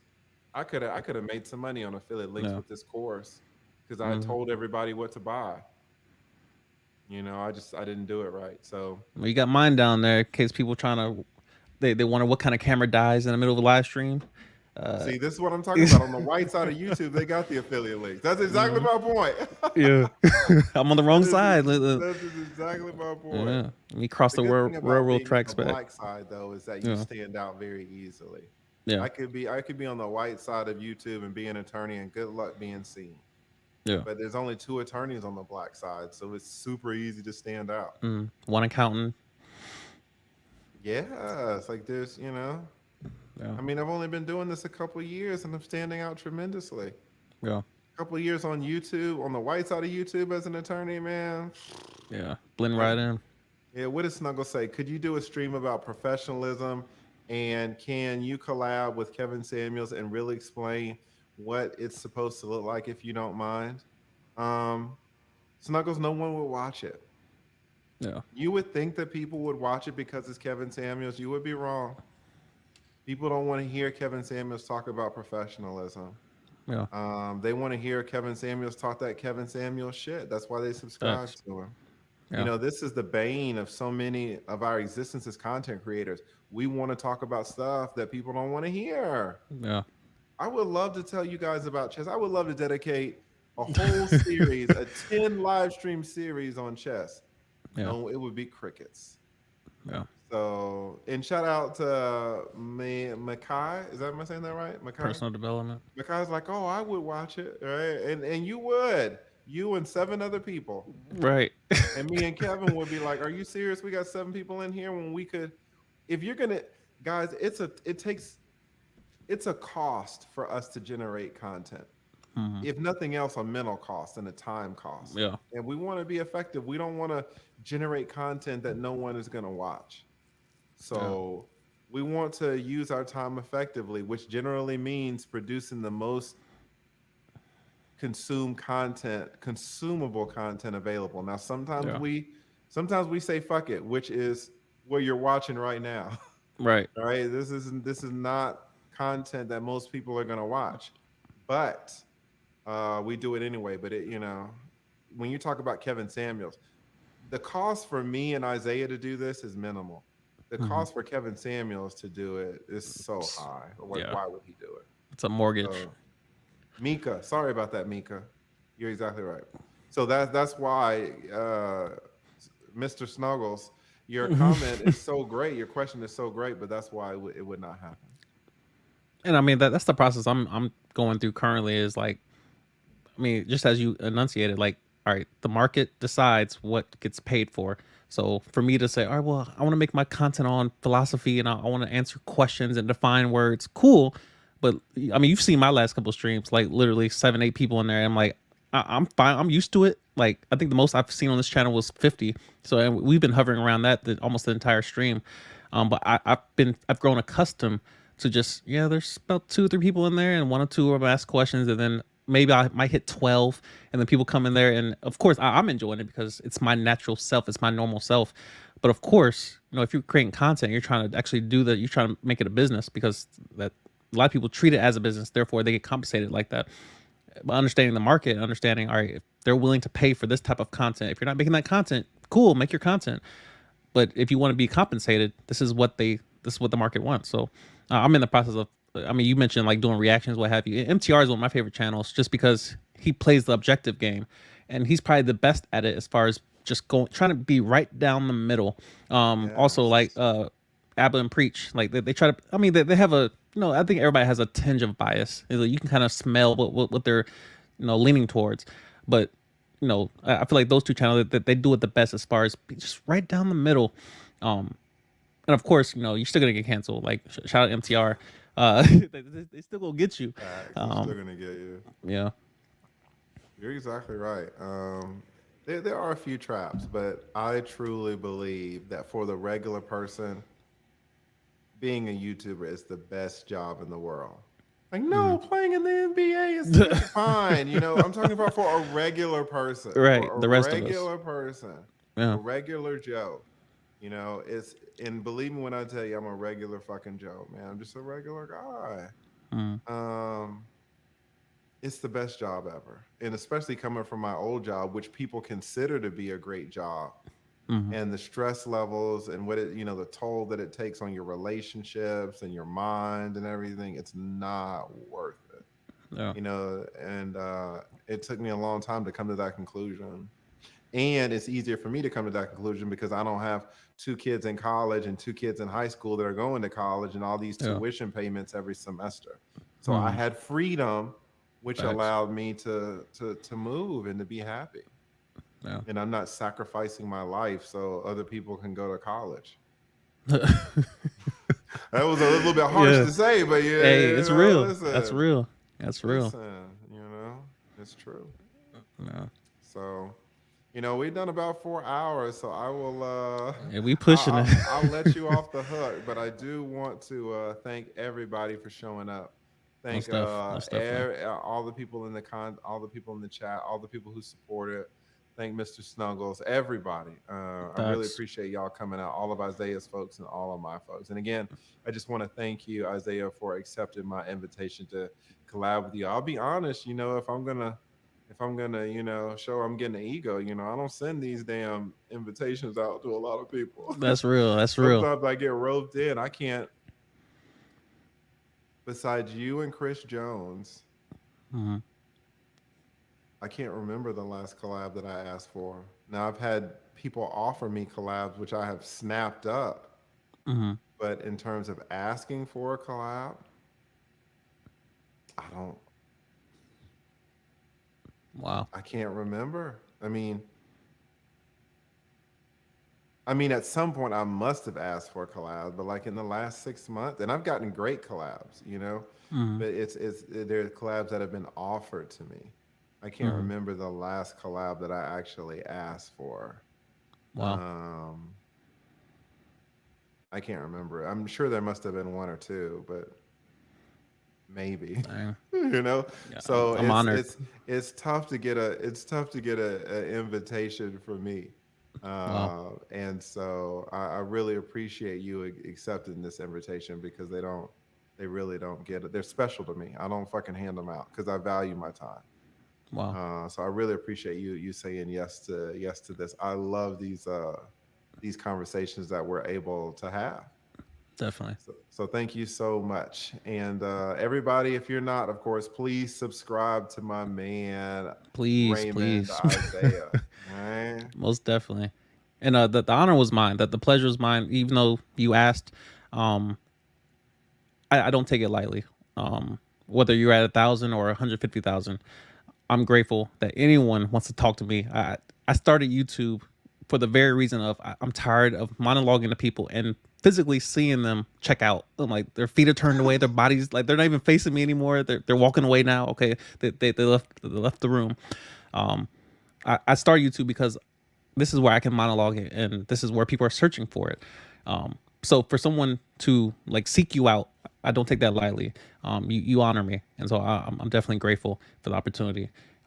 So yeah, thank you for coming on and showing love. And yeah, I think it's mostly your people in here. Uh, it's mostly your people. But so yeah, again, thank you to everyone in the chat. Thank you for everyone who donated. I don't take that lightly. Um, I'll definitely be connected with you guys. Oh, welcome, welcome. You'll be seeing different content. It's not going to be Air Force stuff. I have too many videos on that already. So, but yeah, thank you to everyone. I'm grateful. I'm grateful. So, yeah, I will let you go. Let everyone else go. But yeah, I'm grateful. I'll leave it at that. I'm grateful. No problem. Excellent. Well, thank you so much, guys, and thank you, Ray. But we will see you guys later.